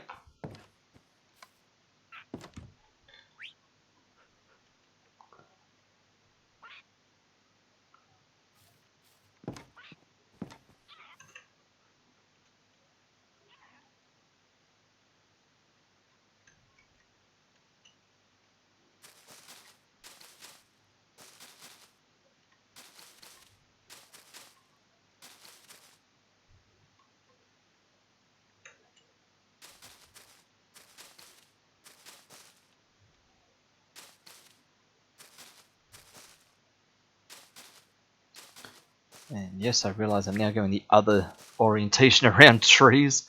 I've been rotating the other way. Now I'm getting all a bit twisted.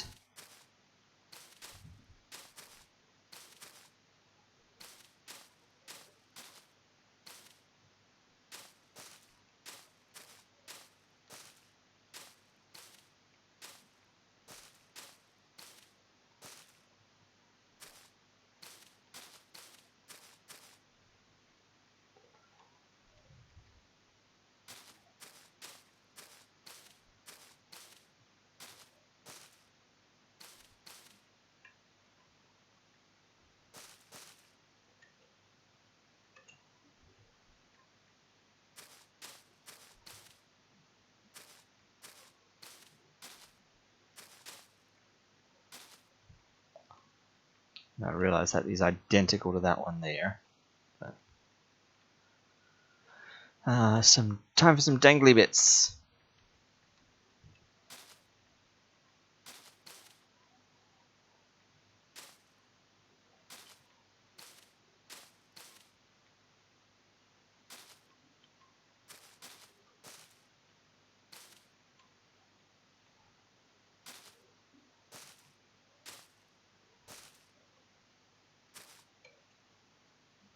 There we go.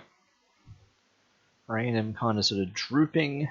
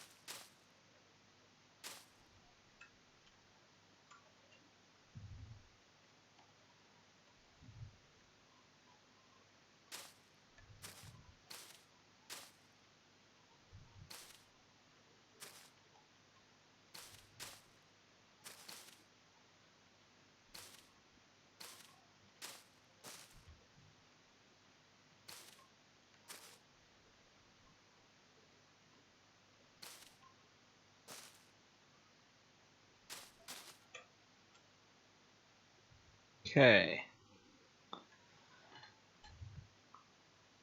Still very shaved around the outside edges. I like the downwardness of it now. Do we need one at the top? I feel like all of these have very flat tops, so no.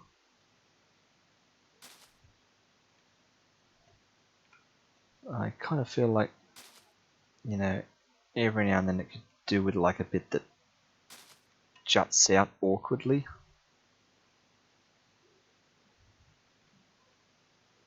Doesn't really fit the style. Some of them have corners that cut in. It's sort of more what it is. Like that.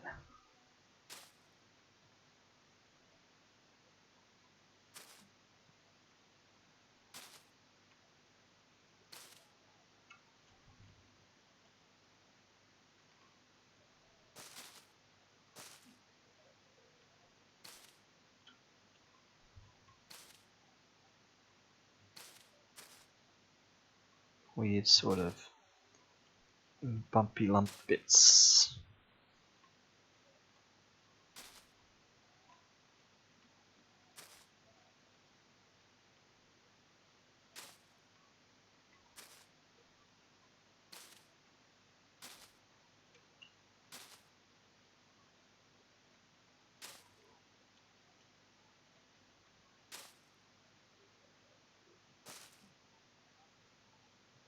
Okay. I think that one went too far. I think we're good.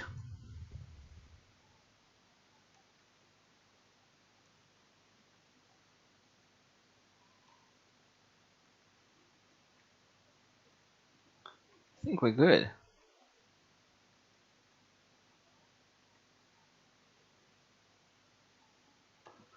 Alright. All we're going to do now is go and destroy the test stuff without destroying the Ghostbuster sign. So there's no evidence of us ever having been here. Of course, we need to bucket up this water, because we're going to make a real mess.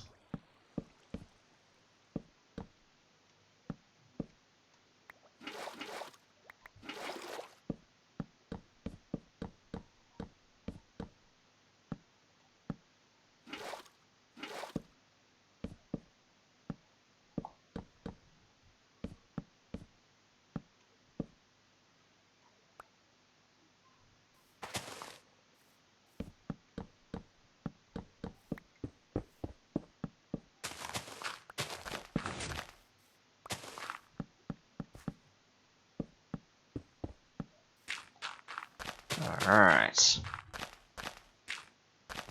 Destroy our proof of concepts. Take out the secret redstone.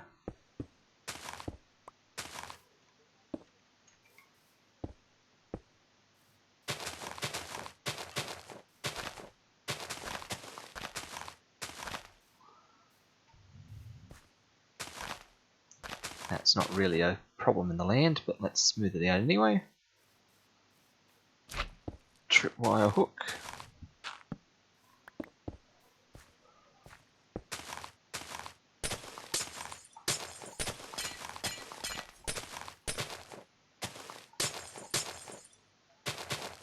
Okay. Nothing remains of that. Oh wow, look at this inventory.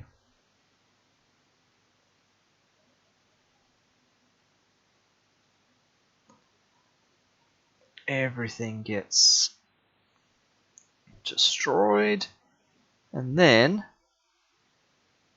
all we do now is pop back into survival mode and pretend like we're a real person who actually rides this thing, and we see what happens. The goal is it should be fully automatic, so I shouldn't need to push any keys, I shouldn't need to hold any particular direction or anything, to navigate through it. Everything just pushes me and shoves me and flows me through water.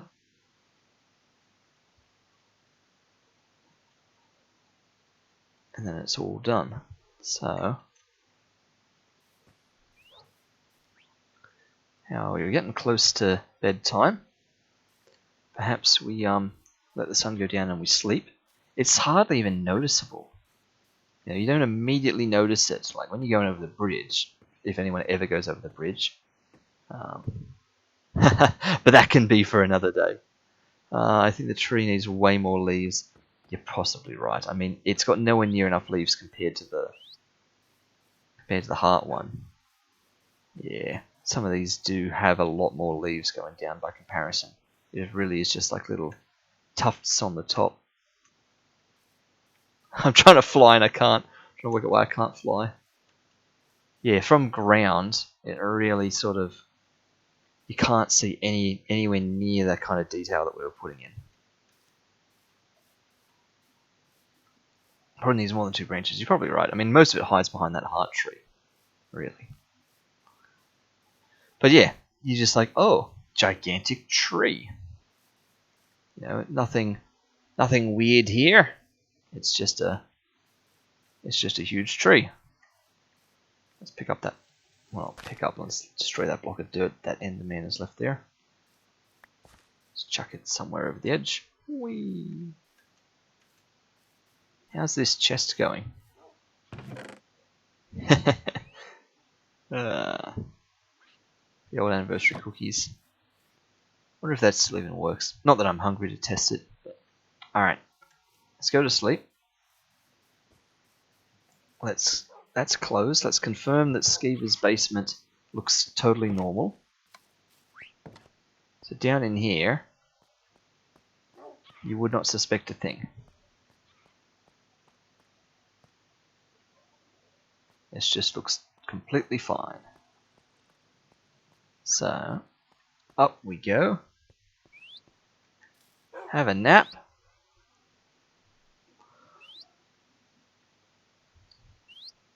And then we pretend that we are either Skeevers or Novak out fighting, doing something, need an emergency teleport back to base. No one can remember what the coordinates are. It's probably night time. So 200, 150.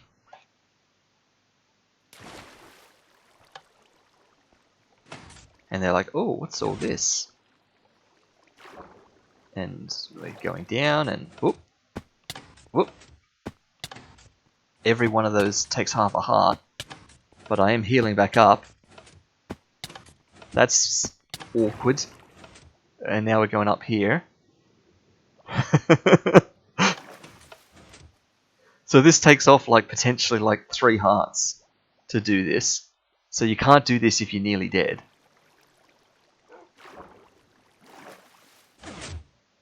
And there we are. Inside. And it doesn't break the enchanting table. The enchanting table's still working. I like it. I mean, we lost some hearts doing that. But that's just what this is. Giant tree. Teleport pad. Mission completed. Proof of concept. It works. Primary objective done. Build a surprise teleport pad at those coordinates. Excellent. Let's take that off the screen. Don't need that anymore now. And with that, we could put all our stuff back on and get going, but excuse you. I don't know if we need to. Honestly, I don't know if we're ever going to be back on here. We might be. We might go back on to fix up the tree at some point. But I say, let's call it a wrap there. And wrap things up. We have been going for 4.5 hours there, later than I wanted to be, but that's fine. The job is done. I am happy, and we can go to bed knowing that we now have a safe teleport pad for everyone. Absolutely. And with that, thank you everyone for tuning in. This has been another stream that was absolutely overthunk by Sharky. See you in the next one. Bye-bye.